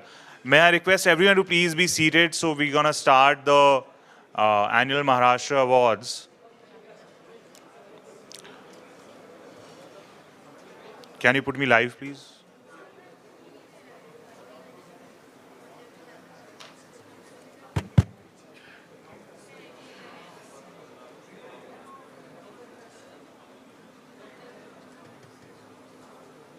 Thank you. So I think one of the most interesting parts of my job at EQ comes when my research team, collects the nominations and understands and reviews all the achievements done by the various industries, professionals, companies, etc. And it is extremely, extremely interesting, very, very inspiring to me. And hence we are always proud to put up this award show and spread this inspiration of amazing work done by the industry professionals and the companies in this sector. So collectively, me and my team has put together a list of awards, and we're very, very proud to present it to all of you. And we're so glad and so happy that all of you have taken time to attend this event. One word, definitely, I'd like to congratulate all the award winners and congratulate them for their amazing work and inspire all of us, and wish you continue to do so. And for others who might have not won this year, but definitely I'll suggest and give a message that no matter your achievement may be big or small, but please do report us for our upcoming events. We're going to do a lot of events like this after Pune, like we've done recently in Ahmedabad and Delhi. Now Pune is the third in this year. We're going to do a lot of events in upcoming months in, let's say, Kolkata, Bangalore, Hyderabad, Chennai, Kochi, Jaipur, Chandigarh, etc., etc. And also we're doing international events in the Middle East like Dubai, Riyadh, and also in the Southeast Asian countries such as Bangladesh, and we're planning in Vietnam, Philippines, and lot more events we are planning. So feel free to get in touch with us and report your achievements, no matter it is big or small, but definitely it might be worthy of recognition, it might be worthy of visibility, and even if it's a small achievement, then definitely you deserve a lot of visibility and recognition of that. And also I think when it comes out in public, a lot of people get inspiration to do good work and learn from it. And that is exactly the motive behind putting up this award show. So ladies and may I request you all to please take your seats so that we can begin with the award show. And going forward, I'll request Chirag from Team EQ to please take the award proceedings ahead. Thank you, ladies and gentlemen. Big round of applause for all the achievers. And, we pray to God that this room and more rooms like this in future is filled with achievements and lot of applause. So I hope our industry moves towards that, and there are bigger and bigger conference halls and more achievements that we can shout out loud. So thank you very much. Over to Chirag now.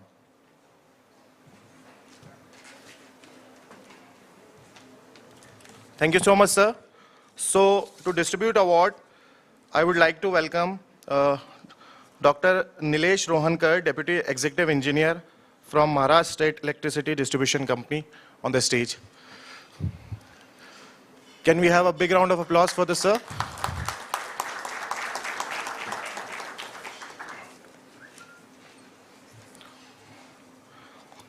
So starting with the first award, the award is for Best Distribution Company for the state of Maharashtra. And the award goes to Impulse Green Energy Limited.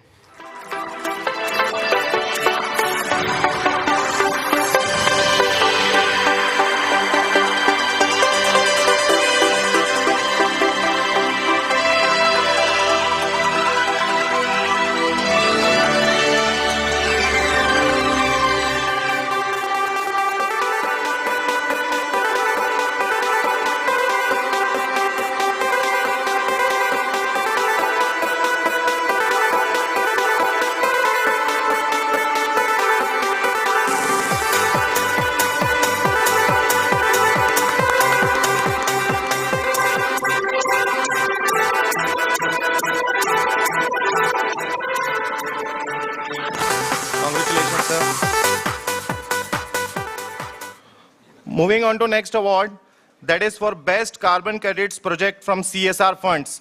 And the award goes to EKI Energy Services Limited.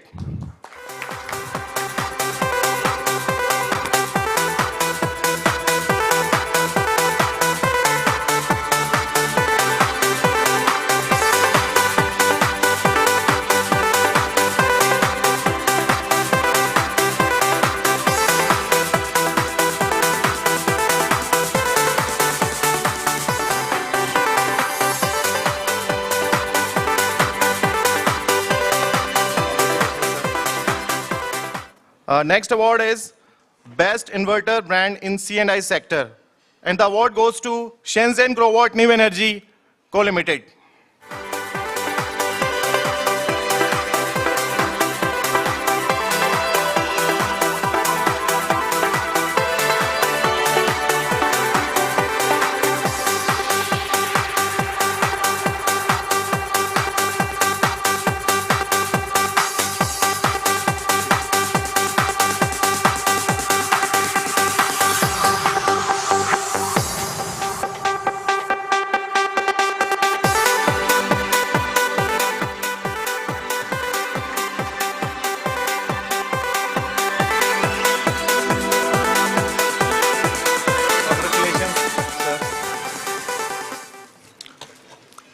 Next award is EPC Company of Year in Industrial category.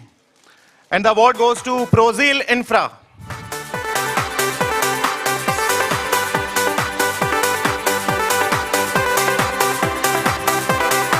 Can we have someone from Prozil to collect the award? Oh, all right. Moving on to next award. That is for Distributed Solar Consulting Company of the Year for the state of Maharashtra. And the award goes to Re-Initiatives Energy and Infra Private Limited.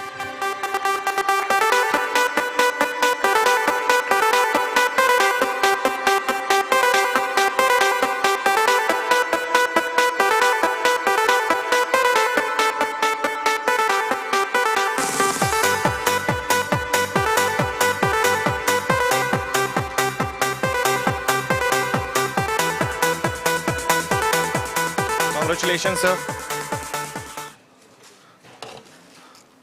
Next award is Best RE Legal Consulting Firm for the state of Maharashtra. And the award goes to Luthra and Luthna Partners Law Offices.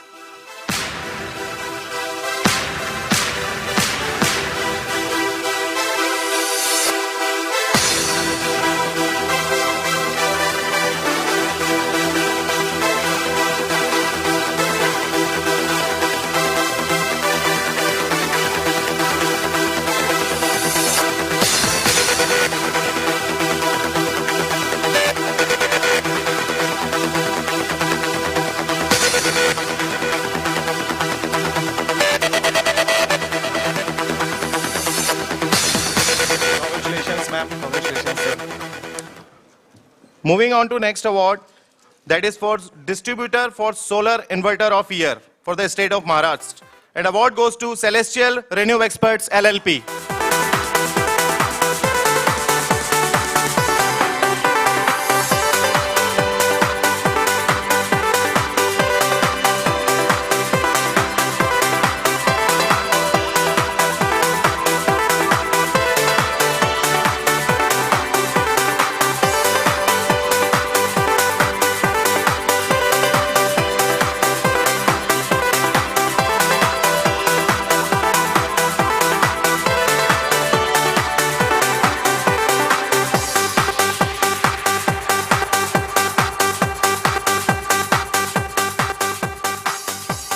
Congratulations, all of you. Moving on to next award, that is for Iconic Rooftop Project of the Year for RHM RPG Private Limited for 1 megawatt project. And the award goes to Fourth Partner Energy Limited.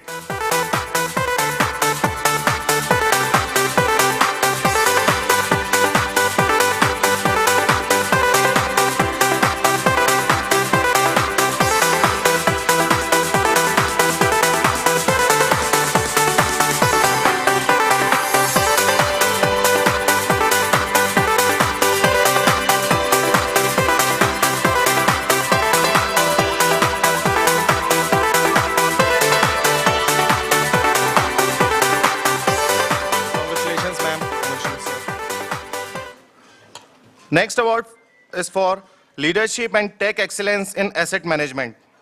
And the award goes to Mr. Dhananjay Nandekar, Global Head Asset Management, CleanMax Solar.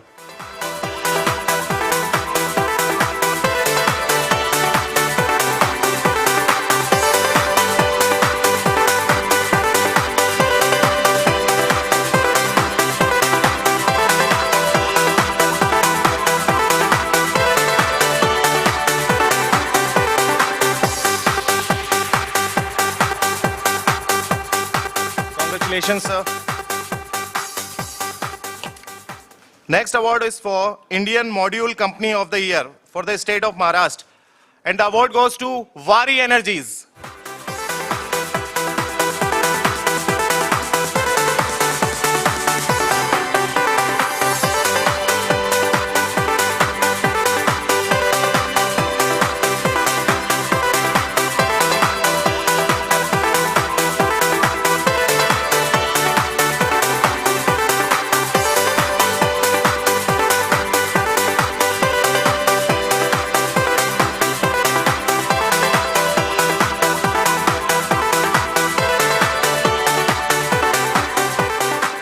Congratulations, sir. Moving on to next award, that is for Business Excellence Award for Outstanding Achievements. And the award goes to Mr. Pankaj Dhingra from BVG Clean Energy.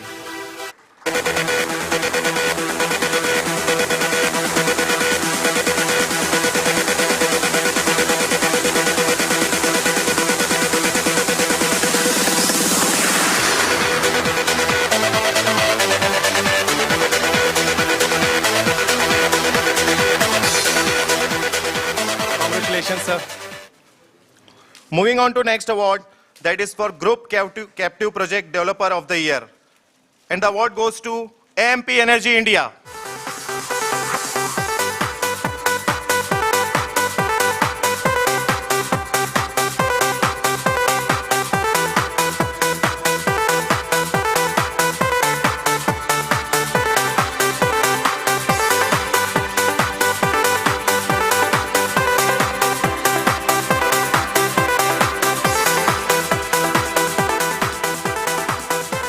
Next award is for World's Largest Rooftop Project Developer of the Year, that is 18.7 megawatt for the state of Maharashtra.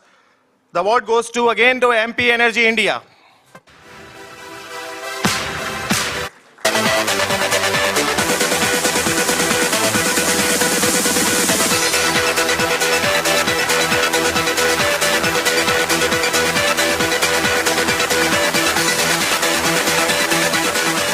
I have a small announcement for all of the winners. We have put up a selfie booth over there, so you can click selfies and upload your photographs on your different social media platforms. Thank you. Moving on to next award, that is for Solar Enabler Company of the Year. And the award goes to Urjan Cleantech Private Limited.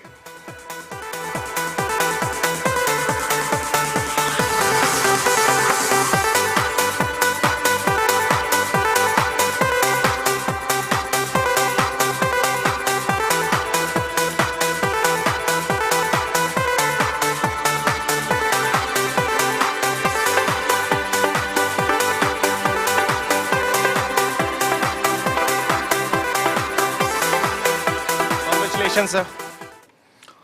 Next award is for Most Promising Rooftop Developer of the Year for the state of Maharashtra.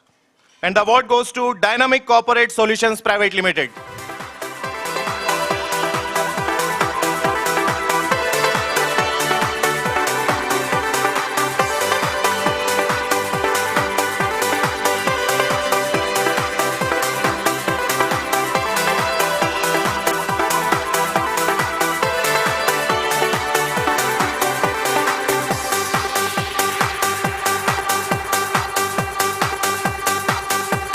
Congratulations, sir.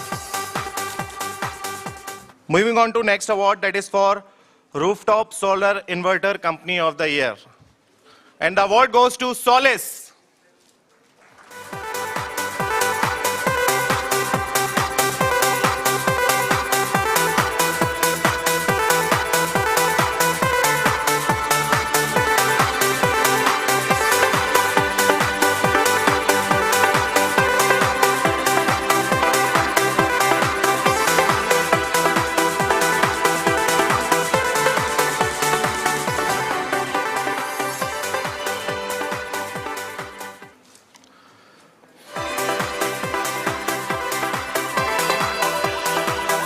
Congratulations, sir. Moving on to next award, that is for Technical Advisory Services Company for the state of Maharashtra. And the award goes to Mahendra Teko.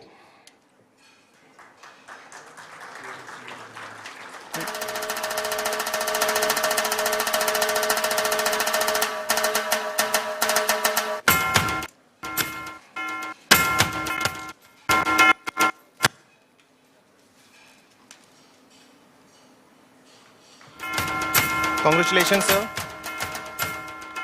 Moving on to next award, that is for Emerging Solar Distributor Company of the Year for the state of Maharashtra, and the award goes to OSG Oriana India Private Limited.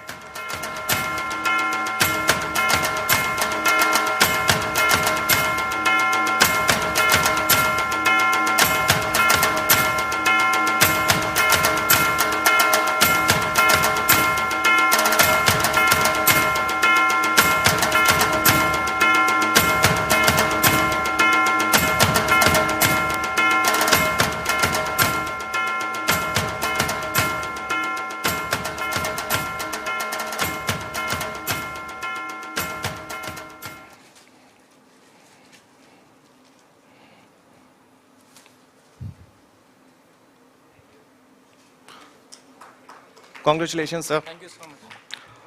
Our next award is for largest selling Indian module company of the year. And the award goes to Adani Solar.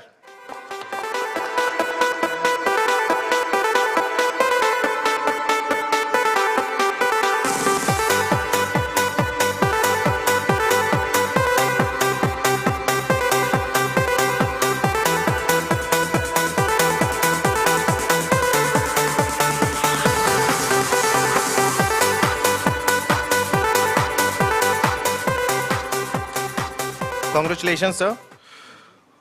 Moving on to next award, that is for Best Service Network Solar Inverter Company of the Year. And the award goes to Sungrow.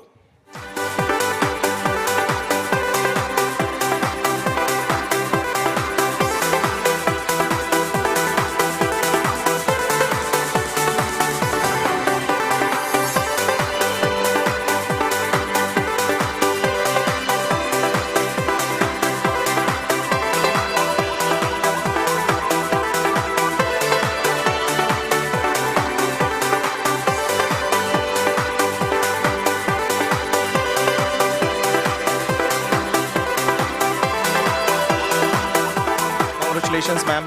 Congratulations, sir. Moving on to next award, that is for Module Mounting Structure Company of the Year for the state of Maharashtra. And the award goes to Purushottam Profiles Private Limited.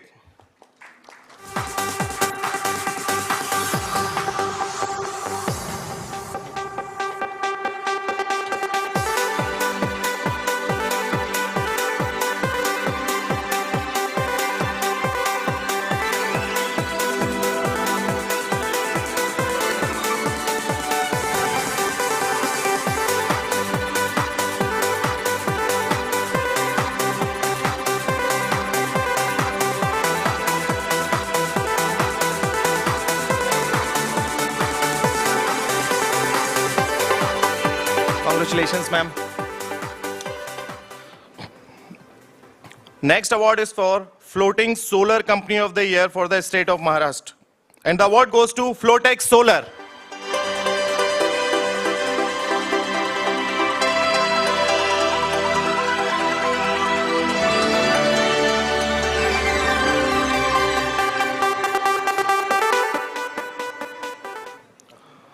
Moving on to next award, that is for Rooftop Solar EPC Company of the Year in Residential Project for the state of Maharashtra. And the award goes to Solarjika Power Private Limited.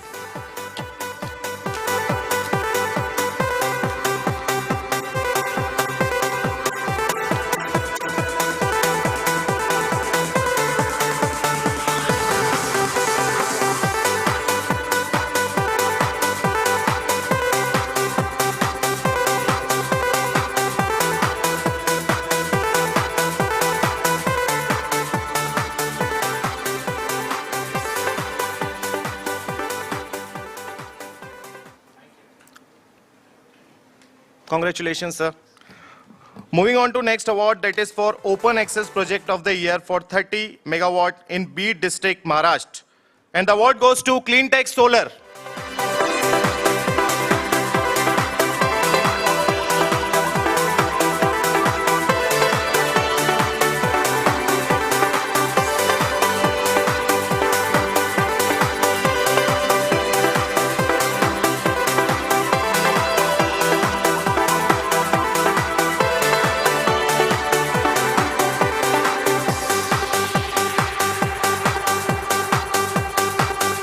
Congratulations, sir.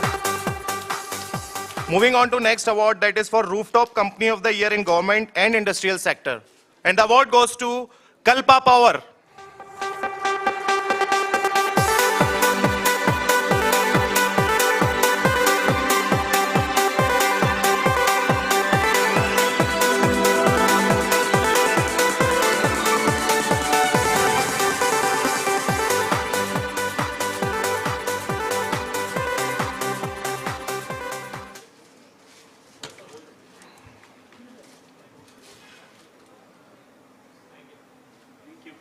Congratulations, sir. The next award is for Rising Star Project Developer Company of the Year in Commercial Sector. And the award goes to Windsun Ecosystems.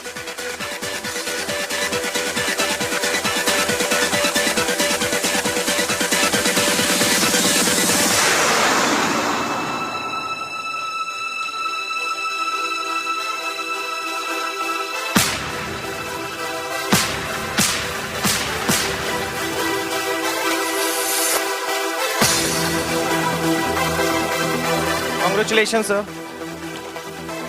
Moving on to next award, that is for Best Performing Module Technology of the Year. And the award goes to JA Solar.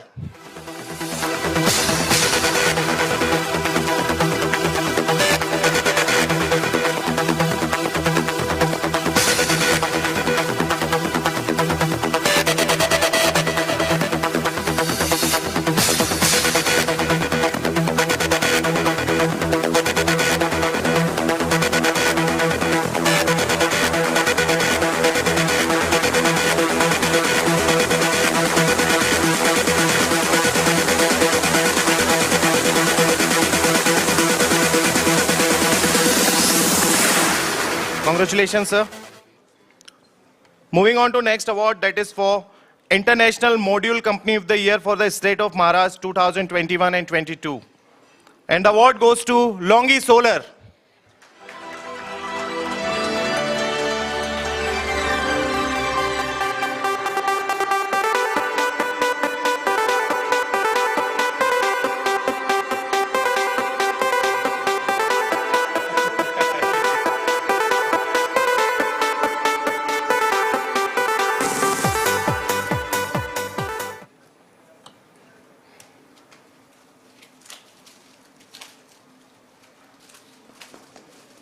Congratulations, sir. Thank you so much. Moving on to next award, that is for Utility Scale Solar Developer of the Year in Platinum category for the state of Maharashtra. And the award goes to Acme Solar.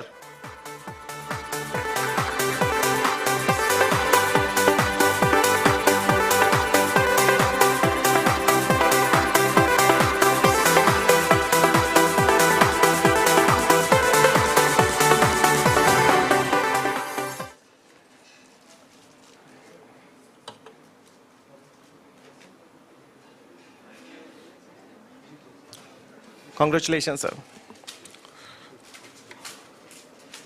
Our next award is for Utility Scale Solar Developer of the Year in the Gold category. And the award goes to Renew Power. Surf Excel Matic.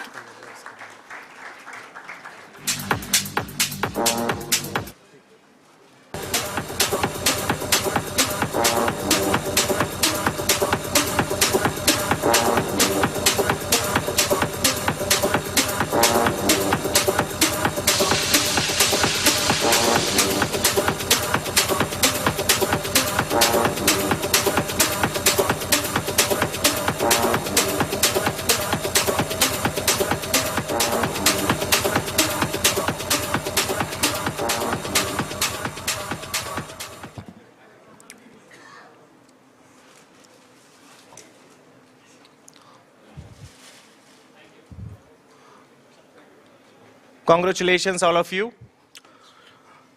Our next award is for Rising Star Solar Distributor for the state of Maharashtra. And the award goes to Spincraft Ventures Private Limited.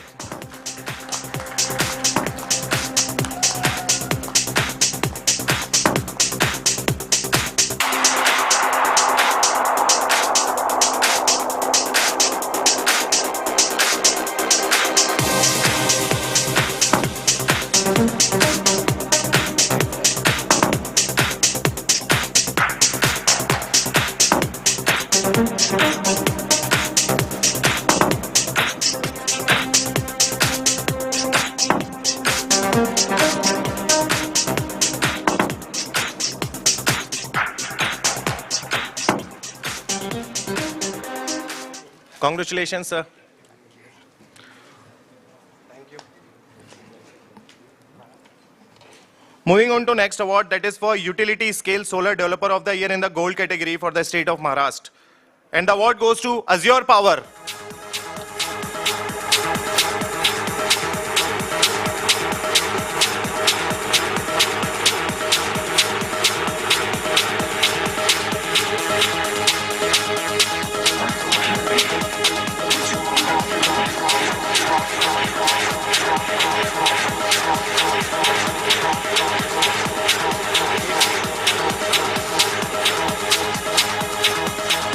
Congratulations, ma'am.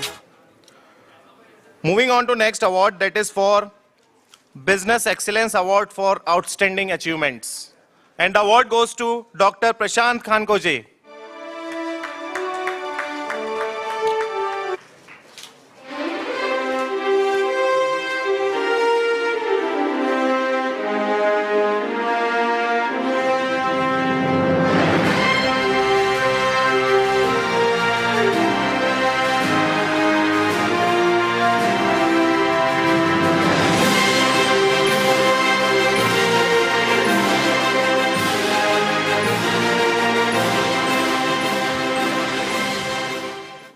Congratulations, sir. Moving on to next award, that is for Women in Solar Energy Sector. And the award goes to Ms. Kandarapi Thailiani, Senior Engineer O&M at Azure Power.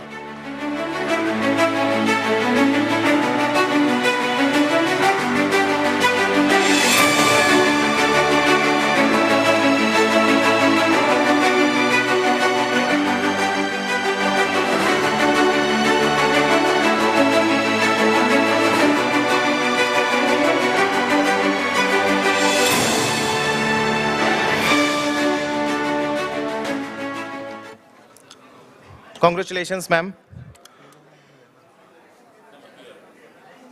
Next award is for Rising Star Technology Company in Energy Storage. And the award goes to Fuelon.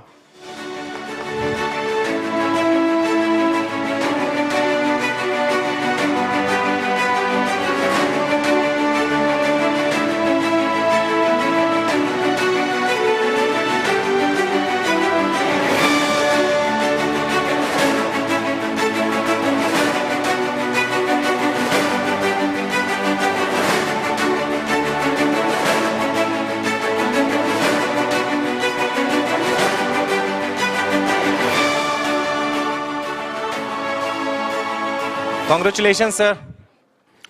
Moving on to next award, that is for Best Solar Inverter in Commercial and Industrial Segment for the state of Maharashtra. And the award goes to Sungrow.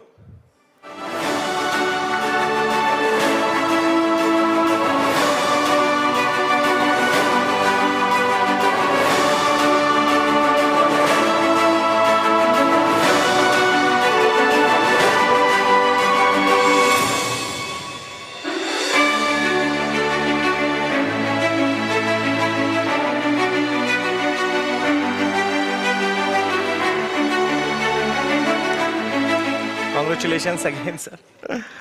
Moving on to next award, that is for Most Promising EPC cum Domestic Manufacturing Company of the Year for the state of Maharashtra. And the award goes to Navitas Green Solutions Private Limited. Every tone is an echo of you. Every beat, a shadow.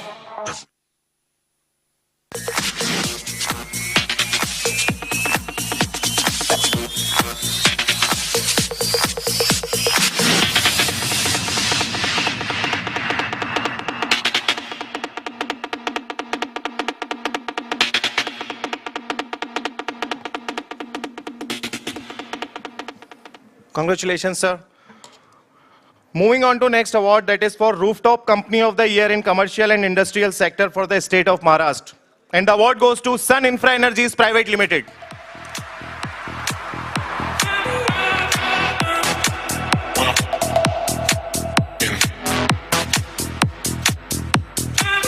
Do we have someone from Sun Infra to collect the award? All right. Moving on to next award, that is for Rising Star Energy Storage Solution Distribution for the state of Maharashtra. And the award goes to Excel Solar Power.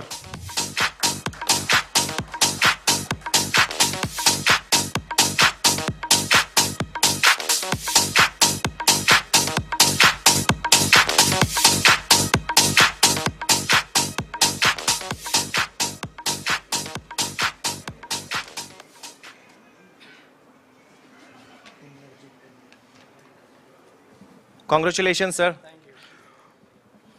Our next award is for Rising Star Solar Hybrid Inverter Company of the Year for the state of Maharashtra. And the award goes to Inverji.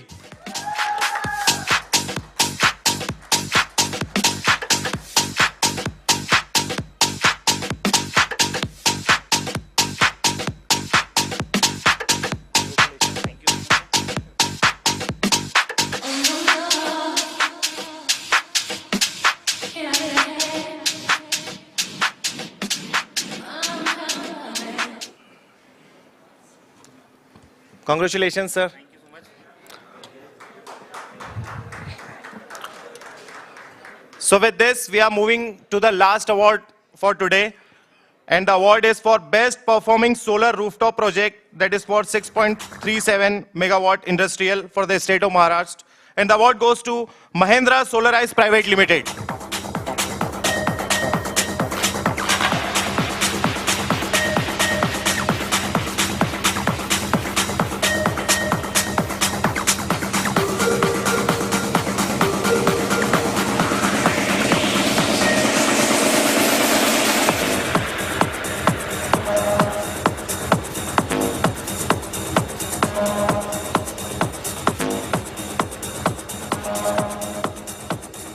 Congratulations, sir. So with this, we have completed our Pune Maharashtra State Annual Solar Awards. Thanks to Sir Rilesh, sir, for joining us here.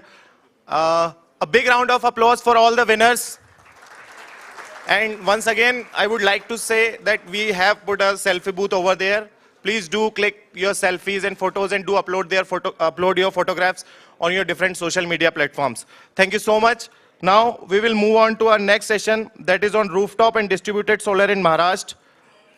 I'll be announcing the name of the panel members while the arrangement is done within 2 minutes. Thank you.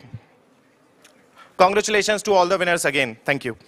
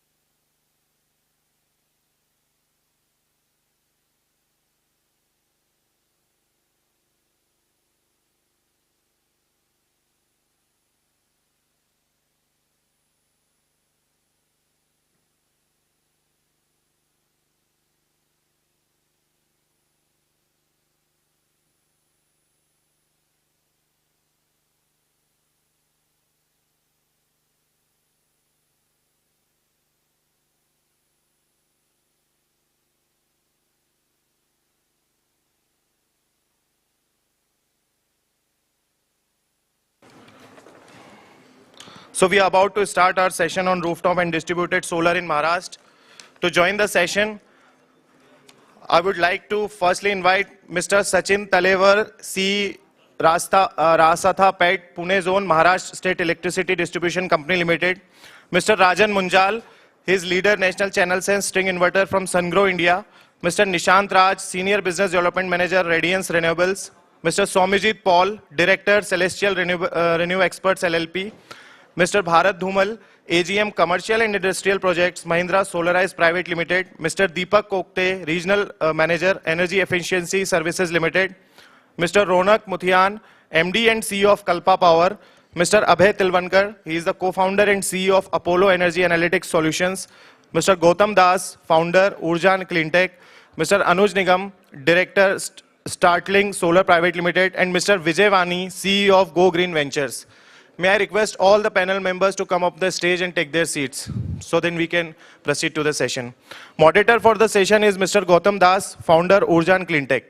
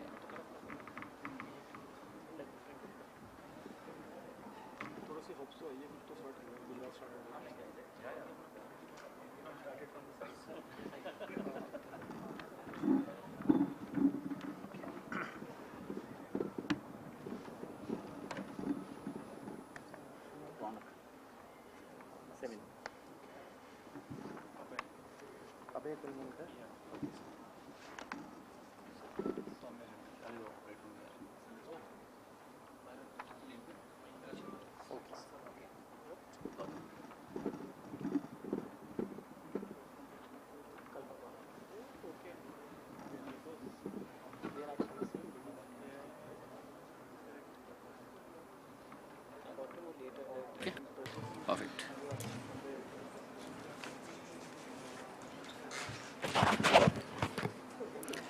Good afternoon. Am I audible? Good afternoon. I know it's post-lunch session. Can you hear good afternoon? Okay. I'll start with a small example. I mean, mobile came to India hardly about few years back. And out of 20 to 25 crore household in India, more number of people have mobile phone, smartphone, while 1 kilowatt of solar costs exactly smartphone, right?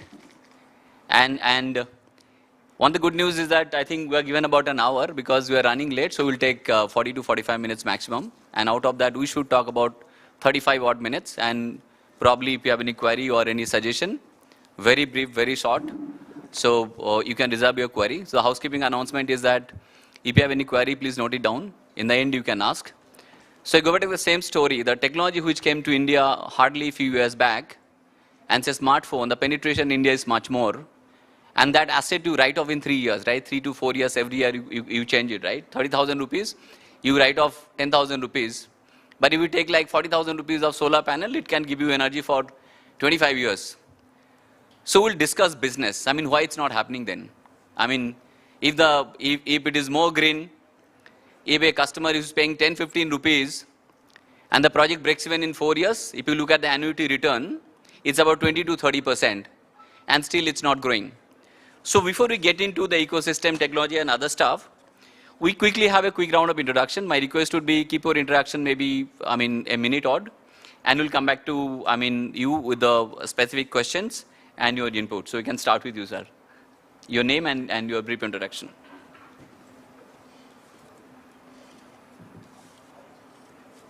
Yeah, good afternoon, everyone.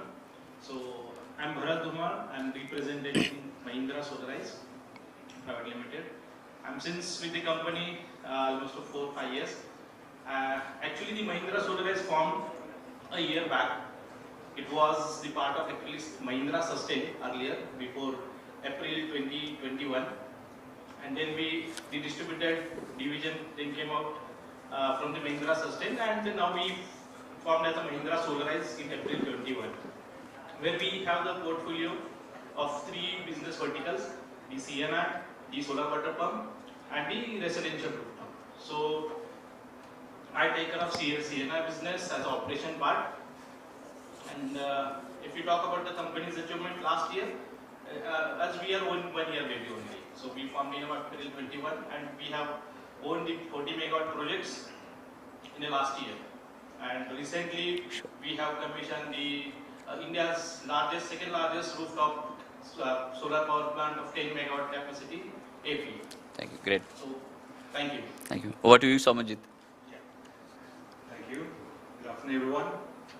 I'm Somajit Paul from Celestial Revenue Experts. So we are a channel partner for Sungrow India, and we take care of the central Indian region. Also, we are into the distributorship for Renewables panels. So more of we are into the product people. So we are here to service. We provide service to the client. So we take care of the pain points because definitely the company Sungrow is a big company. We are giving a very good products in the market. At the same time, there's to reach to all the people, to the entire market, and to listen to their pain points and solve it in a proper way. That is what we aim at. So that's it. Thank you. Thank you. My name is Abhay Tilvankar. I'm the CEO and co-founder of Apollo Energy Analytics. Apollo Energy Analytics is all about smart monitoring, advanced analytics, central monitoring in CMMS. We started off about 5 years back. Today we are about 4.5 gigawatt in portfolio and expanding fast. We've just opened an office in Austin, Texas, and we'll be moving to Dubai soon. Thank you. Great. Thank you. Ronak. Hi, good afternoon everyone. Myself Ronak Nutyan. I am the director at Kalpa Power. We are a full service EPC company doing asset management, doing projects through CapEx, OpEx and the works, whatever there are, whatever flavors I'm sure Gautam is going to ask us to keep discussing. So yeah, great to be here and happy to see a lot of friends and colleagues in the fraternity. Thank you. Hello, I am Anuj Nigam. I am director and the founder of the company, Startling Solar Private Limited. We are based out of Mumbai and we are operating in mainly the northern and the western regions. We are operating in MP, Maharashtra, and in the northern in UP and Bihar. We are now an 8-year-old company. Our main forte is rooftop power only and rooftop solar installations. We have done more than 400 installations across these 4 states. That's all for now. Thank you so much. Hi, as I have already introduced myself, my name is Rajan Munjal and I handle the National Channel Sales Division for Sungrow India, majorly into residential business and C&I and small utility. Apart from that, as we all know, Sungrow is the leading manufacturer of solar inverters and we are into multiple business as well, like energy storage, robotic systems as well. And I can be useful for this session related to any technology, related to solar inverter and anything. Thank you. My name is Gautam Das. I'm the founder of Urjan Cleantech. We're a solar enabling platform. So almost India's 30 to 40% EPCs are on our platform. And the core at the back end is designing and financing. And whoever be the ecosystem partner, like EPC, OEM manufacturer, we have our own fund. We deploy to the end consumer. And in the interim, if selectively you need working capital requirement, also we do it. So I'm a long-term banker, 16 years with Citibank, an American bank. Although all founders are from IIT Bombay, we are batchmates. So it's a company co-founded by IITian, ex-bankers and lawyers. So we are one of the company. With a very quick time, hardly a few years, we have deployed about 600 odd crore. And we are present across about 17 states as of now. And we are growing. And we don't treat ourselves as a startup. We believe that you should do a business where unit economy is positive. You don't compete with a glorified electrician who is trying to cut your throat and do a business about 5 to 6%. And it's not sustainable. So we don't treat ourselves as a startup, just to clarify that point. And I'm very, very privileged to be joined by hardware manufacturer, by monitoring and governance software companies. The monitoring tool Ronak represent to be an investor plus an EPC. He understands the execution and the return. And we are also happy to be joined by other speakers. I think we'll be able to discuss more business. Now, if you look at India as a business scope, it's big. If you can take, like India has about 25 crore household, if you can take 100 rupees from each household, you can supply renewable energy to every household, that's like 2,500 crore, right? And if you do that if you do it for 200 rupees per household, that is 5,000 crore per year, right? In a year into 12, it would be almost 60,000 crore. 60,000 crore is very close to like $7-8 billion, $8 billion, right? And the market, how big is the market, you don't need to understand, right? So that's why there are a lot of entrepreneurs in the room. But unfortunately, it's not growing as expected, right? Then what is the concern? We have to just discuss those business aspects. So first we'll start with the ecosystem. What's wrong with the ecosystem? I mean, as I said, mobile penetration is much more than a renewable energy penetration. So what's wrong?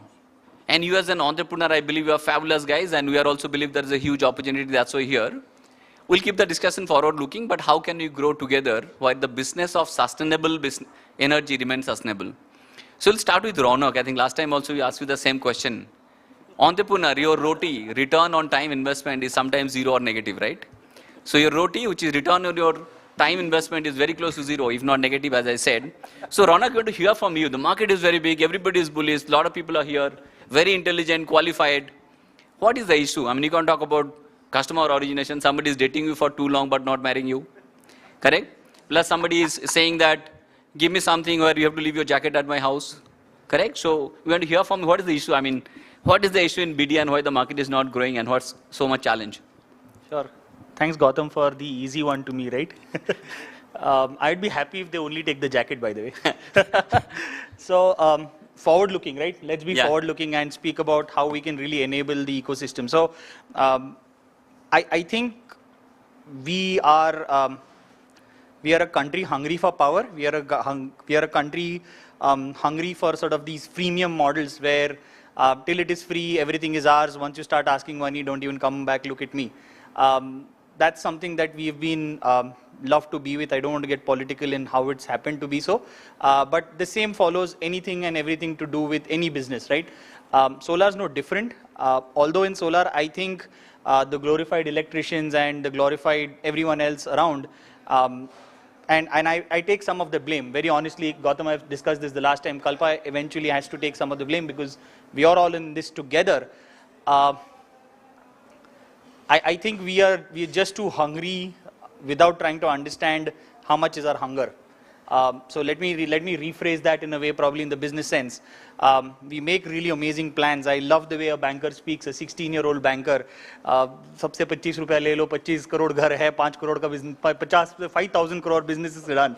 So love it. But unfortunately, what happens is then we see these really beautiful presentations of target addressable market and target group of customers, and then I'm going to achieve so much. Therefore, I go to a bank or a VC and ask for a fund. We need to reconsider our business as what we do. I think we are infrastructure builders. We are nation builders. We are creating a sense of quality and purpose, both on the economic side as well as on the environmental side. And it's a slow journey. I have a lot of people who meet me, and I think I'm seeing faces now in this room for almost 7-8 years. I think we have to be there in the long haul.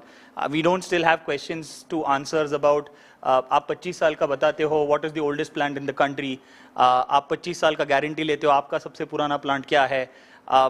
I think we have started becoming software companies selling solar power plants, and that's our mistake, that's our undoing. So we have to reconsider ourselves as infrastructure builders. I met someone today who spoke about building infrastructure projects, and he's very happy. He's not doing solar, he's very closely associated with solar, but he's happy, and the reason is the person who is offering the services to knows the value. What we are offering in solar is a quick buck. We start by saying we are going to make you rich overnight, and when we start selling dreams, then that's where the jacket is taken off, right? Correct. So my question is to, Anuj next. You are a businessman. As I said, we are an infrastructure builder, we are adding value to the country, but your business of sustainability has to be business, right? Because if your spread is so low, you can't give service beyond a point, and you are bad-mouthing your own service because your margin is very, very less. So how do you believe that the price competition in the market is so high, the entry barrier is very, very low. Anybody can be an EPC, right? So what is your, take on that, that anybody can come and compete with you? How do you ensure that quality when there is a huge competition about pricing? Yes, Gautam, you have raised a very relevant point because as the Indian customers always say, the L1 is always the winner. We don't realize as fact, and the tenders also becoming a big issue because the L1 is getting the contract and later the product goes into total mishap. We have seen so many projects going over there. And unfortunately, कि जो customer है, जैसे सबसे बोलते हैं सबसे सस्ता सुंदर टिकाऊ चाहिए हमें, लेकिन solar में वो नहीं हो सकता because it's an engineering product. So that customers have to understand, and solar companies equally have to ensure the customer. And that's why you see why CNI sector is picking up in the largest in the rooftop. Because CNI, what happens? The CNI sector is managed by the industrialist. Now, person who has invested 100 crore in a factory, it is much easier to convince him what the quality of a system is, what is the longevity. When you go to a residential, and a residential person may not understand, he believes मेरे को सबसे सस्ता कौन सा मिल रहा है, इस मारे रूफटॉप मार्केट वहाँ पे खराब होता है. लेकिन अगर हम देखें, अगर जहाँ पे आप कमर्शियल इंडस्ट्रियल की बात करते हैं, most of like our personal experiences, we have installed in more than 300 factories. The customer is very knowledgeable about the product. Even if he is not, he tries to get the knowledge. He tries to pay the premium even also for the better quality. But yes, in the residential sector, we have this problem where L1 is there, whatever, because the customer is not concerned कि आप structure कौन सा लगा रहे हो, उसको बस लग रहा है मुझे सबसे सस्ता कौन सा दे रहा है. इसने मुझे 3 लाख का 5 किलोवाट दिया, इसने मुझे 2.5 लाख का दिया. अब उसको समझ में नहीं आ रहा कि कौन सा मॉड्यूल लगा, क्या इन्वर्टर लगा. He is not educated about that one. So that education will have to take place a lot in that kind of thing. And especially, I would just like to take one more minute. See, if you see the Indian rooftop solar market, we have failed miserably in the rooftop. Now, I will tell you, our Indian government have put a target of 40 gigawatt, 40,000 megawatt by 2022. As per Marcom, we have achieved hardly 8 gigawatt. That is 20% of what has to be done. And 2-3 issues I would just like to add over here. First thing is there, like if you see, we have got 6.6 crore SMEs in India. We have got 30 crore households. If we take only 1% of 30 crore, a 1%, and if put 5 kilowatt each, we will be getting a turnover of 15 gigawatt. If out of 6 crore SMEs, only 1%, 6 lakh SMEs put a 50 kilowatt, which is average, we'll get over a 15, 30 gigawatt. But why we have put over 10, 11 years? And secondly, because first of all, the customer is not very literate, solar companies themselves are not making efforts to make them literate. And third is the government policies. The government policies, especially the residential, which they are promoting the subsidy, that is the worst case. Because what has happened, subsidy is very good, but there is no uniform policy across the country.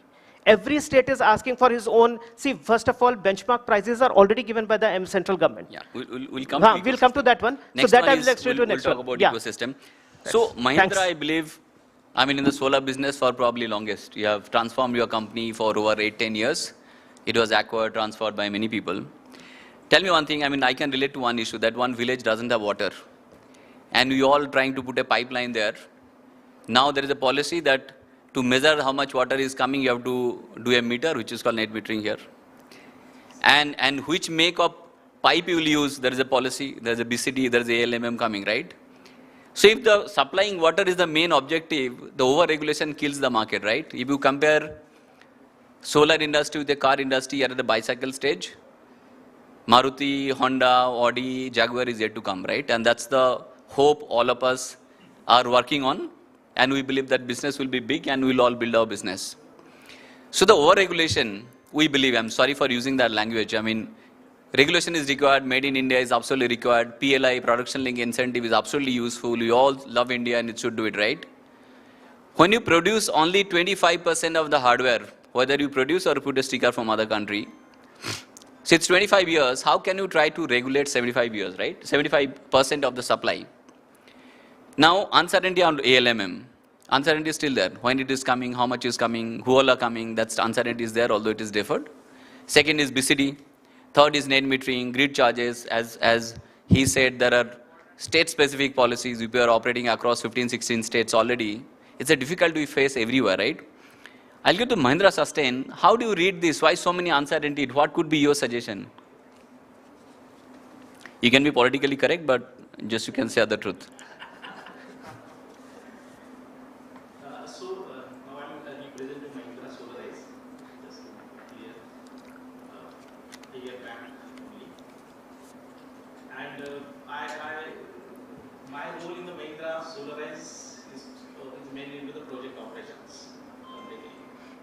So, You still can comment.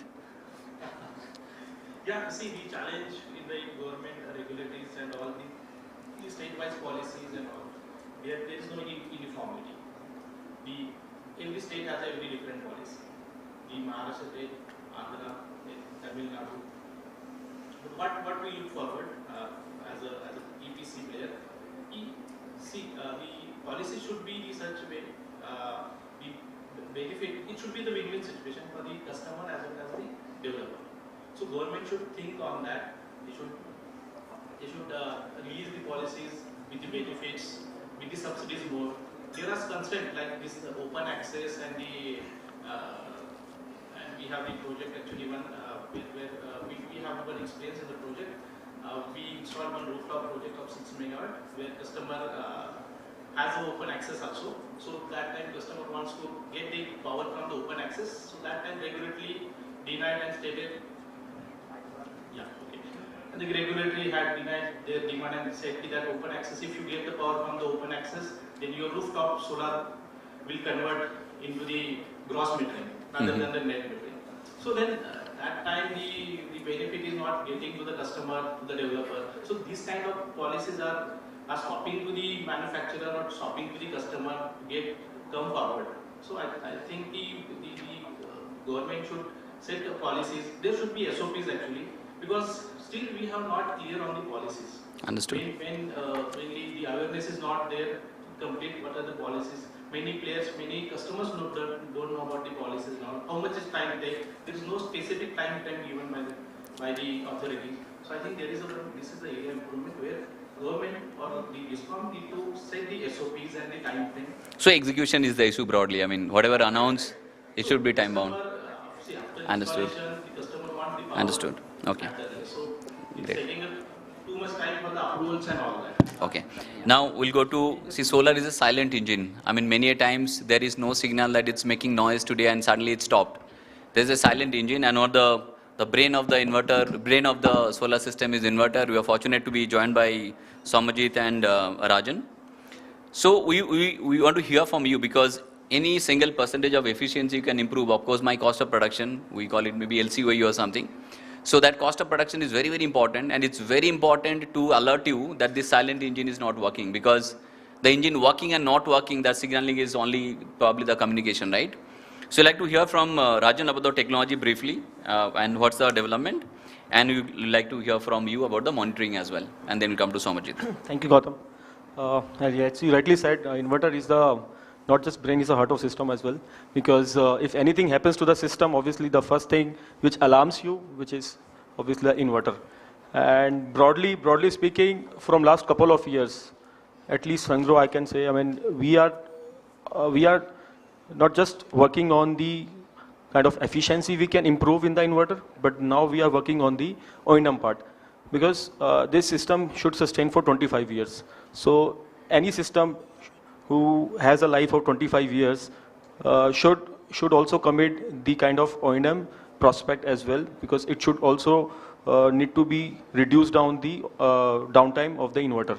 And how we are working on it, because earlier everything was manual. So things, if anything gets failed, engineer has to go to the site and check all the parameter setting, and then from the site or remote area, he has to call the customer or so to the call center, and then probably they have to pick the inverter to the warehouse and then see what happens. But nowadays, where we are working on it, for example, there are 90 types of fault in the inverter. So we are working at least 80 to 90% fault should be removed remotely. So this is how we are working, because the things only can happen with if we can have the remote access for the inverter, and we are doing it. Obviously, most of the inverter companies are also working on it, because it has to be addressed in this way. And additionally, there are certain parts, there are certain things which get fails over the time, which we see. For example, earlier we all have seen the big display on the inverter, and now people are not seeing it. It just doesn't mean that people don't require it, but it's just that we want touch-free operation, and plus all the screen has a limited life period. So this is just an typical example that we all want to integrate our system such a way that it should run perfectly fine without having or probably having minimum kind of maintenance part of it. Yeah. So one thing out of many components, I mean, there are uncertainty about price and efficiency. One thing is really good that inverter technology is improving, and in terms of communication of you ensuring that plant availability is very close to 100%. I think that one component has done well, both commercially and technically is definitely inverter. Now, Somajit, you sell Sungrow's product and both of you are here, right? True. And many of us EPCs, I mean, we face with the servicing. And you're the guy who sells. Customer always reach out to them first, right? So how do you react that if something is not working and probably his support is poor? He said a lot of good things, but in reality may be poor, then how do you address that? Yeah, true, very true. Trying to say whatever we may say in contrary to whatever he said. Exactly. Okay, that's true. Like we have been working with Sangro for the last 5 years, and yeah, to be giving good points, so definitely that we are not facing too much of problems because of the product quality. That's one true fact. Okay, but sorry, let me guide the conversation. I'll give them. No, let me guide the conversation. Yeah. You start with the biggest problem and how much is the turnaround time? Okay, so biggest problem that we face is definitely the service thing that is happening. Okay, service, I'm not taking a negative manner. The thing is that whenever there is a downtime or there is some kind of issues, so what we have done, it's not only the Sangro, but see, we are channel partners, but normally what people say is that we are only responsible for selling the inverters, but that's not the true fact. We have taken a, quite a responsible role into the company itself. So Sangro is definitely the name, the brand that you're hearing, but we at the ground here, because I think most of the people know us, they call us for any kind of problem. So we are here and we ensure that if anything happens, we are right behind you. So whenever suppose is a kind of a call that we had received normally, so we have our own team. Is definitely Sangro team is there. They have their own people and they do support us. But at the same time, we ourselves are much more responsible because we know that just giving a very this one that actually we have been from the EPC background initially, but now that we are converted into the completely distribution thing. So we understand the pain points of the end customer as well as the EPC. So what happens normally when is there some kind of downtime or something happens, the end customer is not going to hear you. Okay, that's not going to happen. They will say कि मुझे तो 5 minute में ठीक करके दो, मुझे चाहिए. So what EPC players do is that definitely they have to reach someone. Now what we have done, we have reduced a lot of this time. Now we have direct access, we have direct contacts of our people. The engineers are there, you call them. We have resolution. I think a lot of people will agree that we have given resolution within 24 hours. That's a strong point that we have been harping on because we understand that today, this is a service industry. So in service industry, the main thing, that main streamline is that if you don't give service, you're out of the business. So you facilitate. Yeah, so we facilitate that, and we are very much serious on that, and that's how we are looking at key. And even the good thing is that nowadays that the Sangro, the inverters are coming out a lot of good specs, and they are continuously they're modifying the things. Yeah. So I just want to add one more point here. Yeah. Being local, because we are manufacturing here, as everybody knows. But nowadays, being local is also mean that we have to be there all the state, in all the state being local. So company like Celestial, they are also helping us with their own engineering to reach out to the clients, to the site where we cannot reach on the very next day sometimes. So they all will help me out. So if I buy fridge, LG fridge from Chroma, I always rely on Chroma as well. So Somajit has to be Chroma so that he is able to manage few problem himself or probably then hand it off to LG. And the good thing is you said that 70-80% of the problem could be remotely resolved. And Gautam, I can vouch for Sangro because I personally use their inverters and their service by Somajit has been within 24 hours. Sungro's marketing hoga free mein, right? So we recently started buying Sangro. We have bought like couple of megawatt, being a small company, and a few megawatts every month almost now we are buying. We were definitely happy. Now I'm an ex-banker. Of course the technology is important. How much juice it gives from how much investment, that's critical for us, right? So and banker has a habit of romancing with return without romancing risk. So I would go to this monitoring tool as a device. We have our own device. If you are deploying our money, all systems are connected, everything you can track, and if you don't pay your EMI, you can remotely switch it off. Okay, that's the technology we have, and we would like to hear from you as well. Any downturn is eating away from our return. So if a project is giving 20% or 30% return for end consumer every year, and the downtime is is, for example, 10%, I'm just saying it's on the higher side, you lose your business if the actual downtime is 10%, that completely eats out from your P&L. So I think it's very, very important that what kind of monitoring tool or a governance tool you have, and what kind of dashboard do you have, and what kind of remote actionables you have so that you can control the plant beyond a point. We'd like to hear from you about that technology and what kind of technology you are using. Don't make it too technical, we will not understand. No, I love your style of asking questions. It almost reminds me of Aapki Adalat. But coming, he has a lot more hair. All right, coming to the question, I think, see, like you rightly said, that is the juice that you can actually expand, right? Whatever you're losing due to availability is clearly something that was on the table and you let it fall, right? So that's the point number one. The second point, which is actually something which goes unnoticed, is underperformance, right? So when you look at a inverter, for example, or you look at any of those components which actually fail and are smart or can communicate, that is amazing, right? When an inverter fails, they tell you, they send you an error code, and you know the inverter's failed, or it's overheating, etc., etc. The problem or the disadvantage in solar is, like you were talking about the water pipeline, the water producing element is modules, and modules are dumb, right? What I mean by that is they don't talk to us. They don't communicate at all. And that underperformance is something that is beyond monitoring. Monitoring only tells you whether an equipment is on or off. Availability, I mean, there are different statistics out there in the market, but 10% unavailability is criminal. But then in CNI, it's very common, unfortunately. 1 or 2%. But typically in utility plants, you would not see unavailability more than a percentage or half. In CNI, unfortunately, because of the level of awareness, unavailability percentages are higher and unmonitored. I mean, companies are giving tools to monitor, etc., but nobody cares because they're all about dashboards, like you also alluded to. For most of the companies, monitoring and analytics is all about dashboards. उधर किसी को बिठा के देखोगे तो ही पता चलेगा. What we are trying to kind of preach right now, and maybe too early to the market, is it shouldn't be about dashboards, right? If something is wrong, you should know what is wrong. The person who's supposed to act on it should know where to act. Monitoring tool has two features. One is the dashboard, how much is giving. Second is actionables. If the silent engine stops, you have to automatically book the calendar of the maintenance engineer. That is critical for my PA, plant availability. Yeah.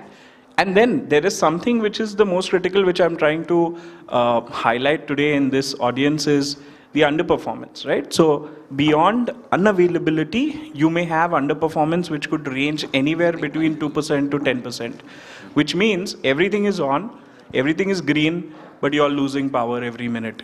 It could be because of soiling, it could be because of shading, it could be because of degradation, it could be because of heating of the inverter, which is unnoticed, it could be because of wrong cable design, wrong cable laying, etc., etc., right? And that's what is probably the bigger loss. Perfect. Okay. Now we'll quickly go back to, I mean, just few minutes amongst us and then go back to you all. I mean, it's very, very important that everybody knows that in terms of market scoping, it's huge, right? Even if you do like 50% of whatever is targeted by 2030, say in a distributed rooftop space, maybe about say 50 or 100 gigawatt is easily doable, right? So definitely there is no question on that. But the ecosystem is very, very early. The state has its own policy, central has its own policy, and implementation is always a big challenge. And you all know that a lot of policies are born on newspaper and dead on newspaper, right? So I'd like to hear each of you. I mean, your thought on how it can progress. Although things are much better than ever before. The discussion is not negative, whether we are moving ahead or not. Discussion is about at what pace we are moving, and what we can do together to represent to authority or any nodal agency. As usual, Ronak, will start with you. Sure. So I think this is a really interesting point that you raised in terms of how do we go from here? Whatever we have done till now, is it a learning? Can we implement, and how do we move forward? So I think, Gautam, we were together, I think in Jan in a similar kind of forum. I don't remember what it was exactly, but we were. I can tell you this, that we were discussing about BCD being sort of the death knell for the industry, and things really are looking into an abyss of emptiness, if there is no better analogy to it. But very honestly, I think largely people have taken it in stride, and very honestly, it's not only the entrepreneur, the startups, the businesses, whoever you call them. It's also certain companies have started really internalizing it, and that's a real positive. So I was just discussing with a lot of people in the overflow area that I think it's more of a mentality shift that needs to be done as to how do you start seeing renewables. Is it a good to have? Is it a must have? My question is, BCD is definitely a tool to enhance your Indian production. But the timing and quantum is the question, right? Whether 40% in a single go on panels or a 20% on a single go, or it could be gradual depending on percentage of production India is able to cater to. We believe they're all related. Sure, absolutely. Okay. So what is your comment on 40% in a single go?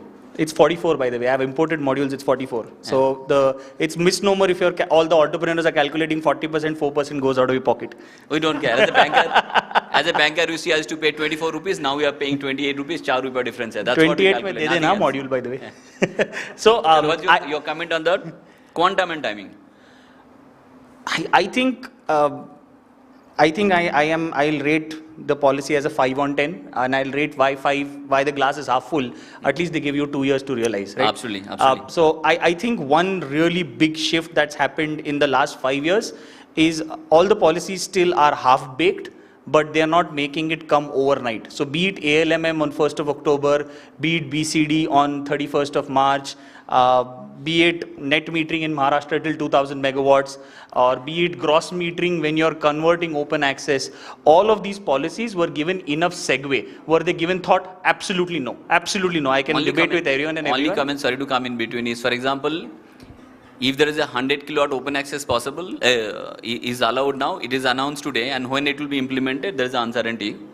But when you talk about taking money at a BCD or anything, that implemented at a certain date, it's applicable from 1st July, 1st April, that's all. Absolutely. So in terms of delivery to receivable versus deliverable, BCD is a receivable. If I look at the ecosystem as a receivable, it's applicable from 00 hours of 1st April 2022.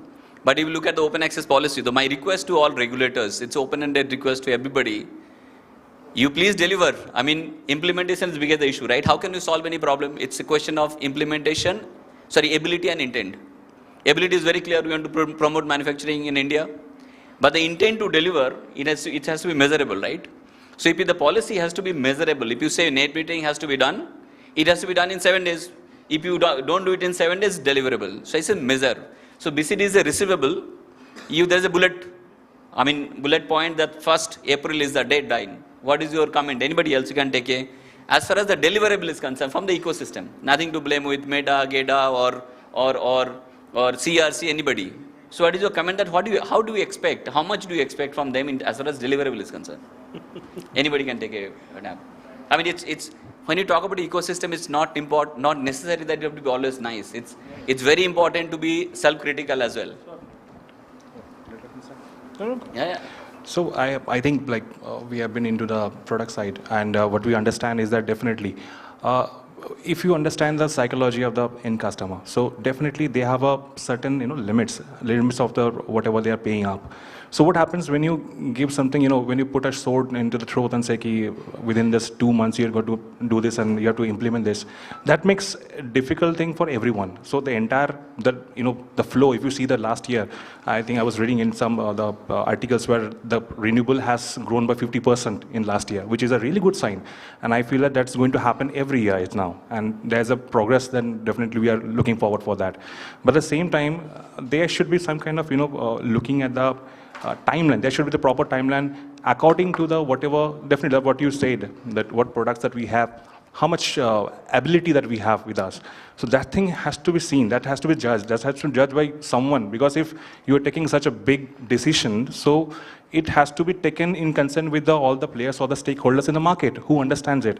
If you talk with the big, of the FDIs, those are coming. So I think you can take even from them, how they are planning for.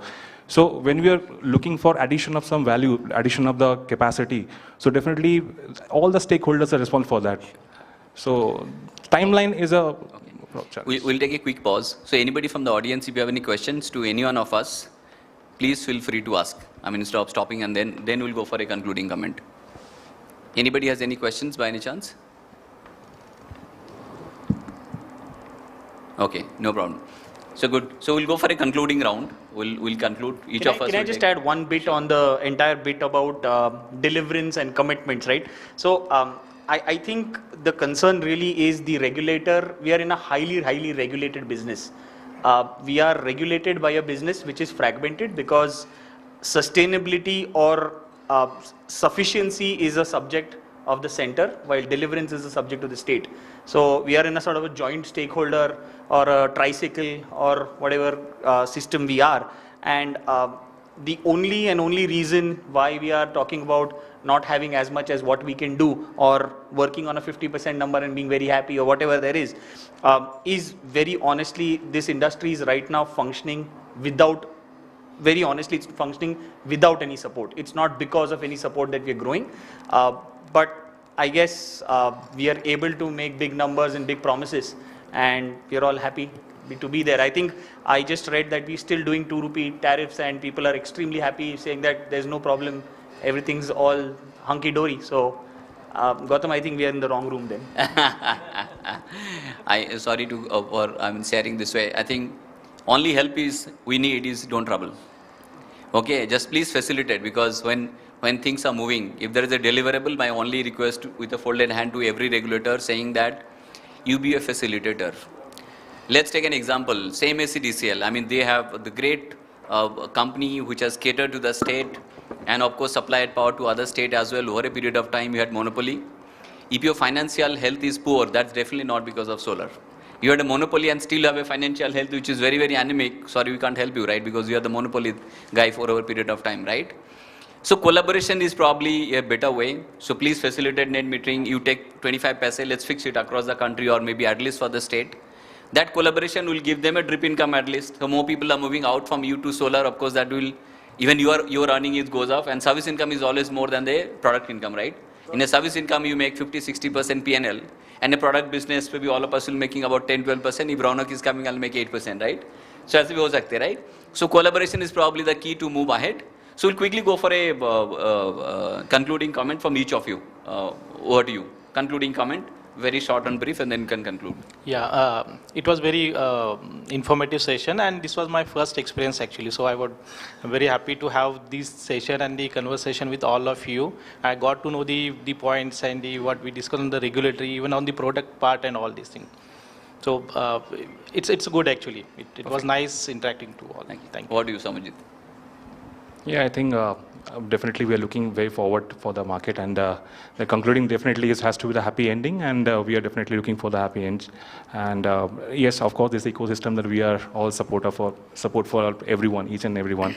So this thing has to be a sustainable way, and for that definitely, I think that I think the only support that we require from the regulators is if they kind of listen to even for the stakeholders, that will definitely give a lot of things. Sure. Yeah. I would just say that, despite all the odds, India has done pretty well. I mean, we've not had too many things going our way, and yet, the demand has been pretty good, renewables or not. And I just feel we are at that inflection point where we could actually go to a 40 gigawatt CNI in the next 3 years. We just need to, kind of remove those loose ends. It doesn't seem that challenging. Great. I think whatever challenges faced, I think we are quite ingenious as a breed. I don't know if we call ourselves human or Indian humans or whatever. All the challenges faced, we're still going to do as much work as we've done the last or more. We learn to live with the challenges, but as you mentioned, the only plead to the entire sort of whoever's listening here is, can we make it easier than it was the last time around? And that's the only request we do, because reinventing the wheel really is not making a wheel. It's just reinventing the wheel. Perfect. Great. We have talked about one world, one grid. I'm just taking, we have one India, make one policy for all. So when we are talking the entire world, why can't we have one policy for the entire thing? I will tell you, like we are operating in different states. Like for example, in January 1st January 2019, we got a root shock. UP suddenly ended the net metering policy. Now the people who are there who have already invested in projects, luckily they got a 6 months grace period. Until 2019, we are struggling in the world, India's most populous state, and we are not able to get the net metering revived. CNI sector net meter rooftop has literally gone down.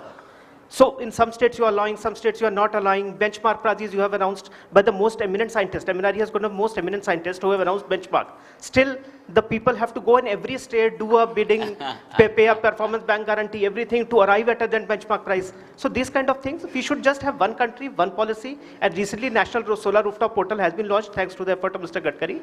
But yes, it has much more to go. And once we have a common policy, the sector will, that is the right fillip we need to expand the solar sector. That's what I have to say. Thanks. Over to Rajan. Yeah, I think all of us have already summarized, but I think so far everything is done, and future is good, I believe. And from the product point of view, we still have to see a lot of innovations coming, and we just all need your response, your feedbacks, and we all are working on it. And we will definitely see a lot of other innovation as well in future. Thank you. Sure. Thank you for the lovely and meaningful insight. See, if you're looking at growth, you have to be a $5 trillion GDP. The economy and environment has to go hand in hand. And being a banker with an American company for about 16 years, then you are absolutely bullish that what you are doing today is not sustainable. And today we are borrowing from our future generation. If you put 18% of India's population in 5% of the area, which is the cities, of course there will be a carbon footprint, right? And if you burn more carbon you generate, of course you are borrowing or eating out from our kids' plate. So definitely not sustainable. So as an agenda, government, us and everybody are absolutely mandated to ensure that the sustainable energy grows. But in this case, it's at the very, very early stages economy, and there are many parties that are trying to regulate the market.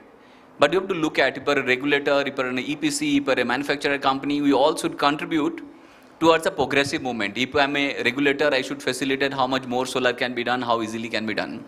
One example, for example, if you want to give subsidy to a guy who is adopting solar, instead of keeping 100 people for processing subsidy and taking 10 months or 12 months for processing it, why don't you reduce from a taxable income? If I'm paying 30% tax or a 20% tax, if I have the invoice, you allow me to minus that. Automatically, no processing guy, nobody is required, right? If I'm a 10% taxable guy, I'll reduce. If I'm a rich guy, I'm paying 40% or 34%. You reduce my taxable income and I get a day on benefit. You don't need to keep anybody for processing. If anybody is caught for a fraud invoice, you penalize him 2 times, 3 times. Okay, you don't need anybody for processing. I'm just saying, you think like a private player, how can I facilitate? If I'm a bank, my operating income has to go up, and you make a party, you collaborate. If you are giving net metering, take 25%. Don't ask for a grid support charge of 1.5 rupees. If the benefit is 3 rupees, if you as a single party, without doing anything, to be stopping it, a negative contribution, if you earn 1.5 rupees is not sustainable. So we need ecosystem partners to come to collaborate. If you are MSCB or any, I'm just taking a theoretical name, we are operating across 17 states as of now, you collaborate.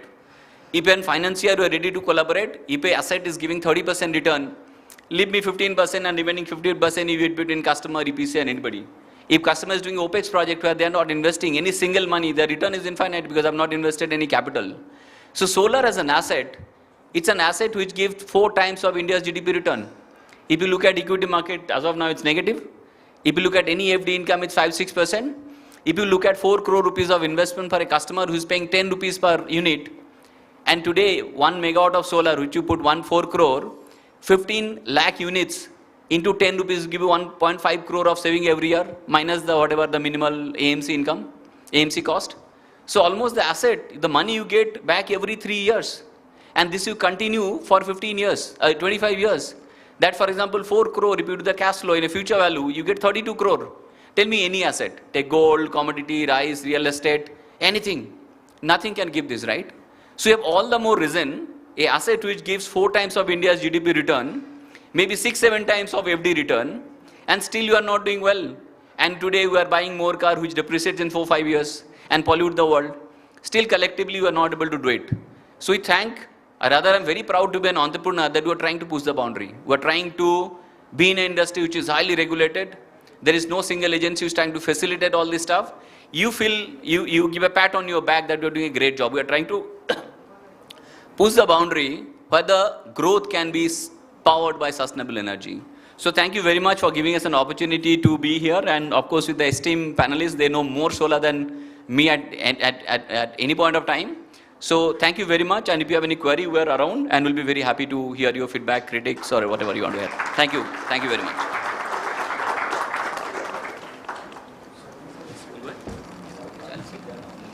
So, do we have any questions from the attendees? If you have any question, you can ask to the panel members. Or you want to fire us offline? It's okay. Okay, so yeah. Now I request Mr. Anuj to distribute the memento to all the panel members.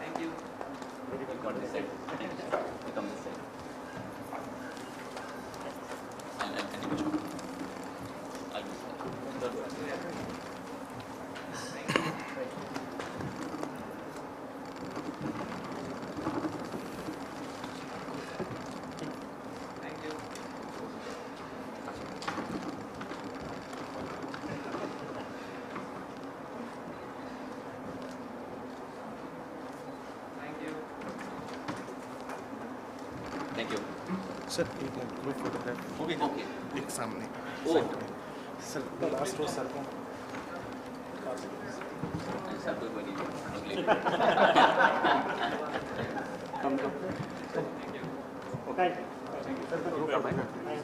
Come आगे से बोल रहा है come over. नहीं front में sir.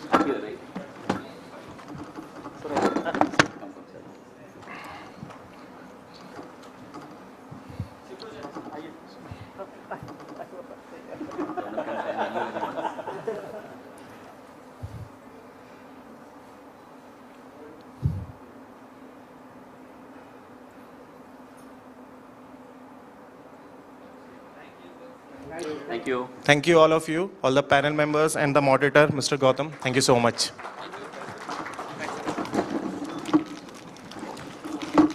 Our next session is on manufacturing and technology.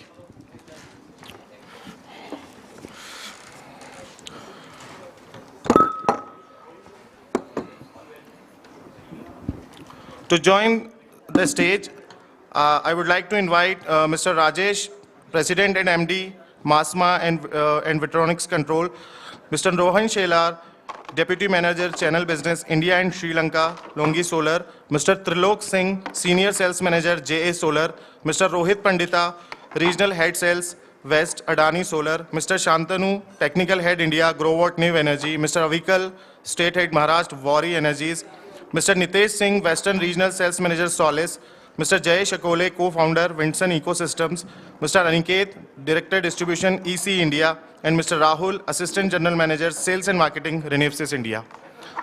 Moderator for the session is Mr. Jay Shakole, Co-Founder, Winson Ecosystems.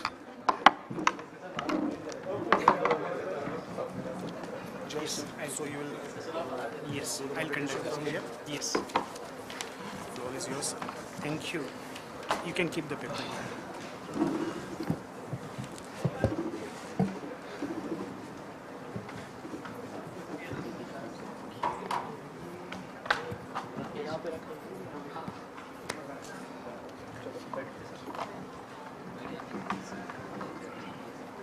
Good afternoon, everyone. I think I have got the toughest job to do it because it's now tea time. Everybody might had very good sleep some time before. Though my friend Mr. Gautam has conducted very interactive session. I also would like to thank ET India, EQ magazine for giving us opportunity to facilitate this session. I'll get started with all the panelists. I'll request all of you to please give a quick round of introduction of yours. Also, I'll appreciate if you can tell us one success story or what innovative thing you did during this year to remember me with your names, because I'm very bad in remembering the names. Thank you.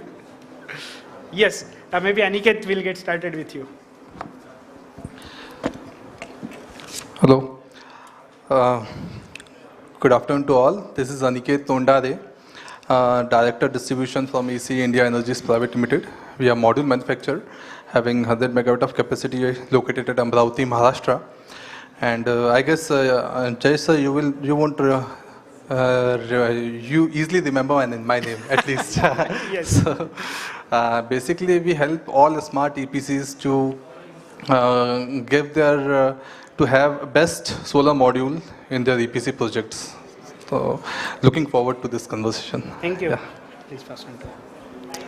Good evening, all. My name is Avikal Misra. I based at Pune, and I am working for Vari Energies Limited as a state head for Maharashtra and Goa. And I'm sure that Jayaji Yes, yes. personally मेरा नाम So जानते our day starts with Vari Avikal and it ends with Vari Avikal. Yes, yes, yes. Thank you. Yes. Yeah, hi everyone. This is Rahul Gagate. So I'm in Renewables India.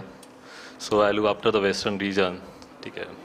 In the solar, you know, earlier we were selling the concept, now we are selling the commodity. Yes. It's like. So recently we set up the new plant in Maharashtra, in Maharashtra, because this program is mainly dedicated to Maharashtra. So that Good. We should really clap for. So we have Renewables. started the new operation. That's a 1 gigawatt in Pathalanga, MIDC, the nearby Navi Mumbai. Good. So we can the success story. So last year we did almost 14 megawatt, one single project in Ahmednagar. Oh, good. That we can Congratulations. say that's a success Good. in Maharashtra. Good. Thank you very much. Thank you. Thank you, Rahulji. Hello everyone, myself Rohan Shelar, and I'm taking care of DG business for India and Sri Lanka for Longi. And I think for you to remember, I already done a presentation where all the big numbers are there. Wafer 105 gigawatt, module 60 gigawatt, and then supplies in India's 4 gigawatt. All are with Longi. So I Correct. think that will be enough for you to remember. Yes. Thank you. Thank you. An award as well, thanks. Yes. Hello everyone, I am Trilok Singh from JS Solar, and based on Q1 2022 numbers, we are among the top 3 module supplier in India. Thank you. Hello. Yes. I am Rajesh Mutha. I am the founder of Vitronics Controls Private Limited.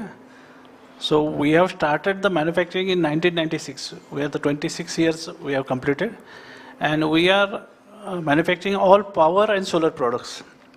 And we provide the 100% solution for constant, clean and green energy. Okay. We have done one project at Nan Prabodhini. In Nan Prabodhini at Harali, they have the 50-acre land and nearly 400 students are studying there. So we have done total project, nearly 10 7.5 HP pumps are running continuously. Their requirement is the pump should run 24 hours with using grid, using solar, using battery. So we have done the total automation, and these pumps are running 24 hours. Wow. Wow. Wonderful. Good evening, everyone. My name is Rohit Pandita. So I'm heading the Western Zone for Adani Solar in module sales. So to remember the thing about Adani Solar is that we have already commissioned the 2 gigawatt line this year in the month of January. It's a 530 watt peak plus mono modules, which we have done. So in coming 1 or 2 months, we'll be the only player in India having the cell line also for that. Oh, so good. it will be a 2 gigawatt facility in the Mundra. And to remember further us, I mean, we are coming up with a TopCon line in December this year only. It will be a 2 gigawatt additional line.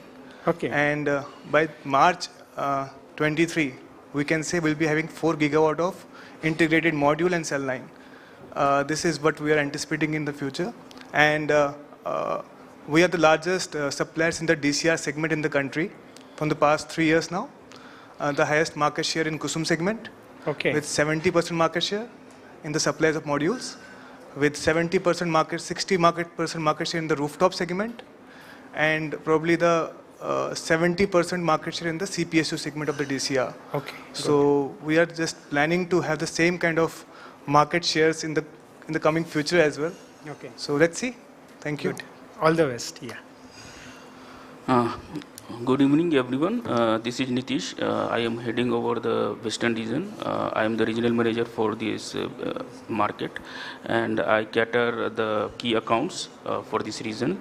And last year, we had done very good business in India also. Last year, we have achieved 1 gigawatt milestone. So currently, right now, we have a product portfolio of 2.5 gigawatt plus for string inverters, and last year also we had introduced off-grid inverters also to the Indian market. Thank you. Thank you. Thank you. About me, I am Jayesh Akole. I am the co-founder of Windsun Ecosystems. I run rooftop solar segment EPC company. We are fastest growing EPC company from Pune. Recent success story, just 15 days back we backed one order for the hybrid wind solar project in Africa. So our team is going abroad and for the installations. Yeah. Thank you. Yeah. Now I think I'll get started with Rohit ji. Rohit ji, recently we are talking about BCDs, DCR, LMM. Do you really think that these things are going to help Indian panel manufacturers a lot?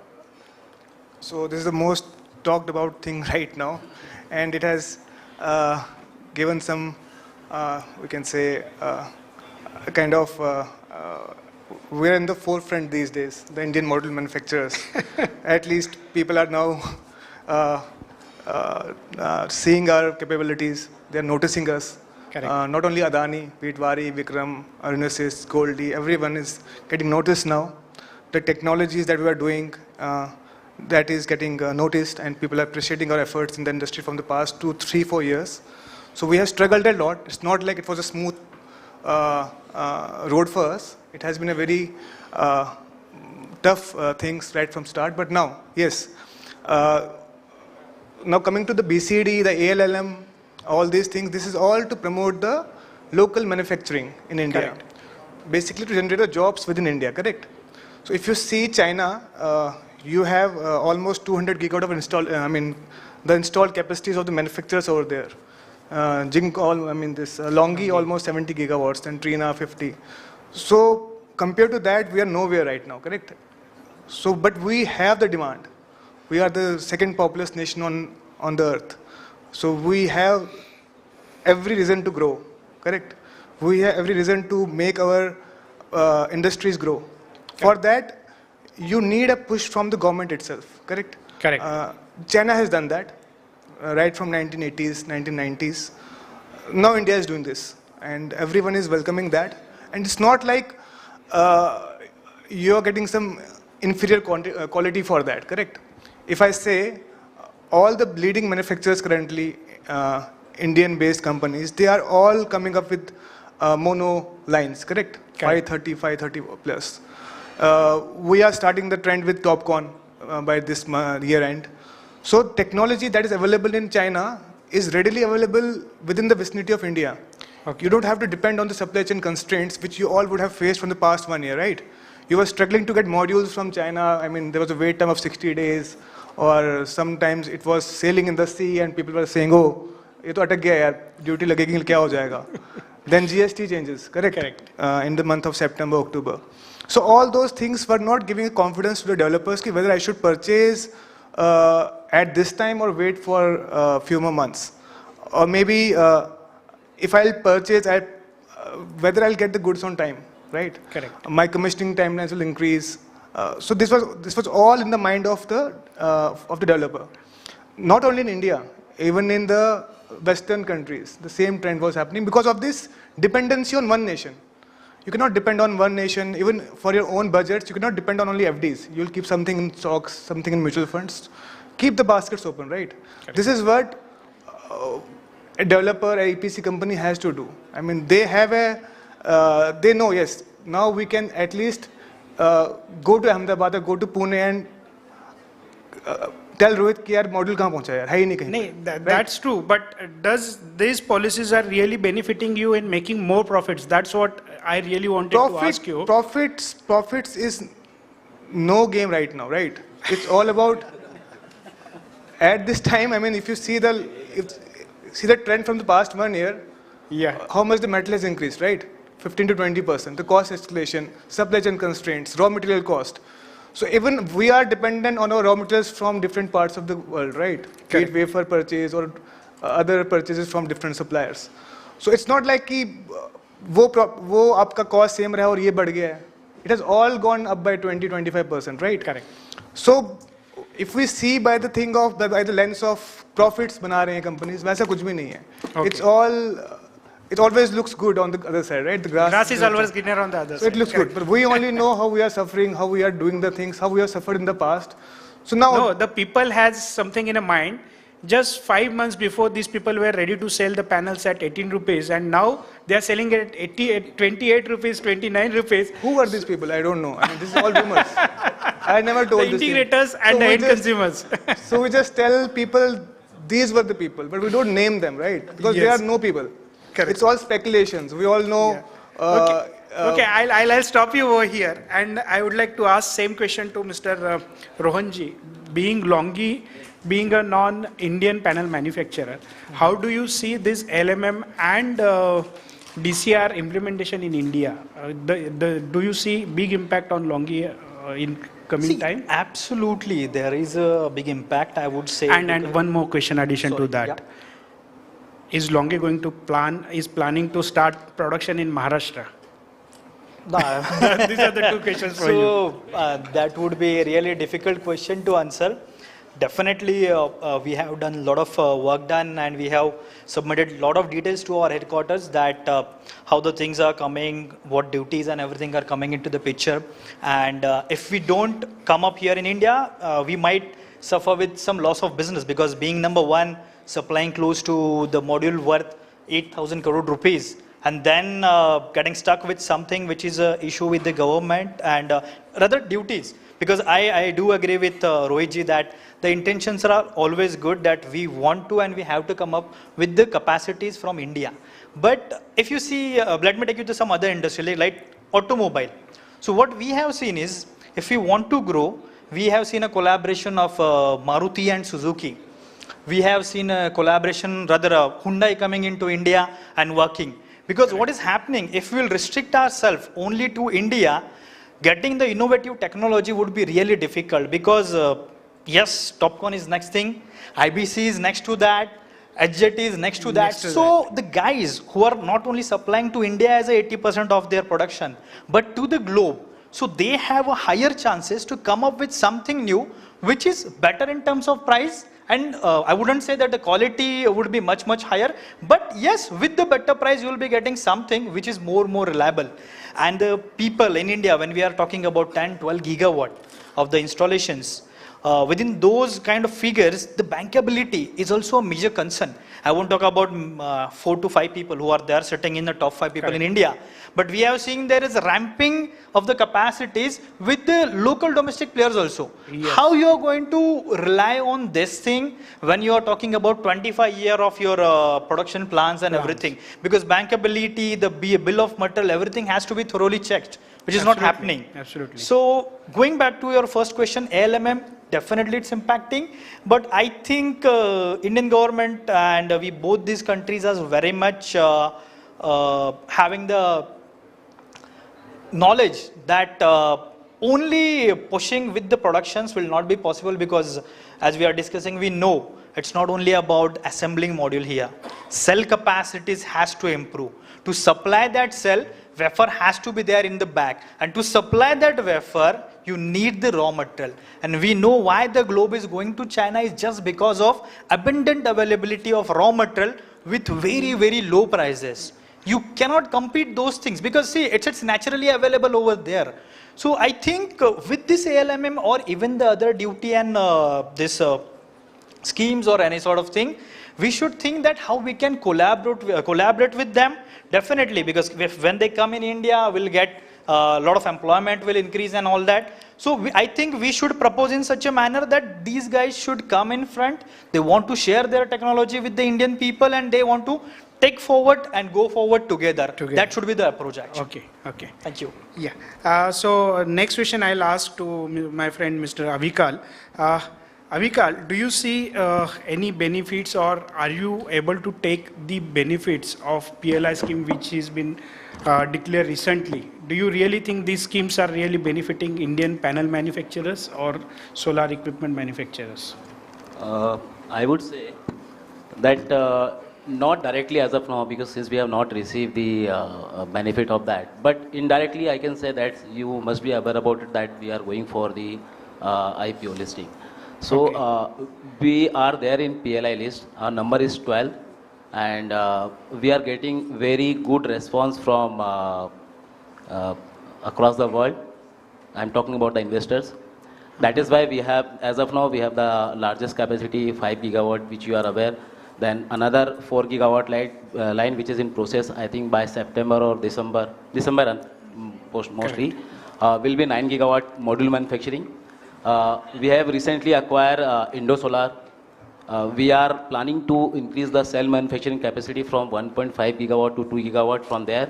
And PLI, we have already applied 4 gigawatt sale. So I think if all will go well, we will be 14 gigawatt company by end of this financial year. It depends on the governments. But yes, direct benefit is not received yet. Correct. It is yet to come. So that's what I think my friend Das also said, Gautam Das also said, that schemes or whatever schemes we see, that should be implemented as fast as possible so that people should be able to take the benefit of it. Yeah. So next maybe I should go to Rahul. Rahulji, how do you see the impact of good quality BOS in solar systems? Because when we say 25 years, 30 years, 40 years, how do you see the impact of it? Because Renewsys is a major player in supplying the backsheets for all the panels. And majority times what we see is, many of the times, not majority, many of the times backsheet changing its color to yellowish or some other color. So how do you see the impact of it on the BOS when we talk about the quality? So how do you... Yeah, basically we are having the capacity currently that's... Your mic. Hello. Yeah, no. Yeah, basically we have the capacity of 3 gigawatt in EVA and 4 gigawatt in backsheet. Okay. So I would say basically I'm not a quality person, but I'll try to say something. Basically quality is completely depends on the raw material, what we are getting from the vendors. Okay. The quality check should be there. Okay. That's very important because most of the developers are EPC players now they are aware and they are now focusing on the BOM. Okay. Most of the buyers are asking for the BOM first and they verify the BOM, which are the vendors are tier 1 and tier 2 and where from they coming, that's a material. That's also important. And we have actually, we are maintaining the quality in the both plants, one in Bangalore and in module as well. Okay. Bangalore, we have the Intertech approved lab, NABL approved lab over there. And we are checking the raw material test at all checkpoint, basically. So that's confidence we have, and maybe customer can give the good feedback because they are using since last 10 years our backsheet and UA. And we are also following the same in modules, and that's we are popular, you know. Yes, I can understand. Thank you. Yeah, thank you, Rahul. I'll now go to Trilok. Trilokji, can you please let us know how to distinguish good quality panels? Is it sufficient to say that all panels who certify certain standards or certifications, then all panels are same? Or no, there will be difference even though all panels have same certification or standards qualified for? Yes, so first of all, I think that technology is a very, very important aspect in a solar project, because when we talk about solar, so it is not like a kind of immediate investment, but it is kind of long-term investment, because we are putting, like we say in our normal life that a middle class person will invest his money in his lifetime for buying a new house. And at the same time, I think while installing a new project or a rooftop project, I think most of the guys will install a rooftop system once in their life, because the lifetime of solar project and most importantly, the lifetime of solar module is for 25 years. And now the future products like the bifacial modules, glass to glass modules, these are having 30 years life. So 30 years life means these modules are warranted for the next 30 years. But if you will ask for their design life, it will be more than 30 years. So when you talk about the quality of a solar project, first of all, we need to choose a quality solar modules. Now, my question is, when we talk about quality, everybody says my panels is having good quality, we are certified for this. So how to distinguish whether X panel manufacturer's quality is good or Y panel's quality is good? Just red really doesn't qualify that the panel is having premium quality. Yes, so now all these certificates, whether you will ask for IC certificate or you will ask for BIS certificate, basically these are the minimum technical guidelines. So if you are designing your system, only BIS or IC is not sufficient. First of all, whatever the brand you are choosing, they should be available in the market since a long run, so that you can get their proven performance history at Indian climatical conditions. Because IC was designed based on the climatical conditions in Europe as well as in US. But in India, the climatical condition in our country is completely different as compared to European countries and the US part. So I don't think that IC or BIS is sufficient to rate a quality of a good quality solar module. But at the same time, the best part, the best criteria must be the proven performance history. You should talk to your peer group, you should check their installation base, and at the same time, you need to simulate the technical parameter, like you need to compare one vendor's datasheet with second vendor datasheet. PEN files are available with almost all the suppliers, so you can simulate your system based on the PV system. And it is very difficult because on datasheet as well as maybe on PV, on the PEN files, you may get the same kind of generation number. But the most important part is the credibility of the brand. So first of all, you need to check the financial capability of the brand. You can ask your vendor to give you a third-party performance insurance for the next 25 years, so that maybe in the coming time, if that vendor will not be available in the solar industry, you can claim your generation with the third-party insurance company. So there are different aspects, but first of all, while designing of the system, you need to have a confidence, like whatever the brands I am choosing, it should be the best brand available at this moment. Yes, thank you, Trilok. Thank you. Now I would like to go to my friend Mr. Rajesh Mutha sir and my guide Rajesh Mutha sir. Rajesh sir, when we say India, majority time we say rural India, because majority of population in India, Maharashtra, stays in rural part of Maharashtra. So the availability of grid is very poor in rural area. So off-grid or the pumping systems we have seen off-grid inverters, we have seen home lighting systems. So are you planning or can we expect some new products in industry in coming time for the rural sector? Off-grid systems I am talking about. Basically, we are manufacturing from last 25 years off-grid system, and we are doing the distribution of the panels, so Panasonic panels also. So we know we have the good connect with all the EPC players who are working in the rural area. So there is a huge demand for off-grid products in rural area, and now this demand is growing. I think nearly 8% yearly it is increasing. So if we have seen the major tenders also, they are coming, off-grid tenders also increased. Correct.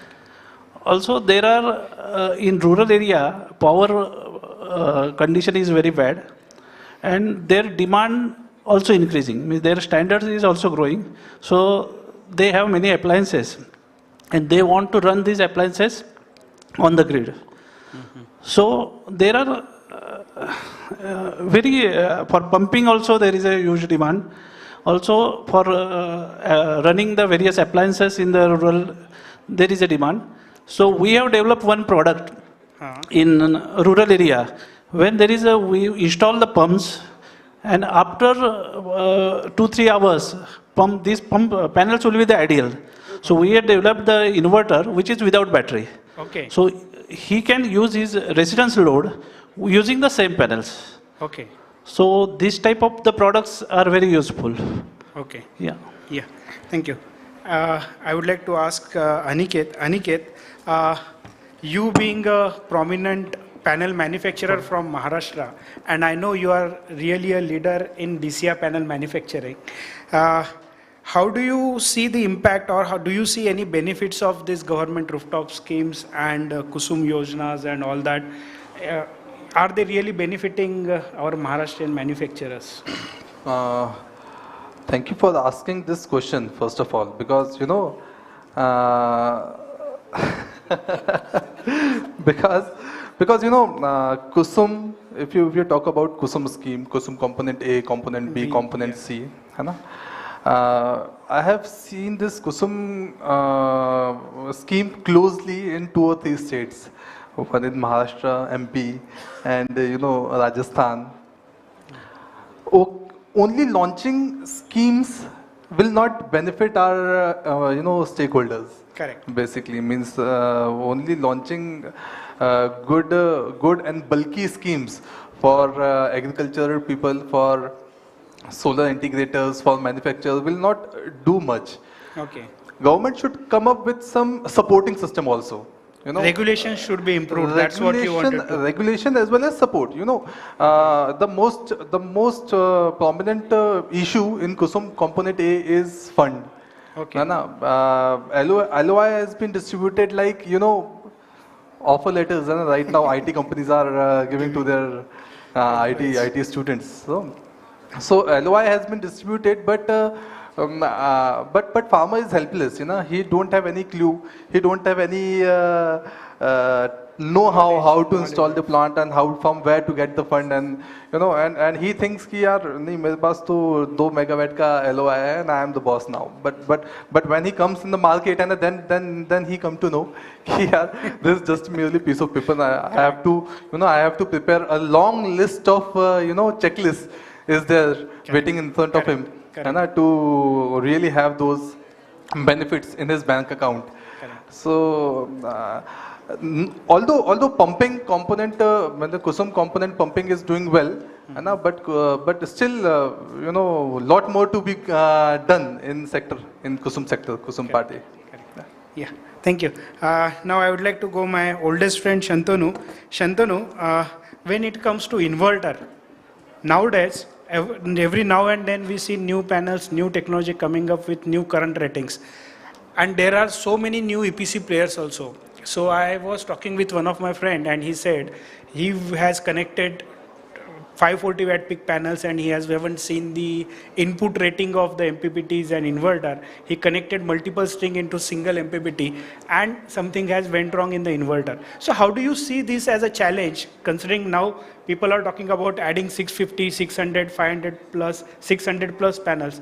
Do you see that as a challenge for inverter manufacturers?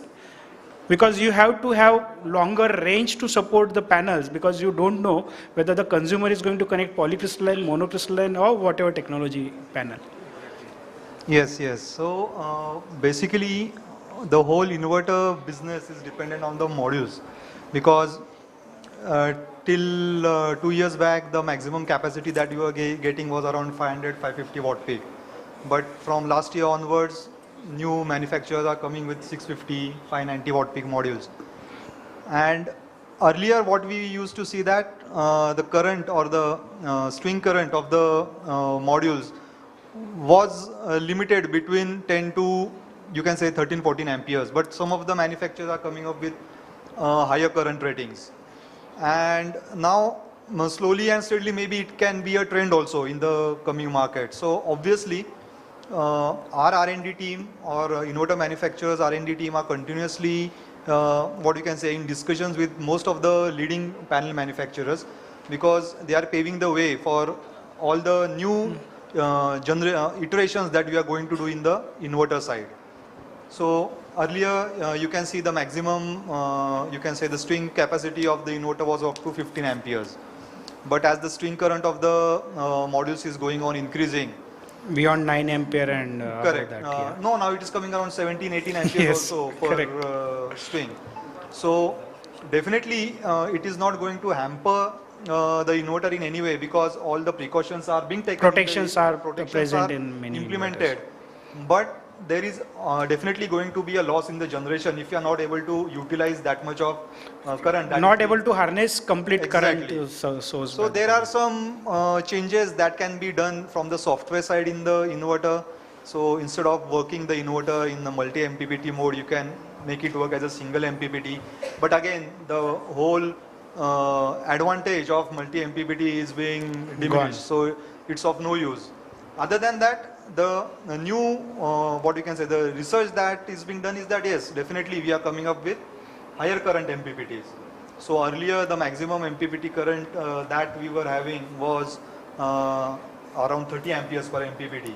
Okay. Now with our new generation of inverters for C&I that we have recently launched in China, and maybe in coming months it will be available for the Indian market. So we have ramped up the current capacity to 50 amperes per MPPT. That is, per string you will be getting a maximum current of around 25 amperes. So definitely when the overall current is going to increase, it will help you to harness maximum power from the panels. And when you are going with higher current modules, the number of inputs required at the input side are also reduced, can be reduced, not should be reduced, but it can be reduced. So instead of going for 10 MPPT models, correct, you can come up with 6 or 7 or 8 MPPT 8 MPPTs, models. correct. So definitely as the components... But here is one more additional question. Adding multiple MPPTs or keep on adding multiple MPPTs is something what I feel is shaving blade. पहले एक blade आता था, फिर इसमें 2 लगा दिया, अभी match 3 हो गया, 7 हो गया. Does that really help? Because there are people who has 100 kilowatt inverters with single MPPT. Yes, so but the people are not using that now. They are going with multiple number because when you are going for any industrial shade, definitely you are having different orientation. Maybe it will be north, south, east, west. Absolutely. And when you are having different orientations with different number of MPPTs, definitely it is advantageous because if there is any sort of shadow during a particular time period, it is not going to affect the complete generation of the inverter, but only for maybe a single MPPT. Yeah. So it is advantageous, and definitely people are opting for going for that particular multi-MPPT models that are available. So yes, with the higher ratings of the models that will be available, definitely we have to gear up and come up with a solution for whatever the models are available in the market. Are we expecting anything new in on-grid inverters? New technology or something? Yes. So I have just gone through my presentation in the afternoon, and as storage is going to be maybe the next upcoming market. So right now, whatever the inverters we are developing, not only for the Chinese market but for the European market, we are making it battery ready. So once the same, you can say the on-grid inverter will be available with a battery port. So in the near future, you just want to go for a storage, any sort of storage, you can just connect the batteries and use the same inverter as a storage inverter. So I think that will be the future phase of inverters that will be available but with rolling out of that kind of inverters, do you mean that whatever inverters nowadays we are installing, we all have to change the inverters, or we can expect some retrofit kits for that? And is it a starting for new retrofit kit, or it could be a good opportunity for new entrepreneurs to start the manufacturing that kind of kits in India, in Maharashtra? Correct. So whichever the plants which are already installed right now, so with them it is not possible to go with the battery storage. But yes, there are some AC coupled options available. So that particular inverter can be just connected in parallel with your current on-grid inverter, and your whole plant will be a battery storage. So during the day it will work as a normal on-grid. During the evening times or during the non-sunny hours, it will be working as a BESS. Yeah. So Thank you. yes, those options are available right now. Okay, thank you, Shantanu. Thank you. And now I would like to go to Nishit Solis. Nishit can you let us know, just few minutes before Das sir and the previous panel was discussing about ability to modify multiple parameters of inverter remotely and control the inverter, or to fix the inverter issues remotely. So how do you see this as a benefit as well as a drawback? Because for me, I feel it's a drawback. You can say it's both the thing. It is advantageous also. From the inverter manufacturer's point of view, it is an advantage because whatever the downtime of the inverter is there, it can be easily rectified. The solution can be rectified, can be given, and the whatever the, for example, if the person is going to the field and doing the rectifications and all that, it is taking a lot of time. So it's a time consuming thing. So it's better to if you can do the firmware upgradations and other things through the software itself remotely from an office or from somewhere through the what you call the monitoring devices and all that. So it will be a benefit, saving the time and saving the generations. Yeah, but sometime before, I was listening to one of the podcasts, and they were saying that majority, so I should not label it Chinese, but yes, the podcast was about that, and they were saying if the inverter has the ability to modify their parameters or control to switch on or switch off the inverter, there is a possibility that inverters can be hacked easily, because the protocol is majority times open, and if some geeks can identify how to get into your inverter, they can switch off your inverter, and then we might face a huge power outage situations. So, but the options, actually the better is to give the options to the client, right? So, So the question is, so something, I'll just rephrase it a little bit more.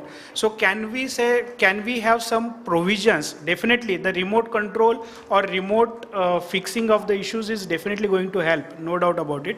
But can we have something like firewall kind of systems inbuilt into inverter? Can we see that kind of system being implemented at inverter level? Because that is also a microcontroller, microprocessor based systems.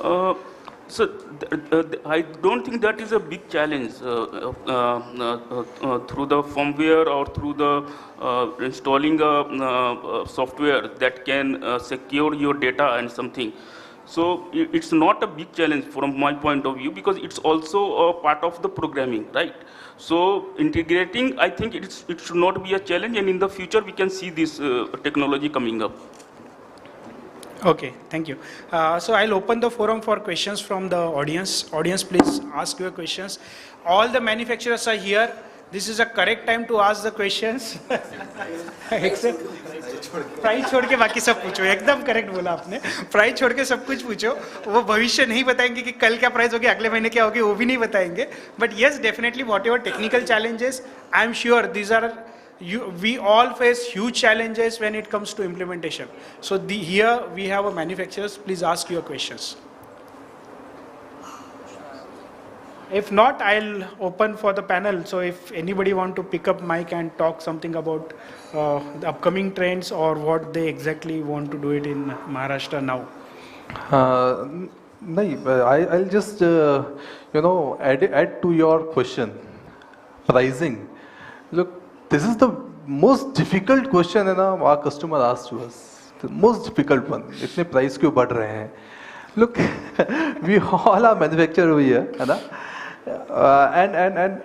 on behalf of all of us, I take this opportunity to tell you कि absolutely this thing is not in our control.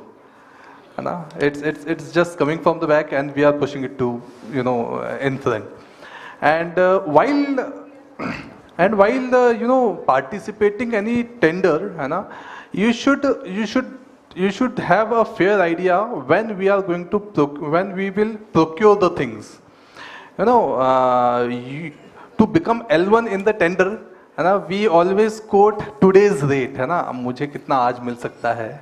In fact, some people go beyond and they think कल के दिन metal का price कम हो रहा है तो और कम होगा. And they itself predict the future कि panel के price तो कम हो ही जाएंगे, but it's not like that. It's an international market commodity. N number of things are there which decide module prices. So while quoting or while bidding in any tender, I request all of you, all integrators, please specify the time when you are procuring the things actually, and ask your vendor, what will be the price at after 3 months or after 6 months when I will procure the things. And on behalf of each and every integrator, I assure you they will 100% give you a genuine suggestion.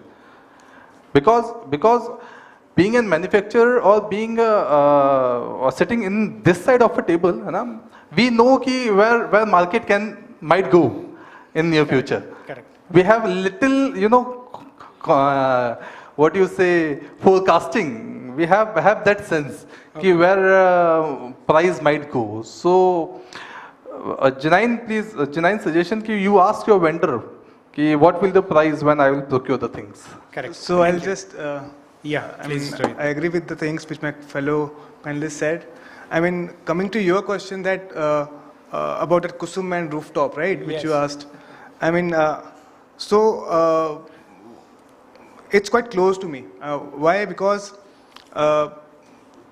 we have supplied almost 70% of the panels to rooftop segment only, residential rooftop, in the state of Gujarat. Okay. So, for me, Gujarat, Maharashtra, MP and Goa were the 4 priorities for me because tenders in jagah pe the, and Rajasthan. Gujarat was picking like anything, 600 megawatt tender, PGVCL. Correct. The 600 megawatt PGVCL tender before the lockdown. And Maharashtra was at 25 megawatts. So my intentions were to see something coming from Maharashtra, right?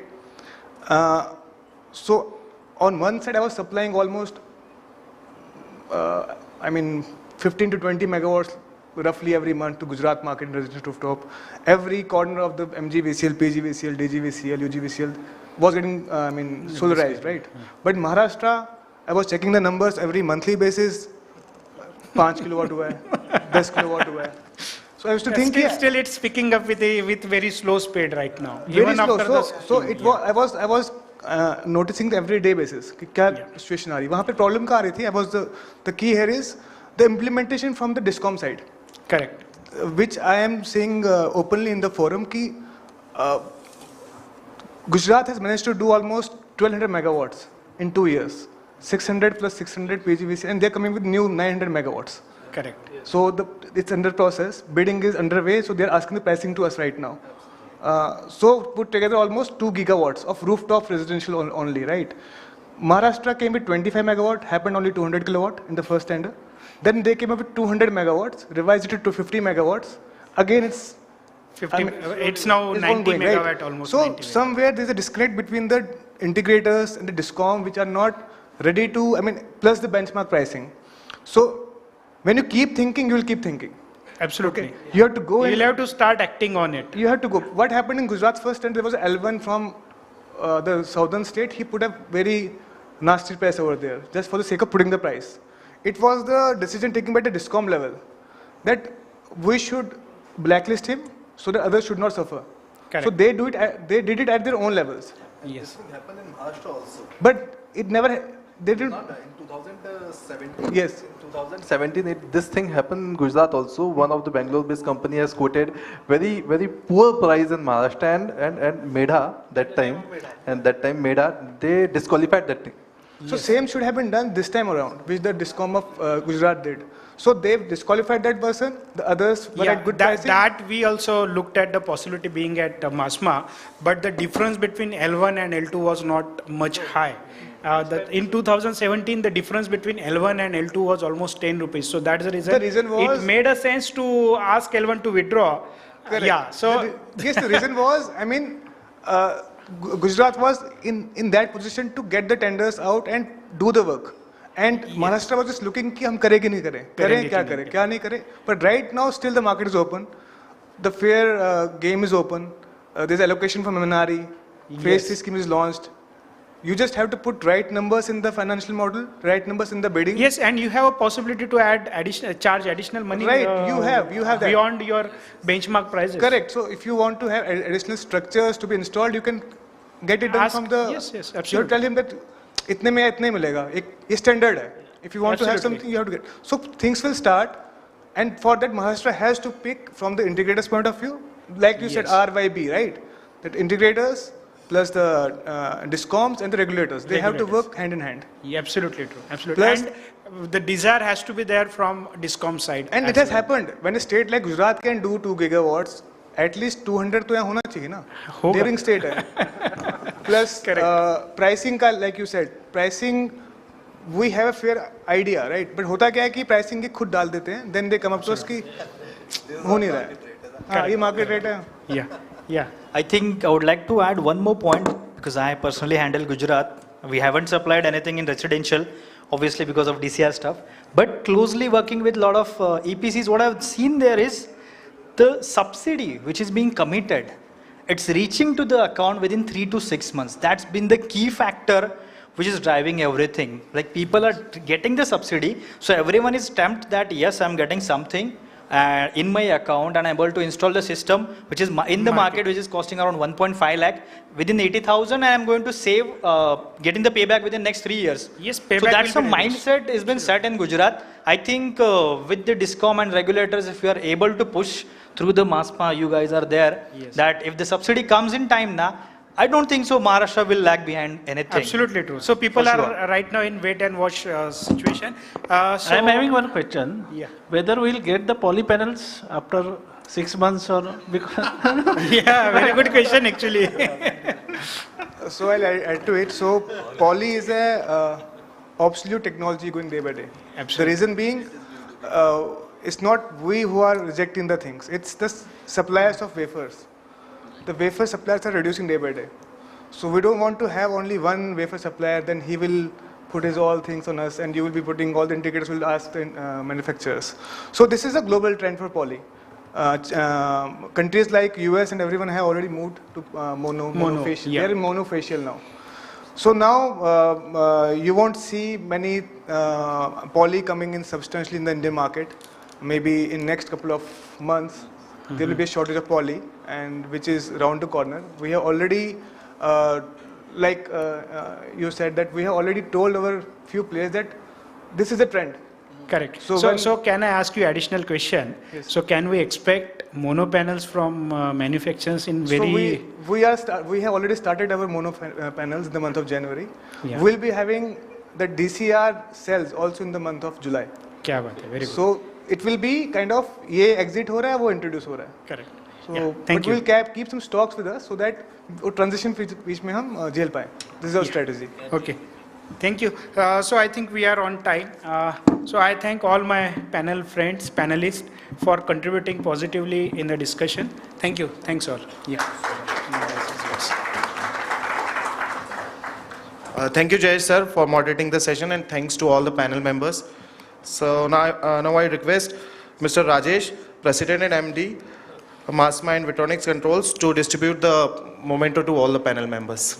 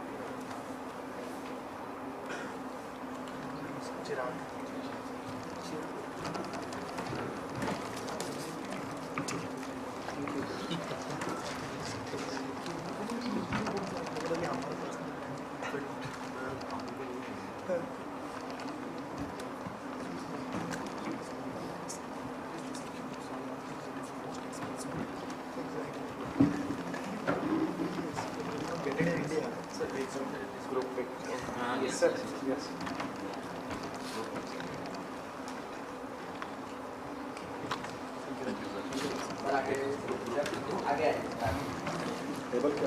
आगे ना? हाँ. Yes.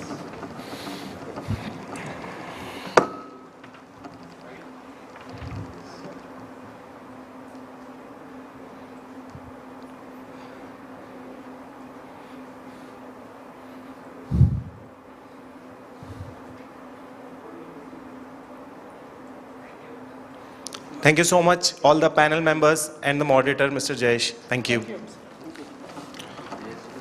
So with this, yes, sir. We are coming to our last and the final session, that is on EPC and O&M.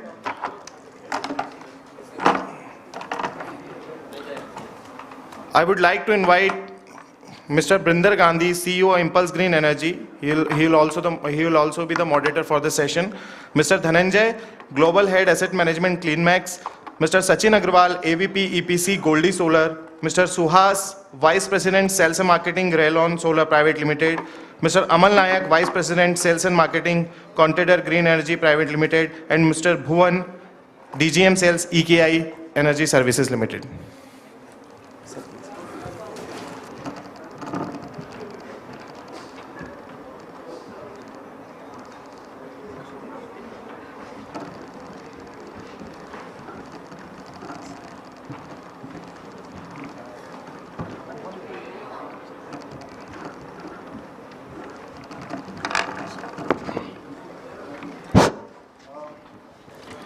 Joining us with is also Mr. Vikrant Bankar, co-founder, business development head, Sustinify Energy LLP. So moderator for the session is Mr. Brinder Gandhi. Over to you, sir. Thank you. Thank you. I think if you see in the hall also, so the session we are trying to conduct about O&M is the least priority. Sorry to interrupt you, sir. Mr. Ritesh Srivastava is also joining with us. He's the sales head from Dynamic Corporate Solutions Private Limited. Okay. Yeah. Please, yeah. So O&M is the least priority for everyone. See, in this also we have been put on the last session. Also, if you see some of the fellow panelists have also not come. They are not interested in talking about O&M or the EPC or quality. But yes, we have a lot of colleagues from industry who are really interested in giving you a lot of insights about the importance of quality and O&M and the requirements of O&M for because when we are talking about a solar plant, yes, everybody is talking about 25 years of life expectancy of the plant, and all the designs are done normally with expectation that 25 years will be the performance of the plant. But definitely to maintain and ensure that the plant run for 25 years, the most important part is the O&M, and definitely the EPC when the construction is done. So I would first like to welcome all of you, and I would request you to please introduce yourself. So we may start with. Good evening, everyone. This is Ritesh Srivastava. I am working as a sales head in Dynamic Corporate Solutions Private Limited. I look after EPC as well as the MMS portfolio. Speaking about Dynamic, we have been in this business since last 7 to 8 years, and we have a portfolio of around more than 500 installations. Recently, we have started this MMS business, and in a good short span of time, we have picked up really good. And we have some good esteemed clients who are associated with us. So yeah, looking forward to this final session. I hope the energy continues as it was in the morning session. Thank you so much. Good evening, everyone. I am Suhas Pansare, representing Rely on Solar. Our company is 12 years old. We specialize in rooftop designs. Two things differentiate us, we believe. Number one, our every system is unique, it is customized. And our systems generate highest power per kilowatt because of various aspects which I will cover in subsequent session. Hello everyone, this is Bhuvan Shukla. I am from EKI Energy Services.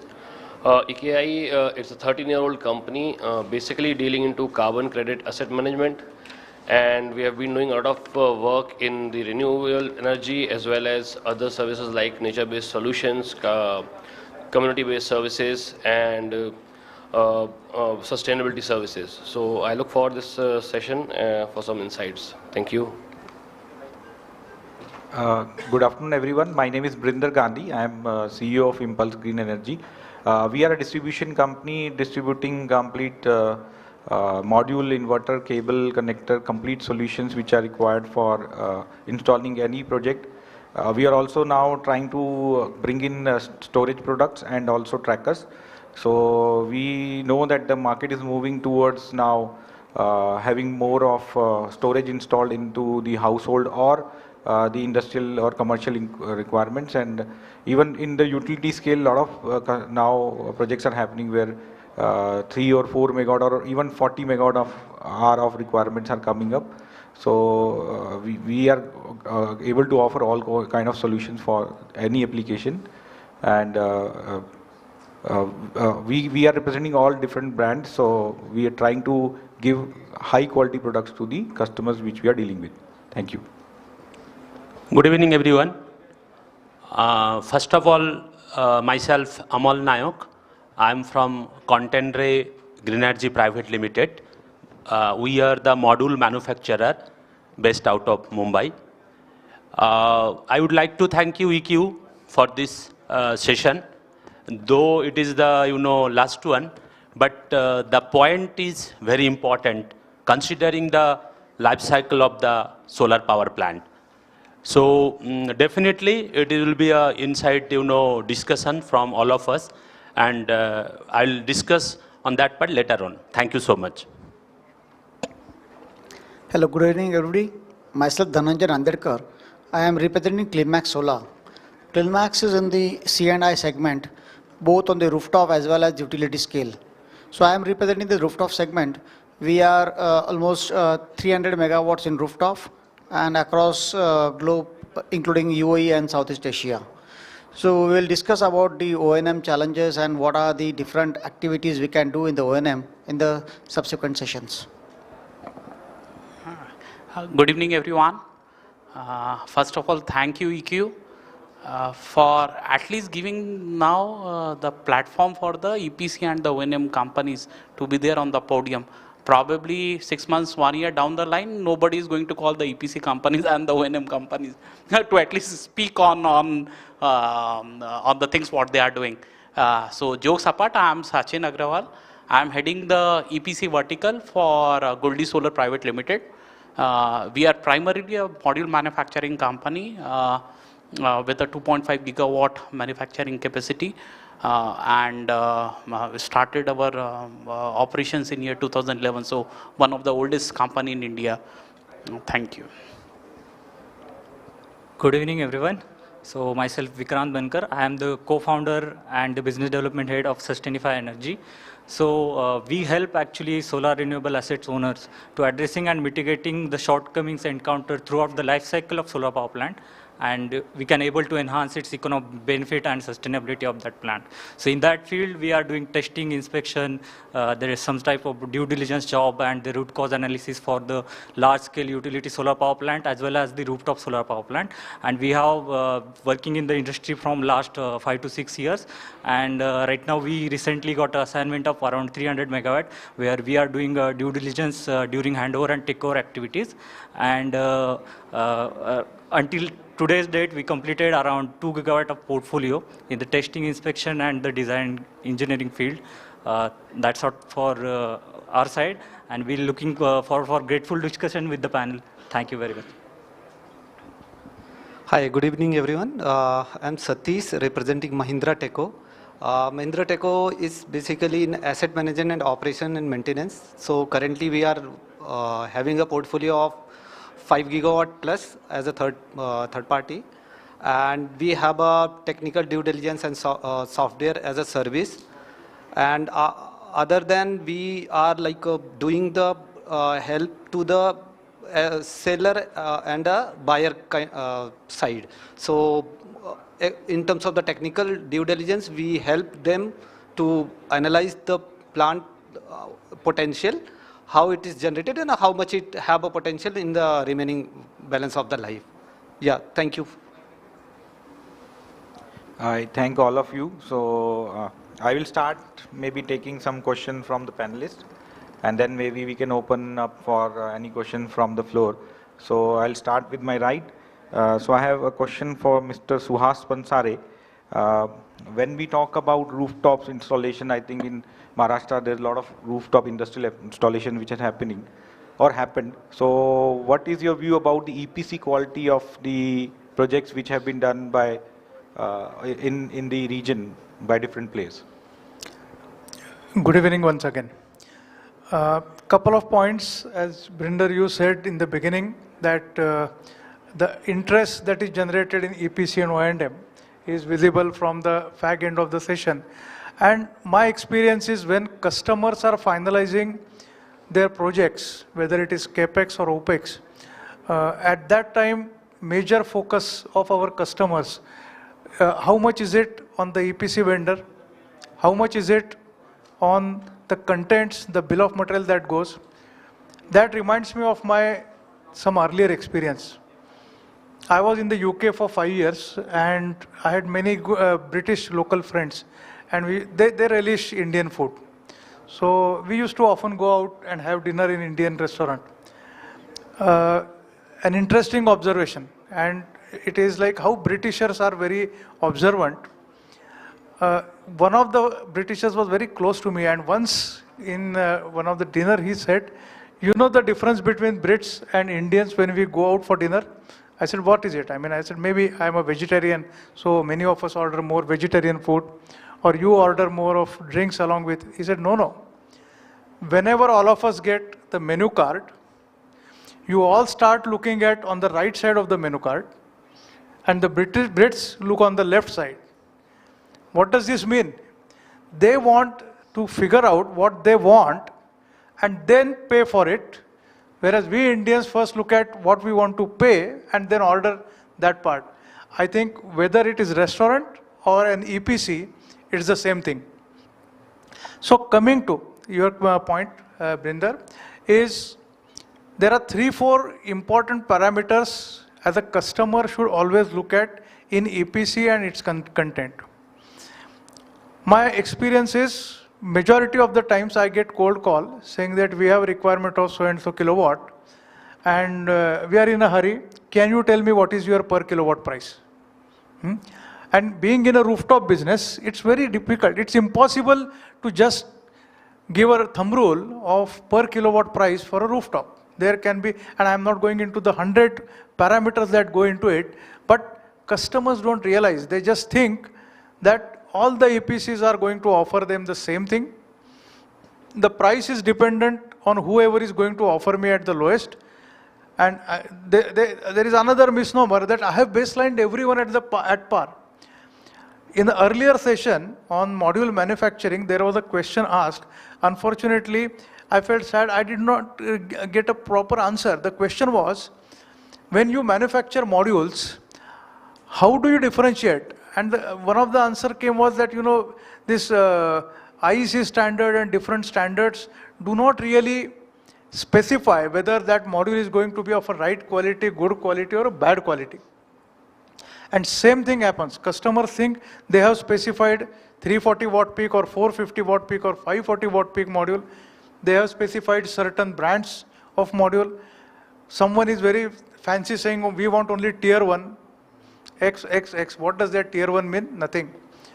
Similarly about structure, yes, we want HDG.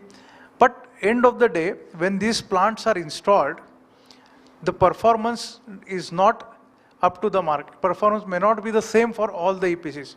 So number one, I feel is customer should go into the bill of material and what is it that EPC is guaranteeing you. Why is he guaranteeing? Not only what is he guaranteeing you. Why is he guaranteeing this generation numbers? Number one. Number two, check whether those EPCs, their past performance talks about same thing. So for example, if I claim, I said in my introduction that our generation per kilowatt is probably the highest, at least in Maharashtra I will claim. Now go and check with those EPCs. Are they getting those numbers, what they have committed or not? Number three, people always will look at only modules and inverters. But again, there was a question in the earlier session. What about BOS? So what BOS is being offered?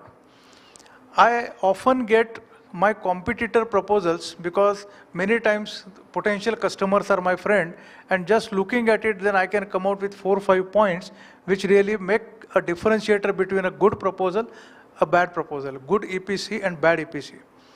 So as a conclusion, I will say it's important to really drill down and figure out what all the bill of material is being offered, how it will really give that performance, and check whether that performance is demonstrated in the past. Thank you.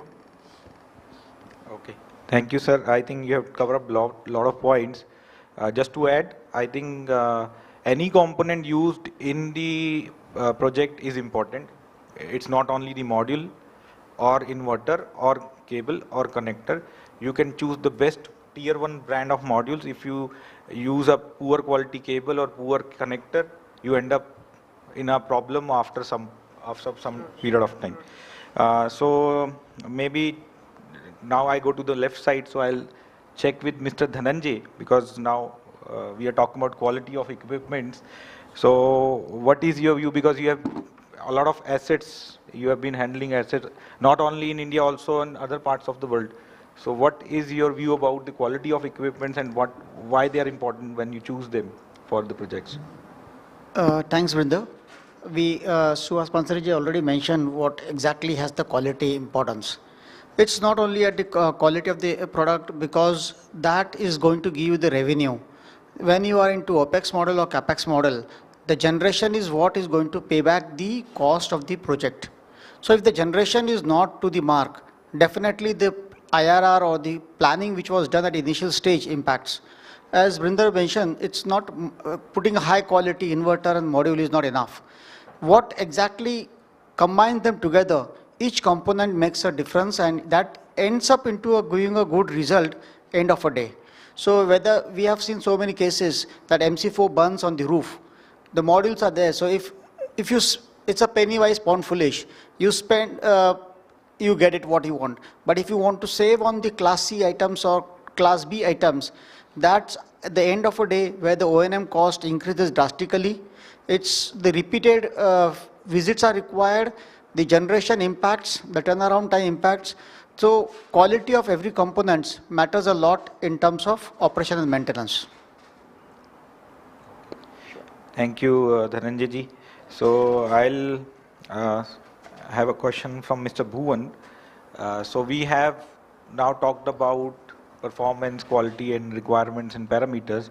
But what are the new or maybe avenues which are coming up in the market where we can increase the profitability of the project, not compromising on the quality and other parameters, but still we can have a better maybe profitability or better revenues from the project?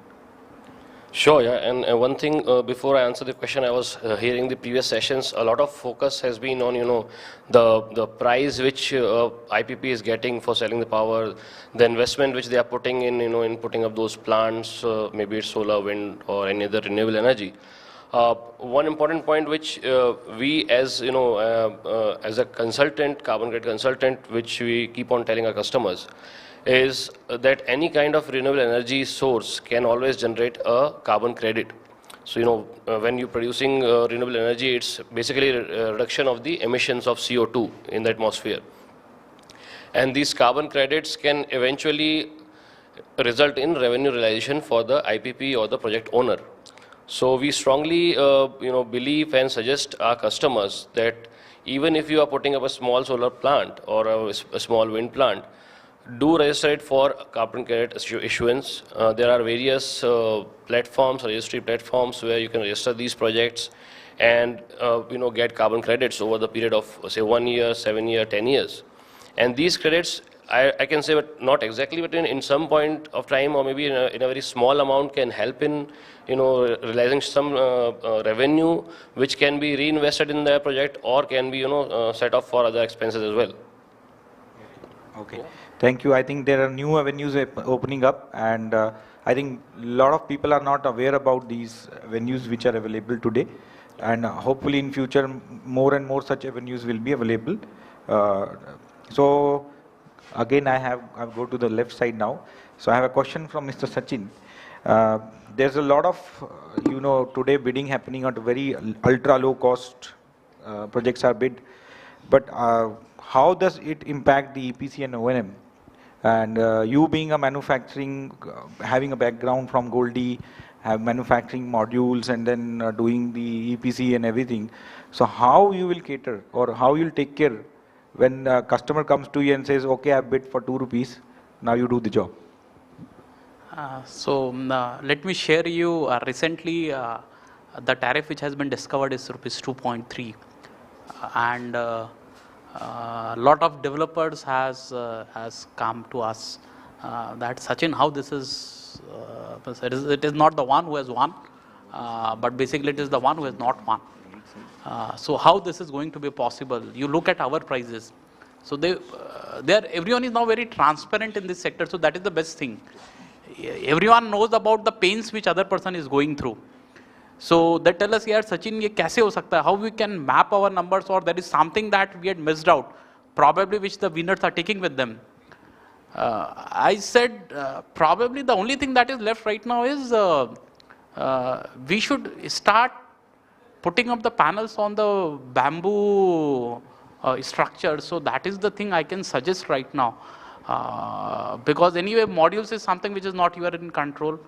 Copper is something which is beyond your control. Structures is something which you cannot do much. So better we should start looking for different thought process which probably needs to be not out of the box but out of the planet. And that is only the feasible way to look at those numbers. But jokes apart, probably as a module manufacturer and getting into the EPC, we are somewhat in a better position to forecast and predict that where the prices will move. Although, if you ask me today what would be the sell price tomorrow, I will not be in a position to tell you the accurate answer. But the players who are not into this particular field or who are not into the module manufacturing, they are aware, or their awareness is 0%. Probably I would be 20-25% better aware than those guys, and I can predict those numbers. So eventually, if you are quoting so low at a developer level, then the entire stress is going to come to the entire value chain, whether it is the module guy, whether it is the inverter guy, whether it is the cable manufacturer, or per se if it is the EPC and the O&M person. But if you are thinking to put up a plant or you want it to run for next 25 years, you need to have a good engineering with you. You need to have a good procurement guy who knows that the vendors whom I am associated with, what is the credential of those vendors or OEMs, whether they had even lasted for last 10 years. You forget about 25 years, but whether their company is there for last 10 years or not in the business, whether those companies are making profits or not. It is not about the top line, it is the bottom line that is going to sustain them for next 15-20 years. So whether those companies are there or not, you can disregard roads, you can disregard probably a control room, a security guard room. I will say it is invisible kind of stuff right now, but earlier it used to be there. So there are critical components which are going to generate electricity for you. Please consider a good quality products for those critical components. For others, you are open to take shortcuts. Yes, with such kind of low bids which are coming up, there are going to be issues on the quality side, and the pricing is going to be always under stress, whether it is the EPC or the O&M. But I'd seen good projects by good developers, even when they had bidded low. So smartly what they had done, that followed the SOPs and the process during the execution part. They had not missed on the engineering aspect of the solar project development. If you are following and you are very prudent in your processes, probably your troubles would be less during the operation and maintenance. So if you want to look for a sustainable project in a longer term, please put in a very thorough process of your evaluation, of your execution, of your engineering, so that your plant is going to give you less trouble in the longer run. Thank you.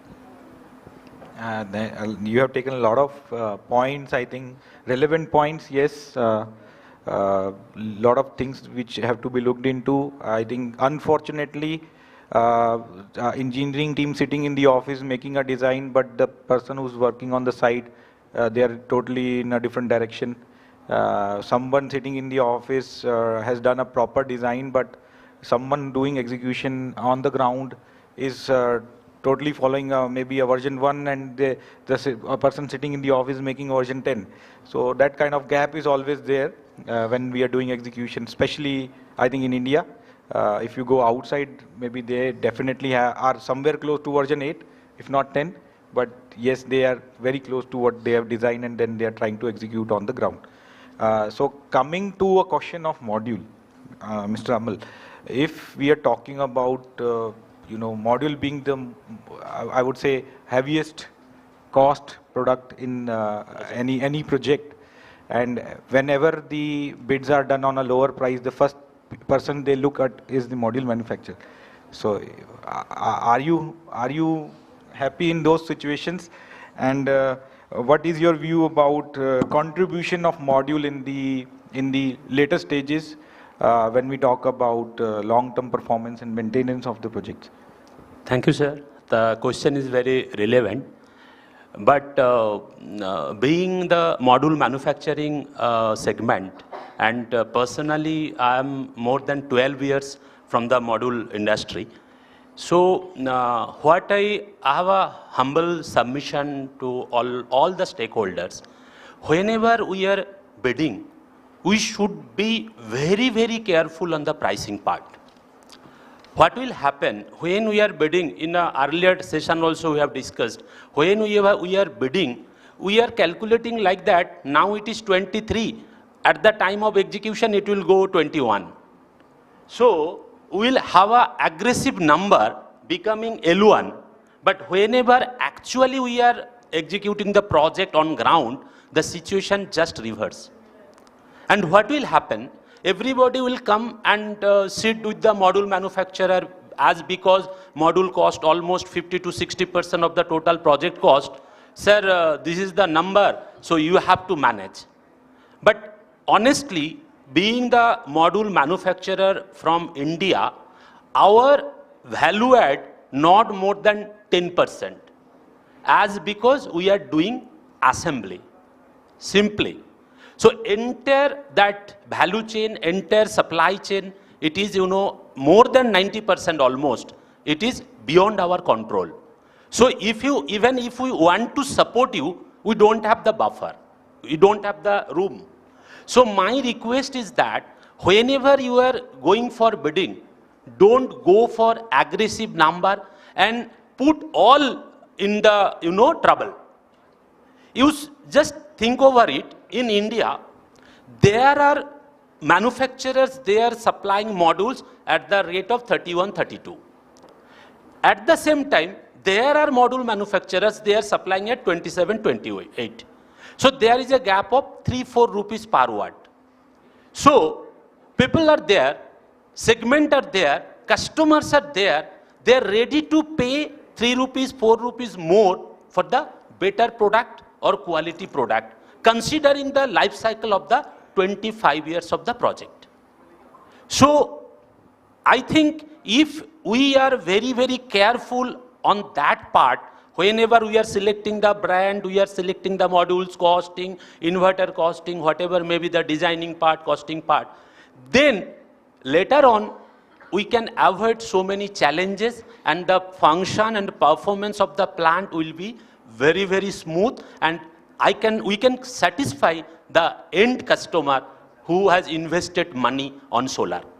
So as a whole, if we seriously think over it and we have a fresh number from now, I think I am very much confident we will get our own share across the country without pulling other legs. But things are happening in a different way. Someone quoted 40, I will go and quote 38. I don't know how to do it. I don't have any reverse engineering. But I have to give a lower number. That is my ultimate motto, ultimate target. But that is how we cannot sustain, we cannot survive in long run. So my submission to all the stakeholders, we have a quality standard, we have a SOP, we have a standard pricing so that we can have our own reasonable profit and good quality product, and we will be there for 25 years to serve our commitment. Otherwise, after 5 years, I don't know where we will be. So that is very, very, hard, nutshell, this is the hardcore of the solar industry. Thank you so much. Thank you, Amalji. I think it is important point, and coming from module manufacturer, definitely there's a room for negotiation or maybe price reduction, but since if the control is not there with the whole value chain, so again you also have all the bottlenecks, and then at one point of time you have to say no. So this we all have to understand and make sure that when we are saying that, okay, the other guy has given 40, I'll give 38, you have to ensure that you know how you will do that 2 rupees gap. Coming to the question about module testing, so I want to ask Mr. Satish Pandey, how Mahindra is doing that, and because that is one important aspect. Because of price pressure, definitely the purchase person has no choice but to go with the person who's coming up with a very better or aggressive pricing. But later on, when the O&M part is coming up, you are facing a lot of challenges on the side. So how you are supporting on that testing part, and especially on the module side? Yeah, thank you. During operation and maintenance, this is the biggest challenge about the any kind of additional testing. So sometimes what happens, every developer or every IPP said, during the operation and maintenance, we have given you the some target, you have to do it. There is no room for to do additional testing to assess the module performance with respect to actual degradation, what is estimated, versus just there is a parameter called performance ratio. You have to manage that performance ratio and on a gross level. So there is no in terms of the module, how module is actually performing, also overall a system is performing. So that's the challenge. So I can say that I recommend to IPP or developer to consider some set of annual or at least once in a 3 year, there should be some testing to benchmark the module performance, so that you can estimate over a remaining balanced life of plant, and in 3-4 key testing, one is thermographic testing to understand the at least hot spot, which is common defect. Then other one is the IV curve testing, where you can understand some relative performance of the module. Third one is the actual determination of the degradation, that is called the lab test or some field test called flash test. Once you do in a 3 year or annual, then you have a set of data, and data will tell you the CUF for upcoming or performance ratio for remaining life. And nowadays what happened, some agencies are doing some field IV test, and based on that they are saying we can determine the degradation analysis, which is fairly injustice for testing, because that's there are multiple variable parameter, not control environment. So testing would require some controlled environment to assess the actual degradation. So that's the, I can say as of now. And if going forward, if anyone have any detailed requirement with respect to module testing or some technical due diligence or estimation of your uh, plant performance for refinancing. So please reach out to us. We'll have the solution for that. Yeah, thank you. Thank you. I have also a question for Mr. Vikrant. You mentioned that there are a lot of analytic tools which are available and that can help and the support on O&M and maintenance of the plant. So what kind of solutions are upcoming or available today where we can figure out what kind of issues are there on the running projects and how we can help them? So, as our earlier session, Mr. Abhay sir told that it is important that we have to analyze and we have a data-driven analysis for the module. Because specifically, if we talk about plant performance, people are talking about the plant performance, but nobody is want to talk about the module performance really. And there are very less testing environment and like mobile PV lab and the testing methodologies available in the market.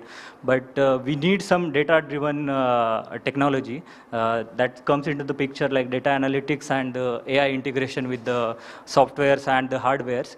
So the people are working on it, and a lot of people trying to enhance their skills and abilities in the module level monitoring and the performance of it.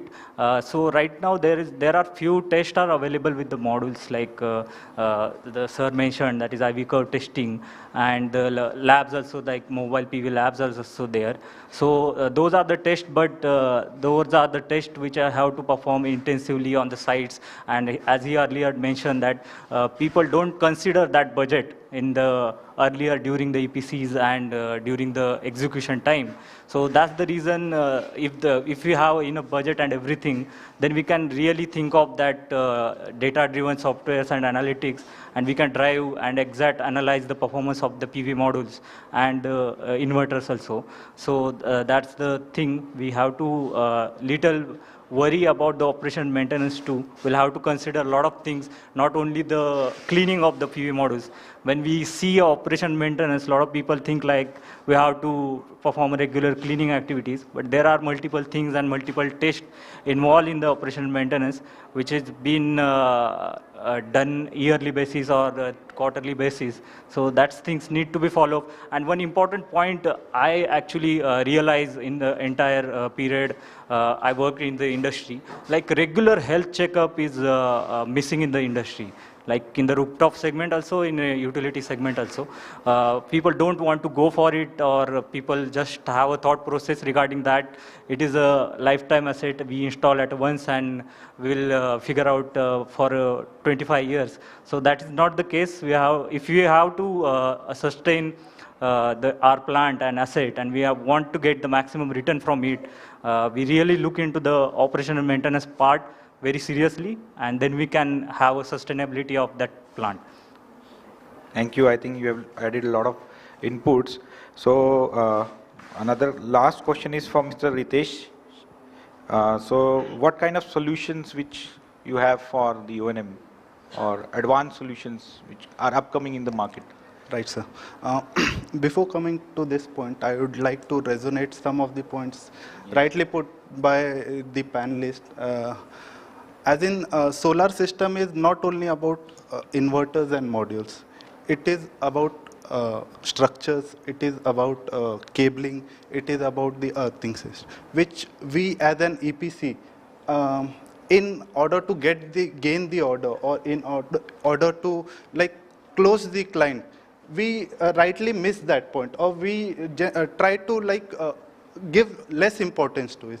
So my point is, in order that we do not have that recurring cost after installation of the plant, why not we as an EPC take that responsibility to offer better solutions, so that this recurring cost may like have a less importance, or may cost less over a period of time.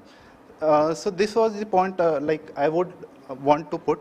Other thing is, as you said, what are the methods which are in the O&M?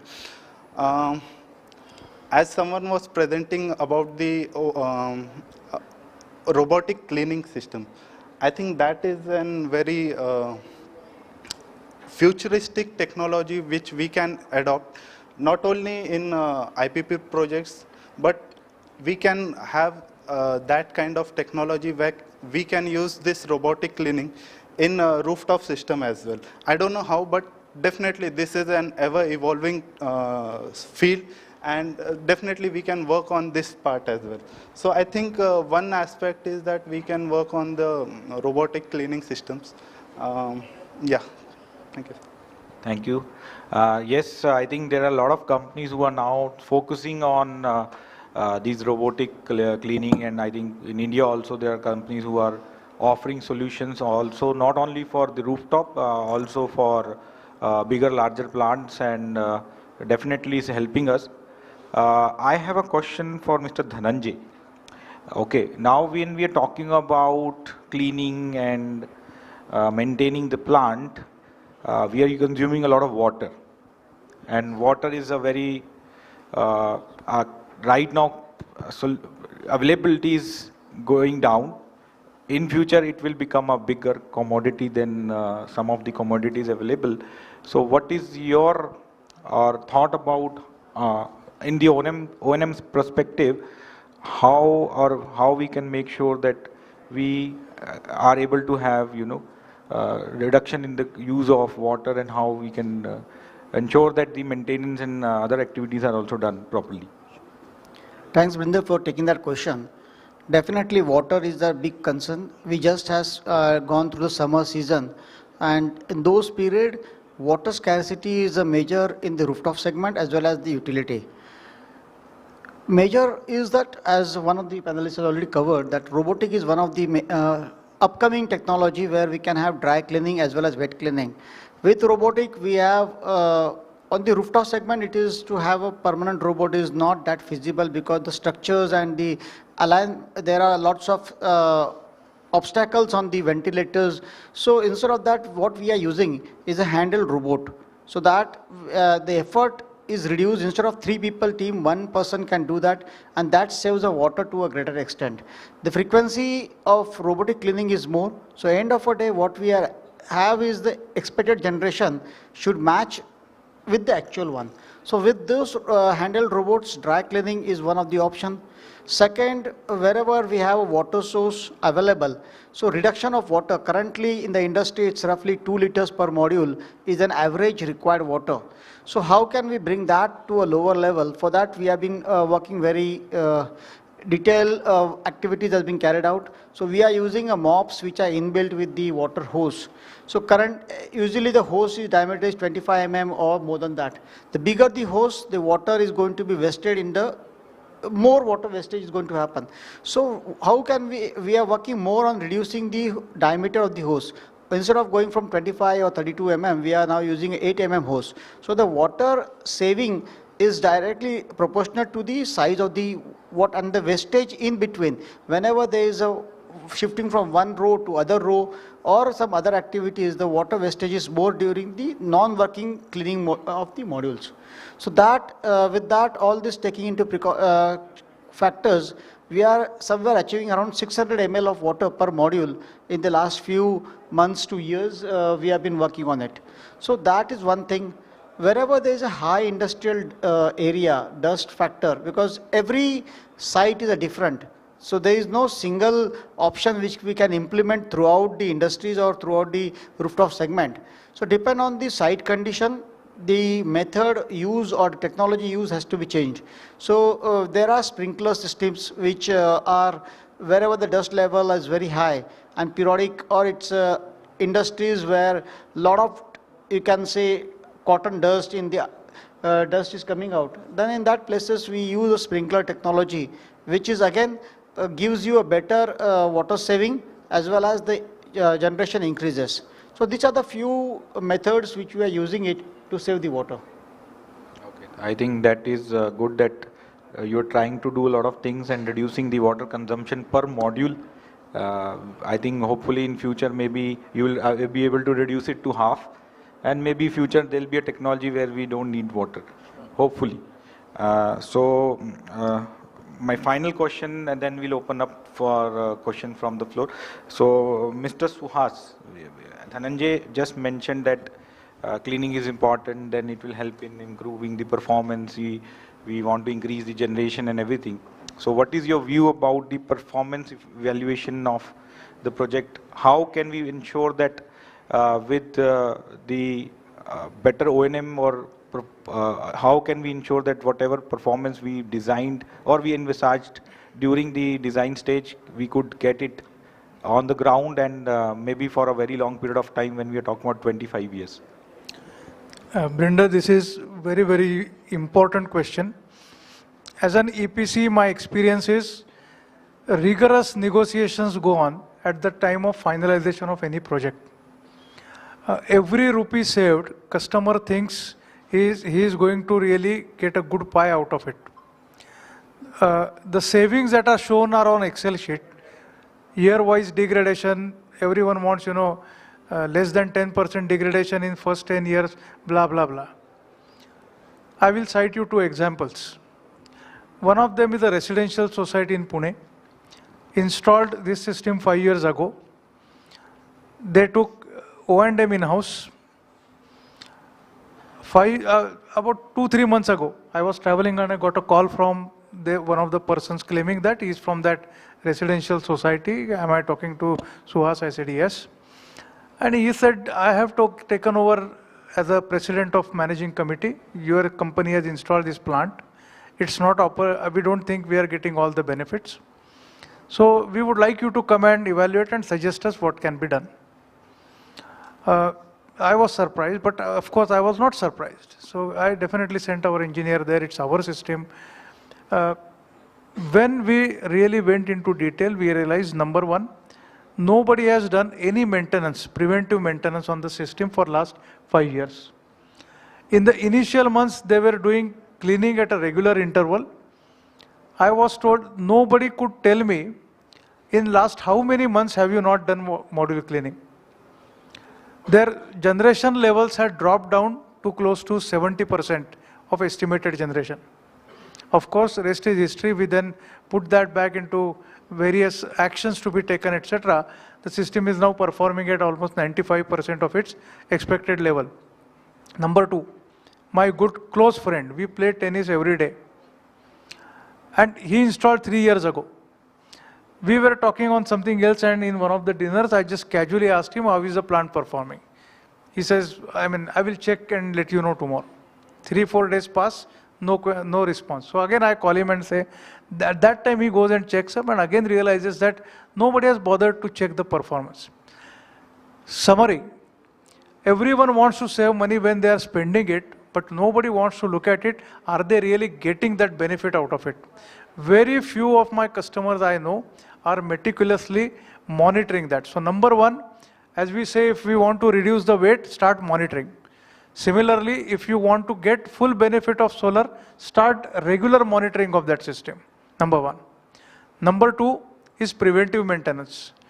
Many customers don't see a value of a quarterly visit. They think, usme kya hai? Your engineer comes, just looks at the system and certifies everything is fine. Why do we need that? But no, preventive maintenance helps you in arresting breakdowns. And of course, breakdown maintenance is critical. So, number one, start monitoring. Number two, at regular interval, whatever maintenance is required, like if you have a transformer, then give AMC to the vendor, transformer vendor. Inverter, again, large inverters, you enter into AMC with inverter manufacturers. This way, you can make sure that whatever was estimated generation, you are very close to that. Whatever were the savings that you had anticipated, you are getting those benefits. And that way only, whatever you had put on Excel sheet is how much am I going to get, payback period, return on investment, etc., is possible. Thank you. Thank you. I think we have tried to cover a lot of questions, and maybe with examples try to explain about the importance of doing the EPC and O&M for the projects. Definitely selection of components, maintenance of those components, and the periodically monitoring of the system definitely makes sense. And then we can get long-term performance out of the system. So I'll just open up for the floor if you have any questions. I think panel members are definitely eager to answer any question you have, and then we can maybe try and close the event because it's almost 6 o'clock.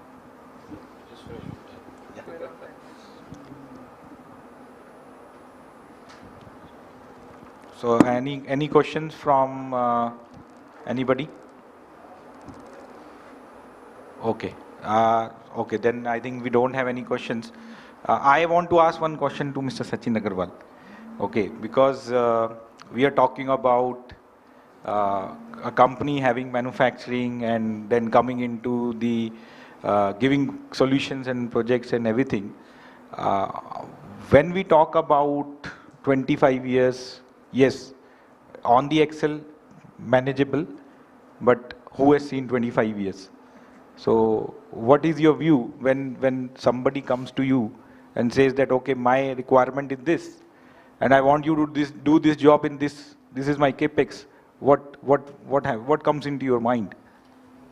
So certainly, if the numbers are comfortable to do, I said, you give me the order and I will execute the plan for you.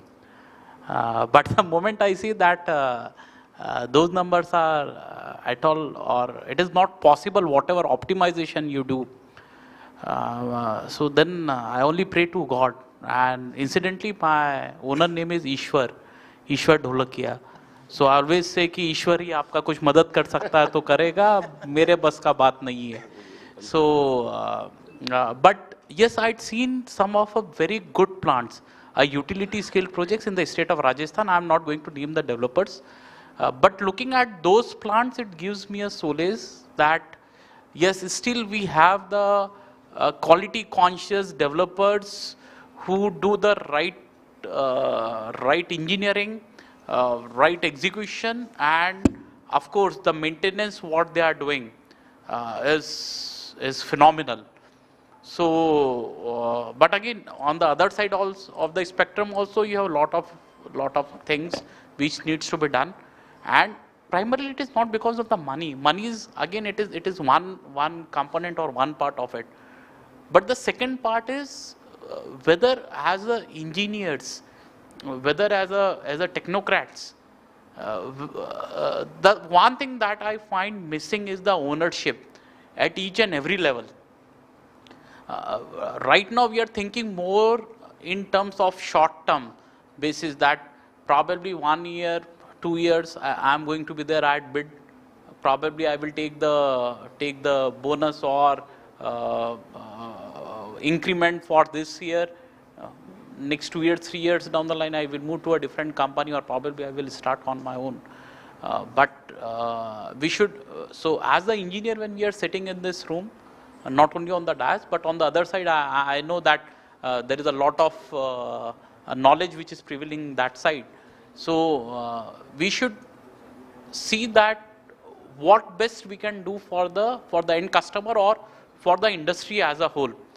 And in fact, one thing I had started when I joined Goldie, and I told to my team, we are doing lot of residential projects. So there we are taking care of the asset management. For all my CNI customers, probably our scope of work would be only for the operation and only for the EPC or up to the commissioning and handing over. But I told my team that you start asking for probably a 1,000, 2,000 rupees, 3,000 rupees, depending upon what kind of location it is. Don't look for the profitability. Just you cover your expenses. And if the customer is agreeing for it, make minimum one visit in a year to that particular plant, do a health checkup. I am having a RO, Kent RO at my home.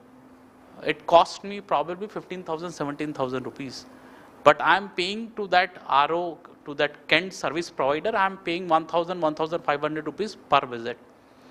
When we are putting up a plant which at least runs into bare minimum 1 million or 500,000, so why not we can ask for a 2,000, 3,000 rupees for a per visit. Then somewhere as a EPC we need to come out of that mold that If I ask for a 2,000, 3,000 rupees for a quarterly visit, I will lose this order. It is for a good of for that end consumer only. So this is what we need to change the mindset. Means everyone sitting here and start charging your consumers, but give them good services. Thank you. Brinder, I have half a minute if you can allow me. Yes, sir. So, I was in Shanghai inspecting modules for one of our customers, and over the dinner, this Chinese manufacturer, he made a very interesting comment. He said, "You Indians always look for price. There are very few Indian companies who come to us with quality norms." I think our friend what Sachin is saying, the quality will come with some price, right? If you, a cliche goes that if you throw peanuts, you get monkeys. The line that this guy said to me later on was an eye opener. He said that in our factory, no module is going west. All modules go into market. They get installed. So that means the best quality modules will be also sold, and not so best quality modules are also going to be installed.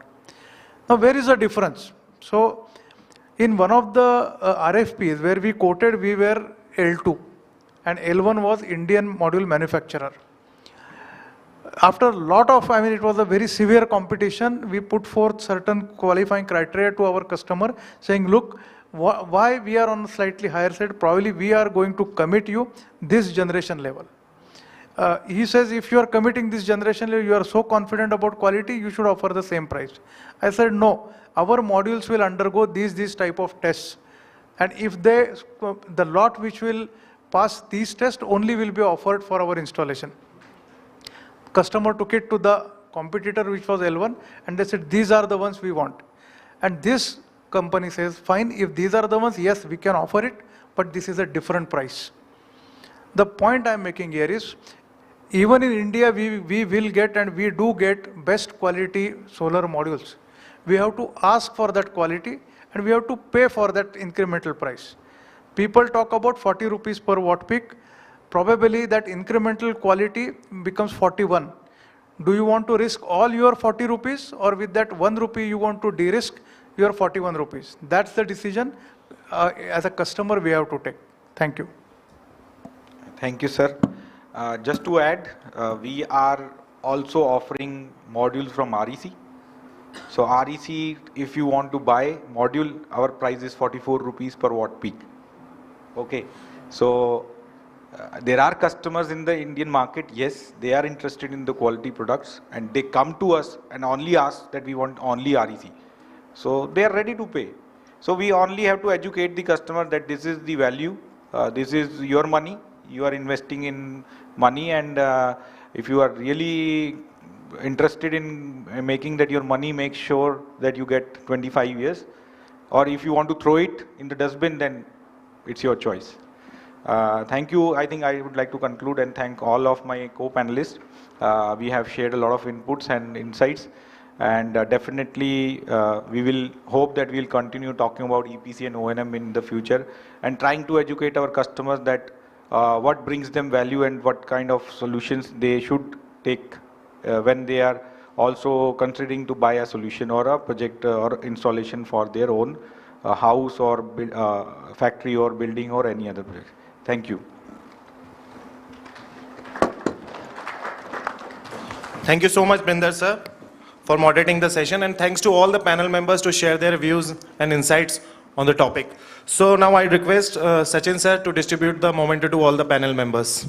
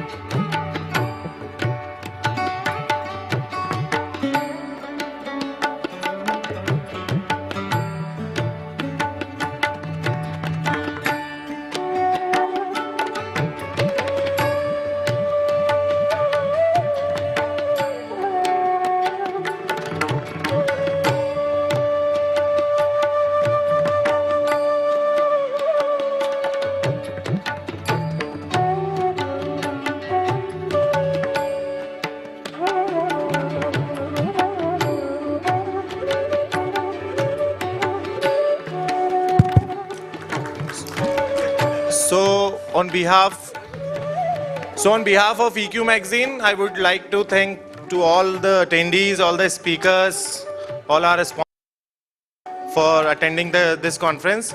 We are very delighted for this session, and your presence makes this conference more special. So do have a cup of tea before leaving the hotel, and we will be back with such again conference. We'll keep you posted about our upcoming events. Thank you so much for attending. Thank you. Yeah. So, on behalf of all the speakers, participants, and the audience, I would like to thank EQ